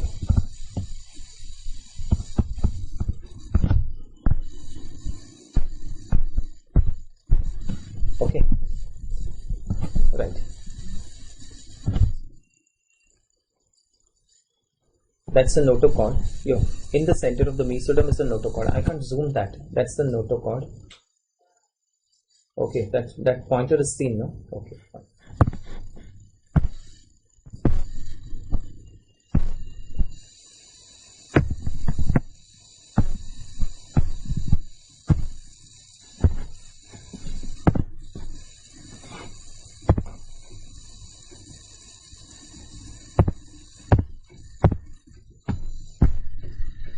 Right. Okay, I'll start. Now, the moment the notochord is formed in the mesoderm, the mesoderm now differentiates into three types. The first one, this around the axis, by the side of the axis, this is what we call as the paraxial mesoderm. Paraxial. The one in between is the intermediate plate mesoderm, and the one at the sides, this is the lateral plate mesoderm. Okay, so the moment the notochord is formed in the mesoderm, I told you the notochord is formed by the primitive strate, but the notochord is formed in the mesoderm, and the moment the notochord is formed in the mesoderm, it differentiates into one, the paraxial, the intermediate plate, and the lateral plate mesoderm. Okay, paraxial, intermediate plate, and lateral plate mesoderm. Then what happens to it, I'll tell you. And as this mesoderm is getting differentiated, look what happens here. As this mesoderm is getting differentiated, the ectoderm dips inside. It forms an invagination like this. The ectoderm forms an invagination, and this invagination becomes deep, and this invagination gets separated off. And what is this known as? This is known as the neural tube. That's the neural tube. That means how is the neural tube derived from? The neural tube is derived from ectoderm. The ectoderm folds like this. It invaginates, and this fold gets separated off, and that's the neural tube. That's the neural tube. Okay. So the neural tube is derived from ectoderm. When this neural tube is detached from the ectoderm, it is not closed above as he has shown. It is not closed like this. It is open. Okay, it is open. Look, what is this view? This is a view from up. You're looking this from up. This is the open neural tube. That's the open neural tube. This neural tube is open from head to tail, from the head to tail. Now this neural tube starts to close. It starts to close. Closure begins in the cervical region. Slowly it closes in front. Slowly it closes behind. The anterior end is still open. What is that known as? The cranial neuropore. And the posterior open end is known as what? The caudal neuropore. Okay. So the anterior open end is known as cranial neuropore, and the posterior open end is known as the caudal neuropore. The cranial neuropore closes by 25th day of intrauterine life. If this does not close, this part remains open. What is this known as? Anencephaly. Anencephaly. The caudal neuropore closes by 28th day of intrauterine life. If the caudal neuropore does not close, it results in spina bifida. Okay. If the caudal neuropore does not close, it results in spina bifida. Clear to all of you? So that's about the formation of neural tube. And when this neural tube is being formed, there's a small group of cells which gets detached from the ectoderm. They get detached from the ectoderm and they lie on either sides of the neural tube. What we call this as the neural crest cells. Neural crest cells. That means neural crest cells are derived from ectoderm. They're derived from ectoderm. Okay. So that's about the formation of neural tube and the neural crest cells. Clear to all of you?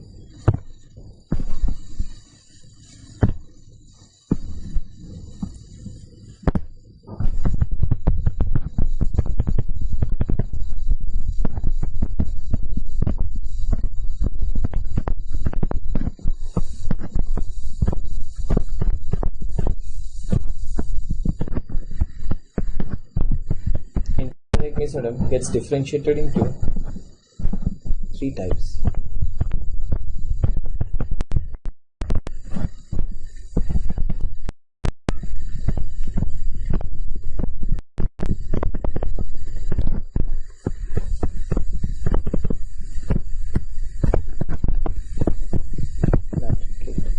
Okay, so intraembryonic mesoderm gets differentiated into a paraxial mesoderm, intermediate mesoderm, lateral plate mesoderm.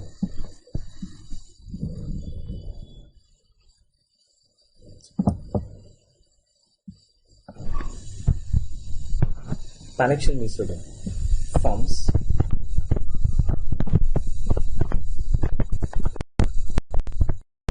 mesoderm forms somites. These somites will differentiate into two types. One forms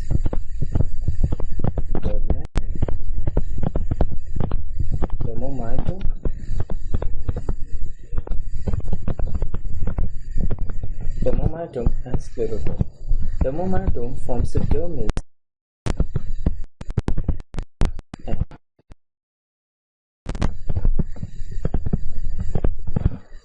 skeletal muscles.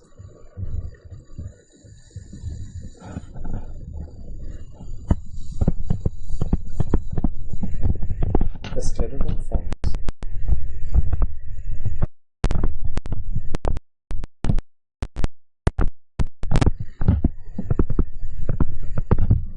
okay, so somites are derived from what? Paraxial mesoderm.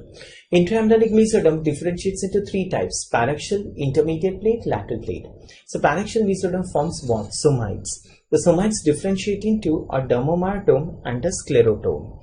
Dermomytome forms the dermis and the skeletal muscles. The sclerotome forms the vertebral column and the ribs. Paraaxial, axial, AXIAL.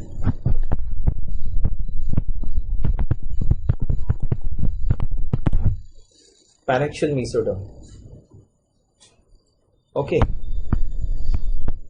Now, intermediate plate mesoderm forms two major systems in the body: genitourinary system. This you have to know, because later in the abdomen you would be studying the development of kidneys, the development of bladder, the development of ureters and all. Okay, so the kidneys and the ureters would be derived from the first thing which should come to your mind is the intermediate plate mesoderm, and this intermediate plate mesoderm belongs to intraembryonic mesoderm. Remember, so the entire genital and the entire urinary system is derived from intermediate plate mesoderm. Now this all things you'll understand slowly as you enter into the respective systems. And the lateral plate mesoderm encloses a cavity.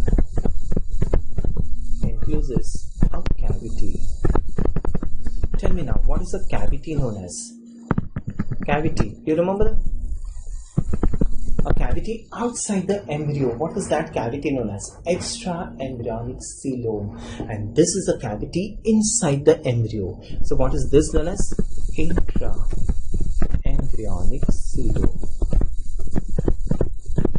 Intraembryonic coelom. And this intraembryonic coelom forms all the body cavities. It forms a pleural, peritoneal,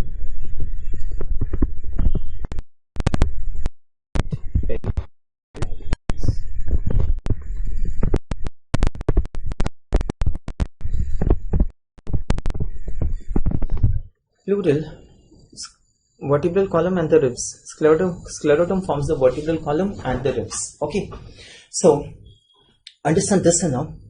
The mesoderm, the intraembryonic mesoderm. And quickly tell me, who's going to form this intraembryonic mesoderm? The epiblast. You remember, no? The epiblast.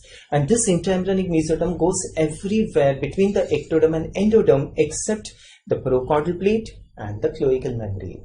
Now this intraembryonic mesoderm, what's formed right in the center? The notochord. And the moment the notochord is formed, the mesoderm differentiates into one paraxial, second intermediate plate, and the third is the lateral plate mesoderm.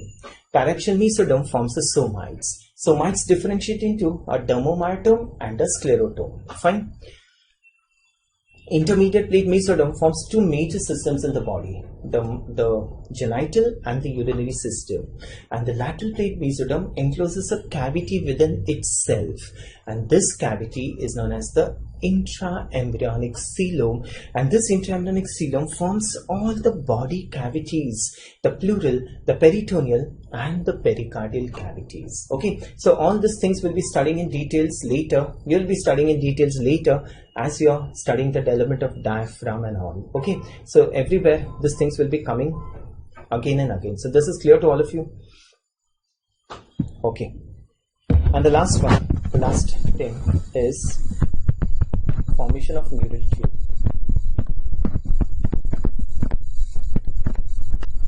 I'll draw that for you. Just finish this. Formation of neural tube derived from, I'll draw that, ectoderm, derived from ectoderm. Formation of neural tube derived from ectoderm forms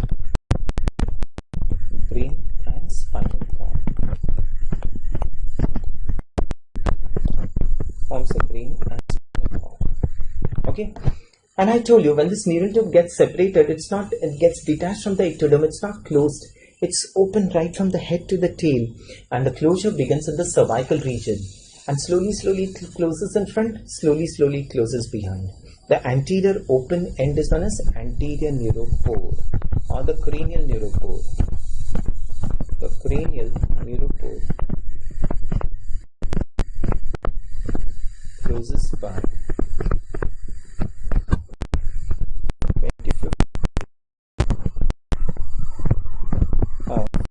intrauterine life.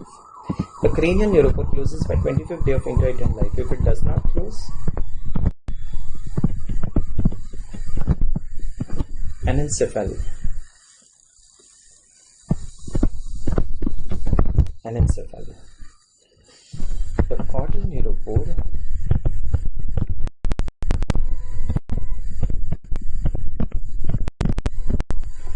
closes by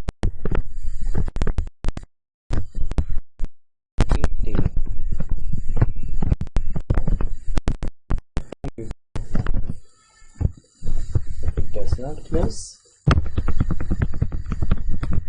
If the caudal neuropore does not close, it results in spina.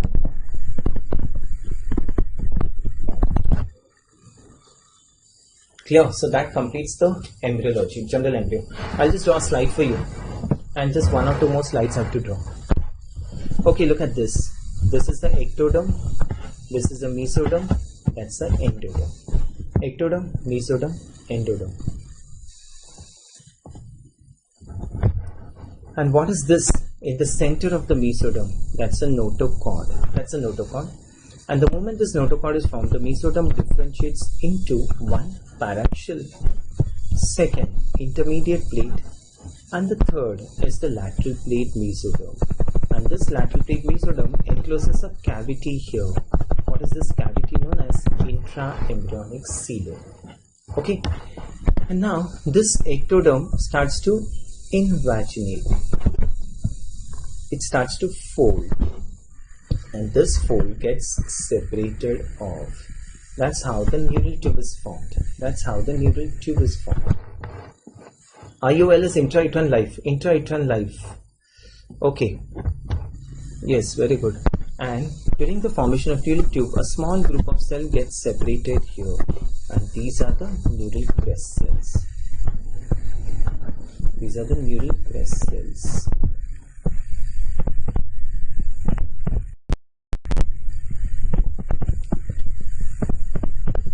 Neural crest cells. Okay.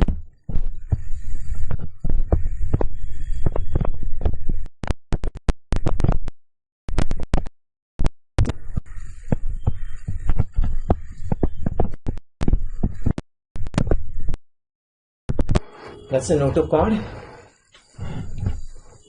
And this, you know, this is paraxial mesoderm. This is intermediate plate. I'm not repeating that. Paraxial mesoderm, intermediate plate, lateral plate. Formation of neural tube. Last topic is formation of neural tube. Notochordal process. I'll tell you that. Just one moment.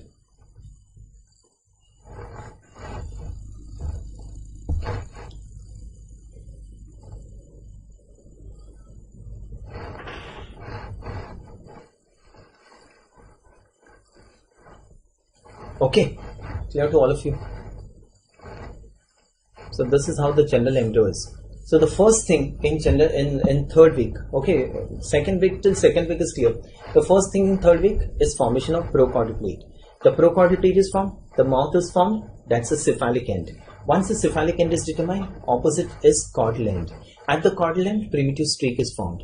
Primitive streak is formed, 3 germ layers are formed, and the process is formed. That's the notochordal process. The notochordal process is formed in the mesoderm.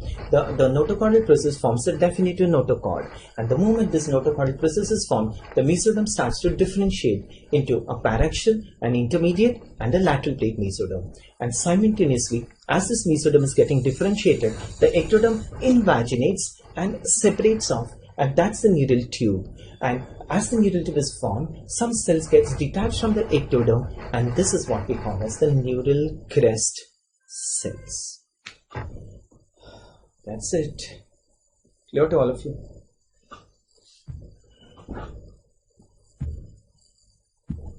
Gastrulation is formation of 3 germ layers. Cranial neuropore closes by 25th day, and the caudal neuropore closes by 28th day. Okay, just 1 or 2 more slides. Have a look here. Just 1 or 2 more slides. Now someone is asking me what happens to the yolk sac. Right from 1 hour someone is asking what happens to the yolk sac. No? Now see what happens to the yolk sac. I'm telling you, just have patience. Look. So structures in a developing embryo from the cephalic to the caudal end. Have a look at this. Structures in a developing embryo from the cephalic to the caudal end. Don't draw anything. This is extremely important. Just understand this. Do not draw anything. Just last part to understand. Okay, this is a view from up. Now you tell me what was this. This was the procaudal plate. This was the procaudal plate. What is this here? That's the primitive streak. That's the primitive knot. That's the blastopore. What is this process here? The notochordal process, which has now become the notochord. That's the definitive notochord. And what is this membrane here? Cloacal membrane. All this labelings are clear to you. All these things are known to you. Okay, now understand this now. Okay, that I'll tell you. Now something is formed in front of the procaudal plate. Something is developing in front of the procaudal plate. The heart is forming here. The heart is developing here. Okay.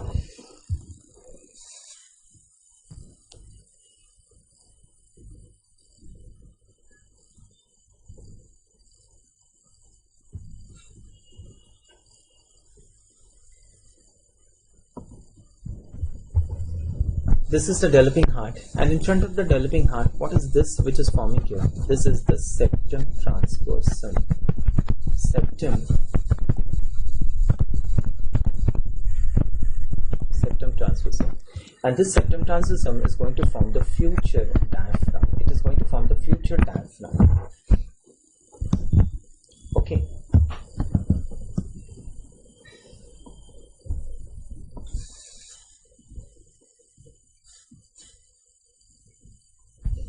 Okay, fine. So what are the structures in a developing embryo? Just wait.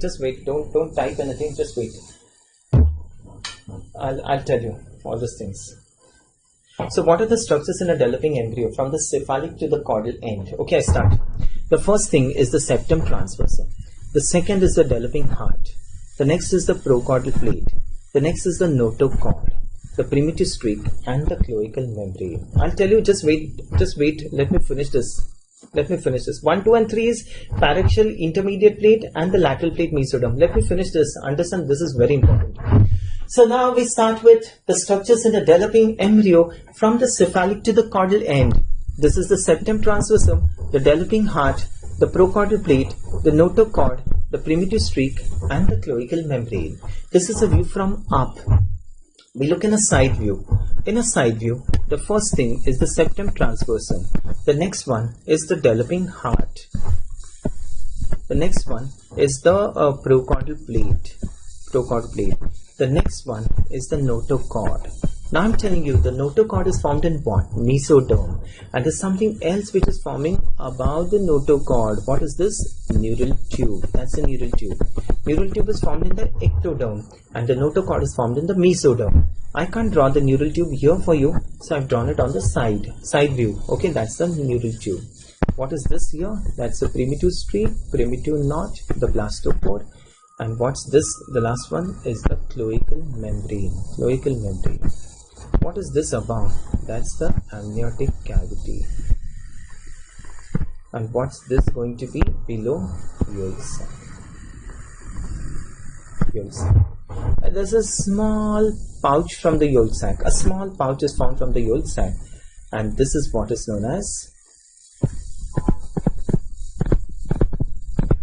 allantois or the urachus. Allantois or the urachus.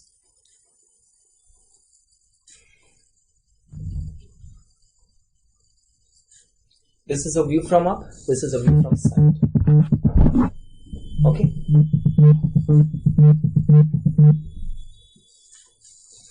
Just draw this, a view from up and a view from side.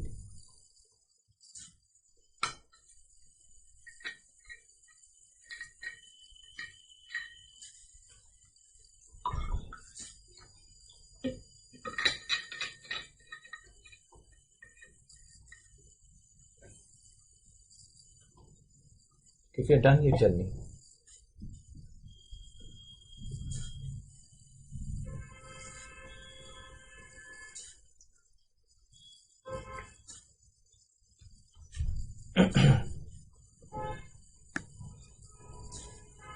Okay, just draw this, finish this.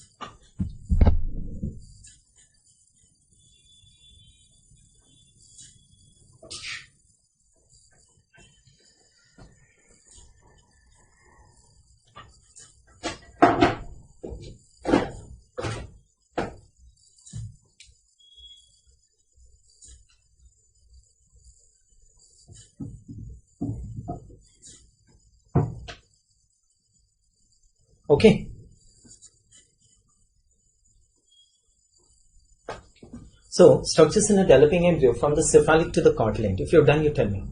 One is the septum transversum, the developing heart, the procaudal plate, the notochord. Above the notochord is neural tube. That's a neural tube. Notochord is in the mesoderm, the neural tube is in the ectoderm. That's the primitive streak, that's the cloacal membrane. Okay, this is the amniotic cavity, that's the yolk sac in a side view, and this yolk sac gives a small pouch here. What is this known as? The urachus or the allantois. Now look, this is so nice. Now see what happens. The notochord is growing very fast. The neural tube is growing very, very fast. And because the neural tube is growing very, very fast, there's no place for the embryo to grow like this, for the linear growth. There's no place to grow like this. What does the embryo do now? The embryo starts to fold. The embryo starts to fold like this. So the most anterior end goes down and the most posterior end goes down. That's how the embryo is going to fold. Okay, now understand this folding of the embryo. Clear? Once you understand this, now all the systems are going to begin with that slide. So be clear about this folding of embryo. The neural tube is growing very fast. The anterior end goes down, the posterior end goes down, and that's how the embryo is going to fold. Okay, I start. Just have a look. Do not draw anything. I'll give you time for this. That's the septum transversum, which has gone down. After the septum transversum, what do you have? The next one is the developing heart. That's the developing heart. The next one is the procaudal plate. Then is the notochord. Okay, then is the notochord. And who's above the notochord? That's that's the neural tube. Above the notochord is the neural tube. Okay, what's this behind? This is the primitive streak, that's the primitive knot, and that's the plastopore. And behind this is going to be the cloacal membrane. Cloacal membrane. And look, what is this cavity now? This is the amniotic cavity. Okay, that's the amniotic cavity. And what is this cavity going to be below? That's the Yolk sac. And look, because the embryo folds now, because the embryo folds like this, a small part of the Yolk sac is left outside, and the rest of the Yolk sac gets incorporated inside the embryo. Look at that. The entire Yolk sac is gone inside the embryo. And that's the urethra. Okay, and this is the connecting stalk. That's the connecting stalk. You're following this now? As the embryo folds like this, the most anterior end goes down. That's the septum transversum, that's the developing heart, that's the prochordal plate, the notochord, the neural tube, the primitive streak, the cloacal membrane. That's the amniotic cavity, and that's the Yolk sac. The Yolk sac gets incorporated inside the embryo. Just listen here. Do not write, do not draw anything. Just listen here first. So the entire Yolk sac has gone inside the embryo. And what is this entire Yolk sac going to form? This Yolk sac is going to form the future GIT. Okay, the Yolk sac forms the future GIT. Now this part is going to break. What will this form? Mouth, and this part will form the anal canal. That means the entire GIT is derived from the Yolk sac. And what is the lining of Yolk sac now? Endoderm. The entire Yolk sac is lined by endoderm, and that is how we say the entire GIT is endodermal in origin. You're following this? The entire GIT is endodermal in origin. We can divide this GIT into three parts. A part in front, what's this? Foregut. A part in between, what's this? Midgut. And part behind is known as hindgut. Okay, hindgut. So foregut, midgut, and hindgut. You following this, all of you? You draw this. I'll show you the slide.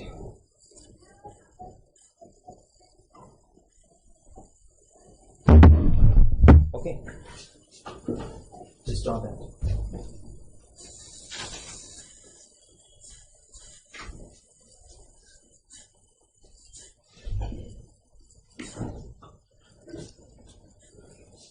Okay, so that's how the embryo folds and the entire GIT gets incorporated inside the embryo. Fine.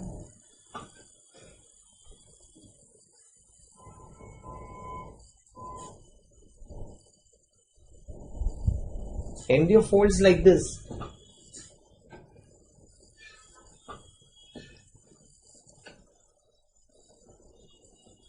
Okay, the thing still left. Okay, so what I'm telling you is the entire GIT is derived from what? The entire GIT is derived from Yolk sac. The entire GIT is derived from Yolk sac. Fine. And what is the lining of Yolk sac? Endoderm. And this is how we say the entire GIT is endodermal in origin. Entire GIT is endodermal in origin. Okay. That yellow thing is the allantois.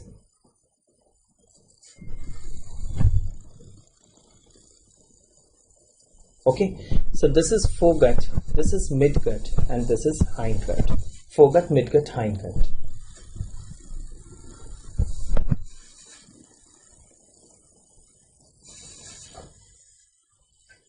Right? Now look here, what happens is the embryo folds like this. So the most anterior part, what is that? Septum transversum. It goes down. That's the septum transversum. That's the developing heart. Yes, the circular one is the connecting stalk. That's the septum transversum. That's the developing heart. That's the prochordal plate. That's the notochord, and above it is the neural tube. Okay, that's the primitive streak. That's the cloacal membrane.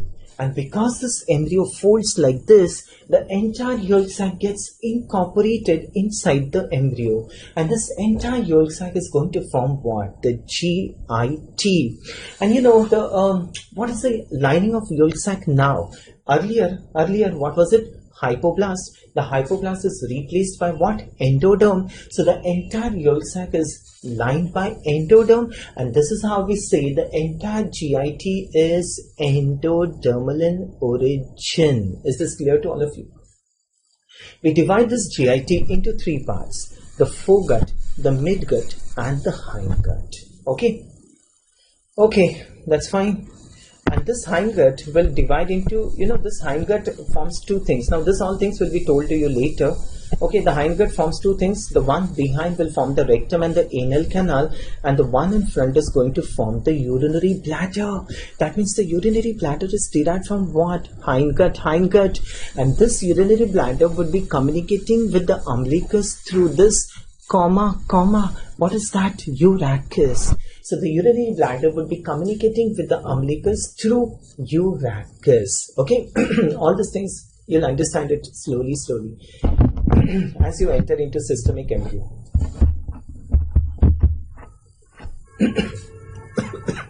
Okay, so the hindgut divides into rectum and anal canal posteriorly and a urinary bladder in front, and this urinary bladder would be communicating with the umbilicus through urachus. Yes, there's no space, yes, and that's why it folds. That's right, very good. So there's no space, no? And that's how the embryo starts to fold. Like if there's a bed and you can't accommodate yourself on the bed, so how you fold like this? So that's how the embryo folds. Okay.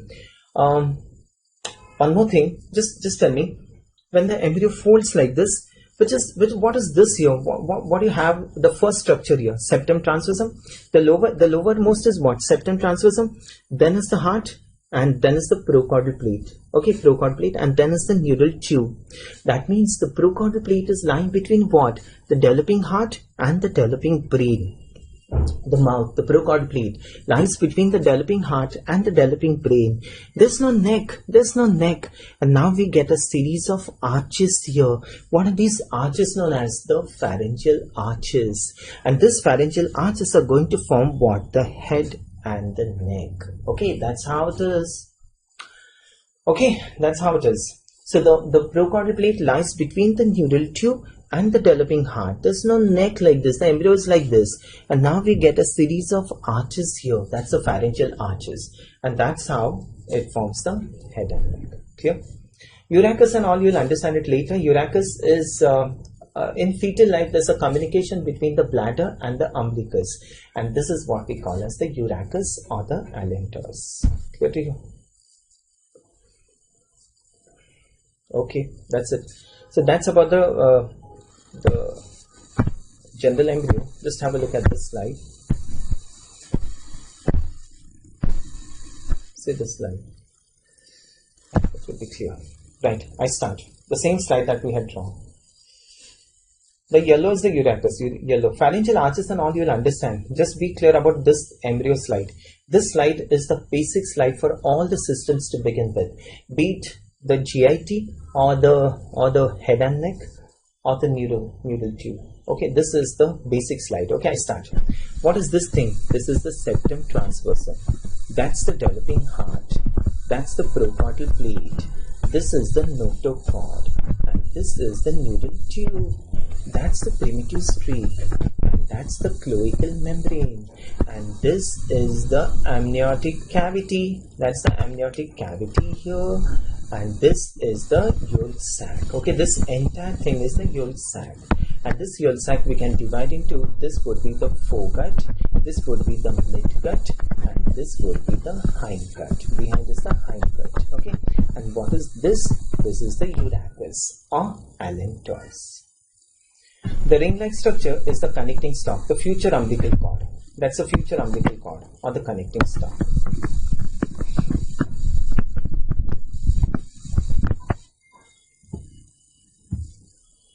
Okay, derivatives of neural crystals I'll tell you. So you're clear? So this is about general embryo. Fine, clear to all of you. Okay.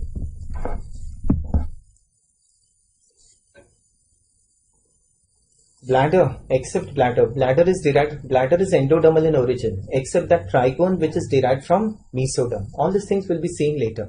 Bladder is derived from this. Now see what I'm telling you. This much is the midgut. This much is the midgut. Okay. This much is foregut. This is midgut, and this is hindgut. Okay. And this midgut would be communicating with the umbilicus, and this area is the vitelline duct. Okay, this area is the vitelline duct.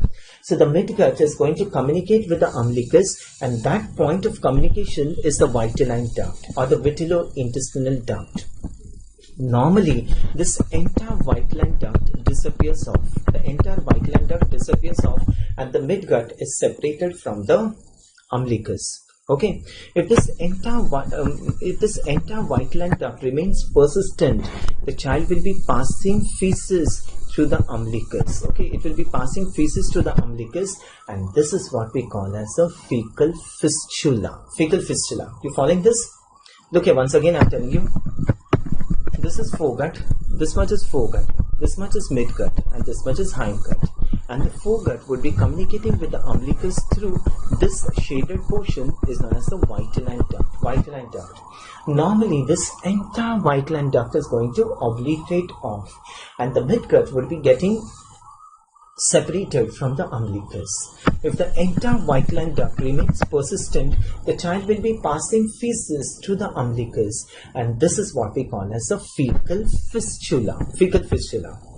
But most of the times, the distal part of the vitelline duct obliterates off.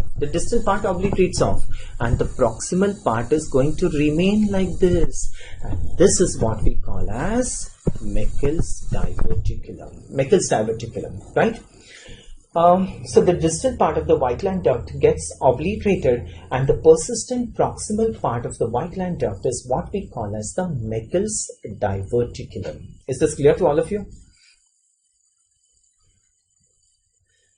Okay, I'll tell you this also. Look, what happens is in fetal life,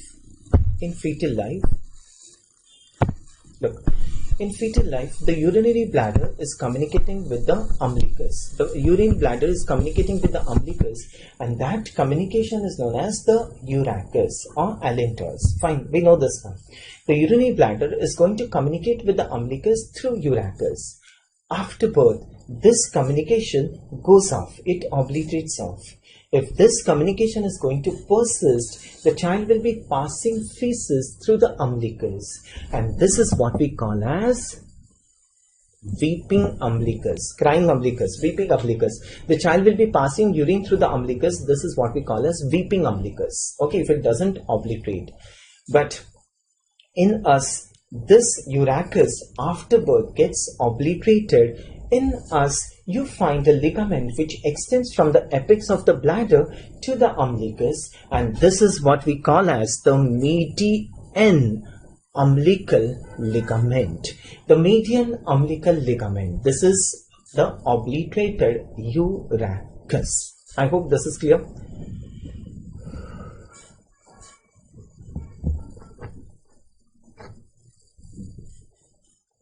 All these things will be discussed later. Okay. So I'm just giving you an idea how it is.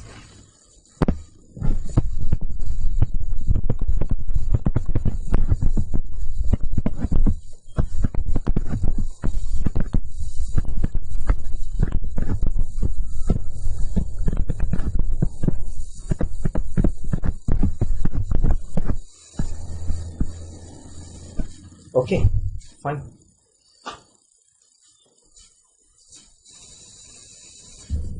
Derivatives of neural crystals. Okay, I'll tell you this.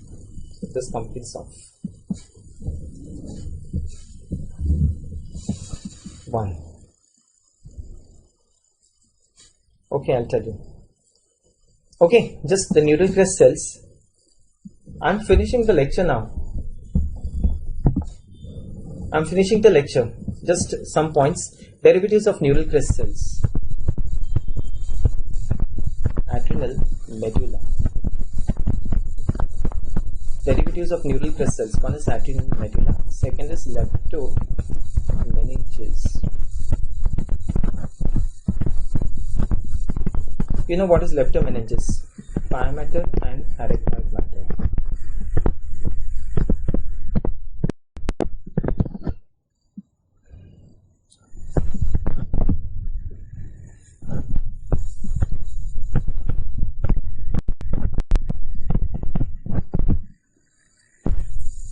Melanocytes. Odontoblast. Odontoblast are the teeth forming cells. Okay, whatever you understood, that's fine. We'll be discussing all those things in the topics later. These are the teeth forming cells.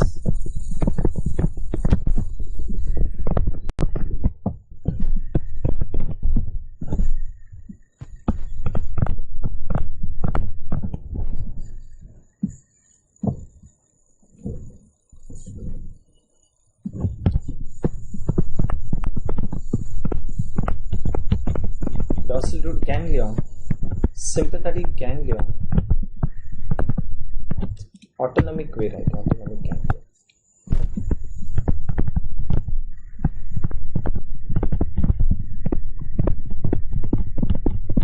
Sympathetic ganglion, that's autonomic ganglion. Nerves of pharyngeal arches.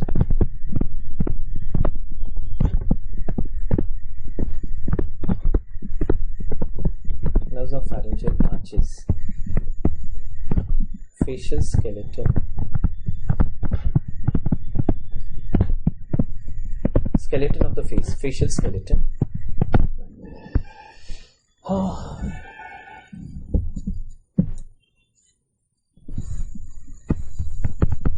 Endocardial cushions of the heart.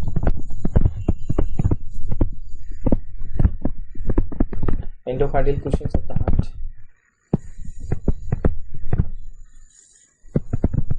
Aorticopulmonary septum.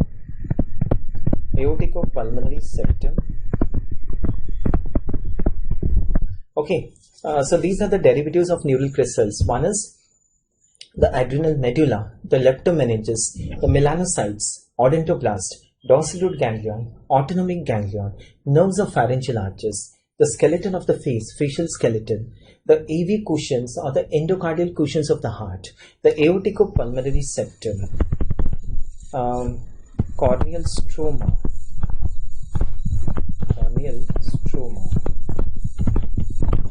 and nerves of pharyngeal arches. This is over, no? Nerves of pharyngeal arches and parafollicular.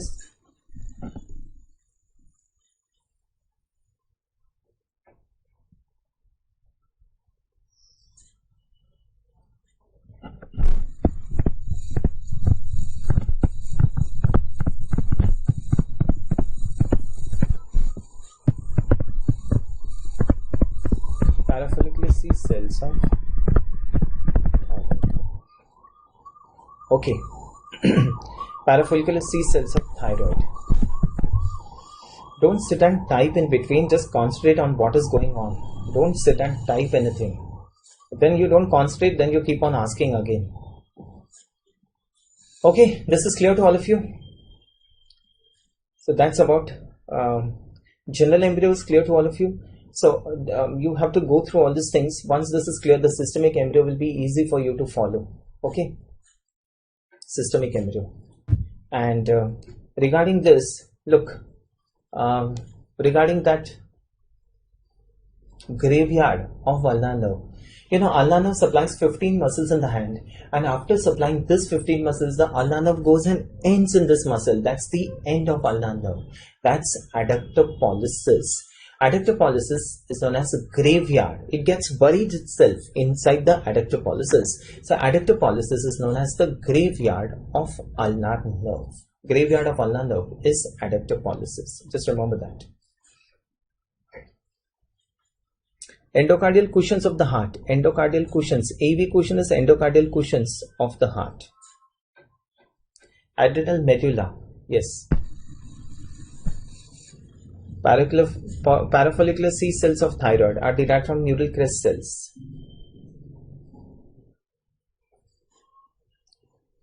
Okay, so this is over now. This is over.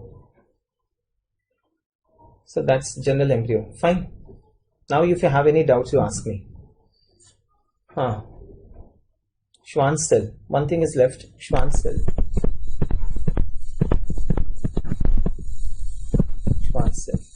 Schwann cell forms myelin in the peripheral nervous system. Okay, myelin for the peripheral nervous system. In the central nervous system, it is derived from oligodendrocytes. The bones of the face, the neural crest cells enters inside this bones and they help in the formation of the facial skeleton. Okay, see, once again, just listen. In fetal life, the urinary bladder is communicating with the umbilicus through the urachus. There's a communication between the bladder and the umbilicus. This is the allantois or the urachus. After birth, normally this connection gets obliterated. In us, now we find a ligament extending from the bladder to the umbilicus, and this is what we call as the median umbilical ligament.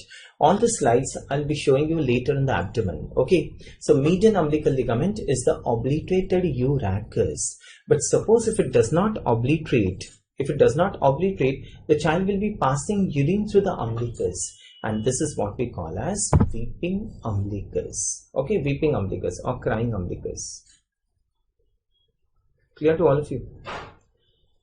Fine. The rest of the things, if there's anything, I'll post it, or later once you go through this, if things are clear, I'll let you know. Fine. I'll post that later. Anything which is left, I'll post that later.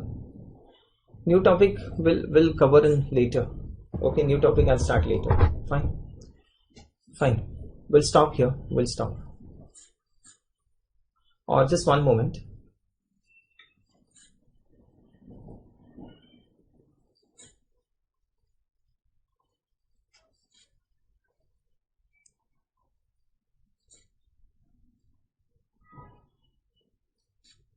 Okay, fine. We'll stop here. Okay, the next topic I'll start later. Fine.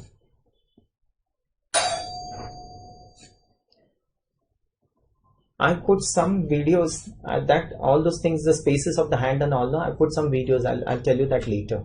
Just read this much first, then I'll tell you later. Okay.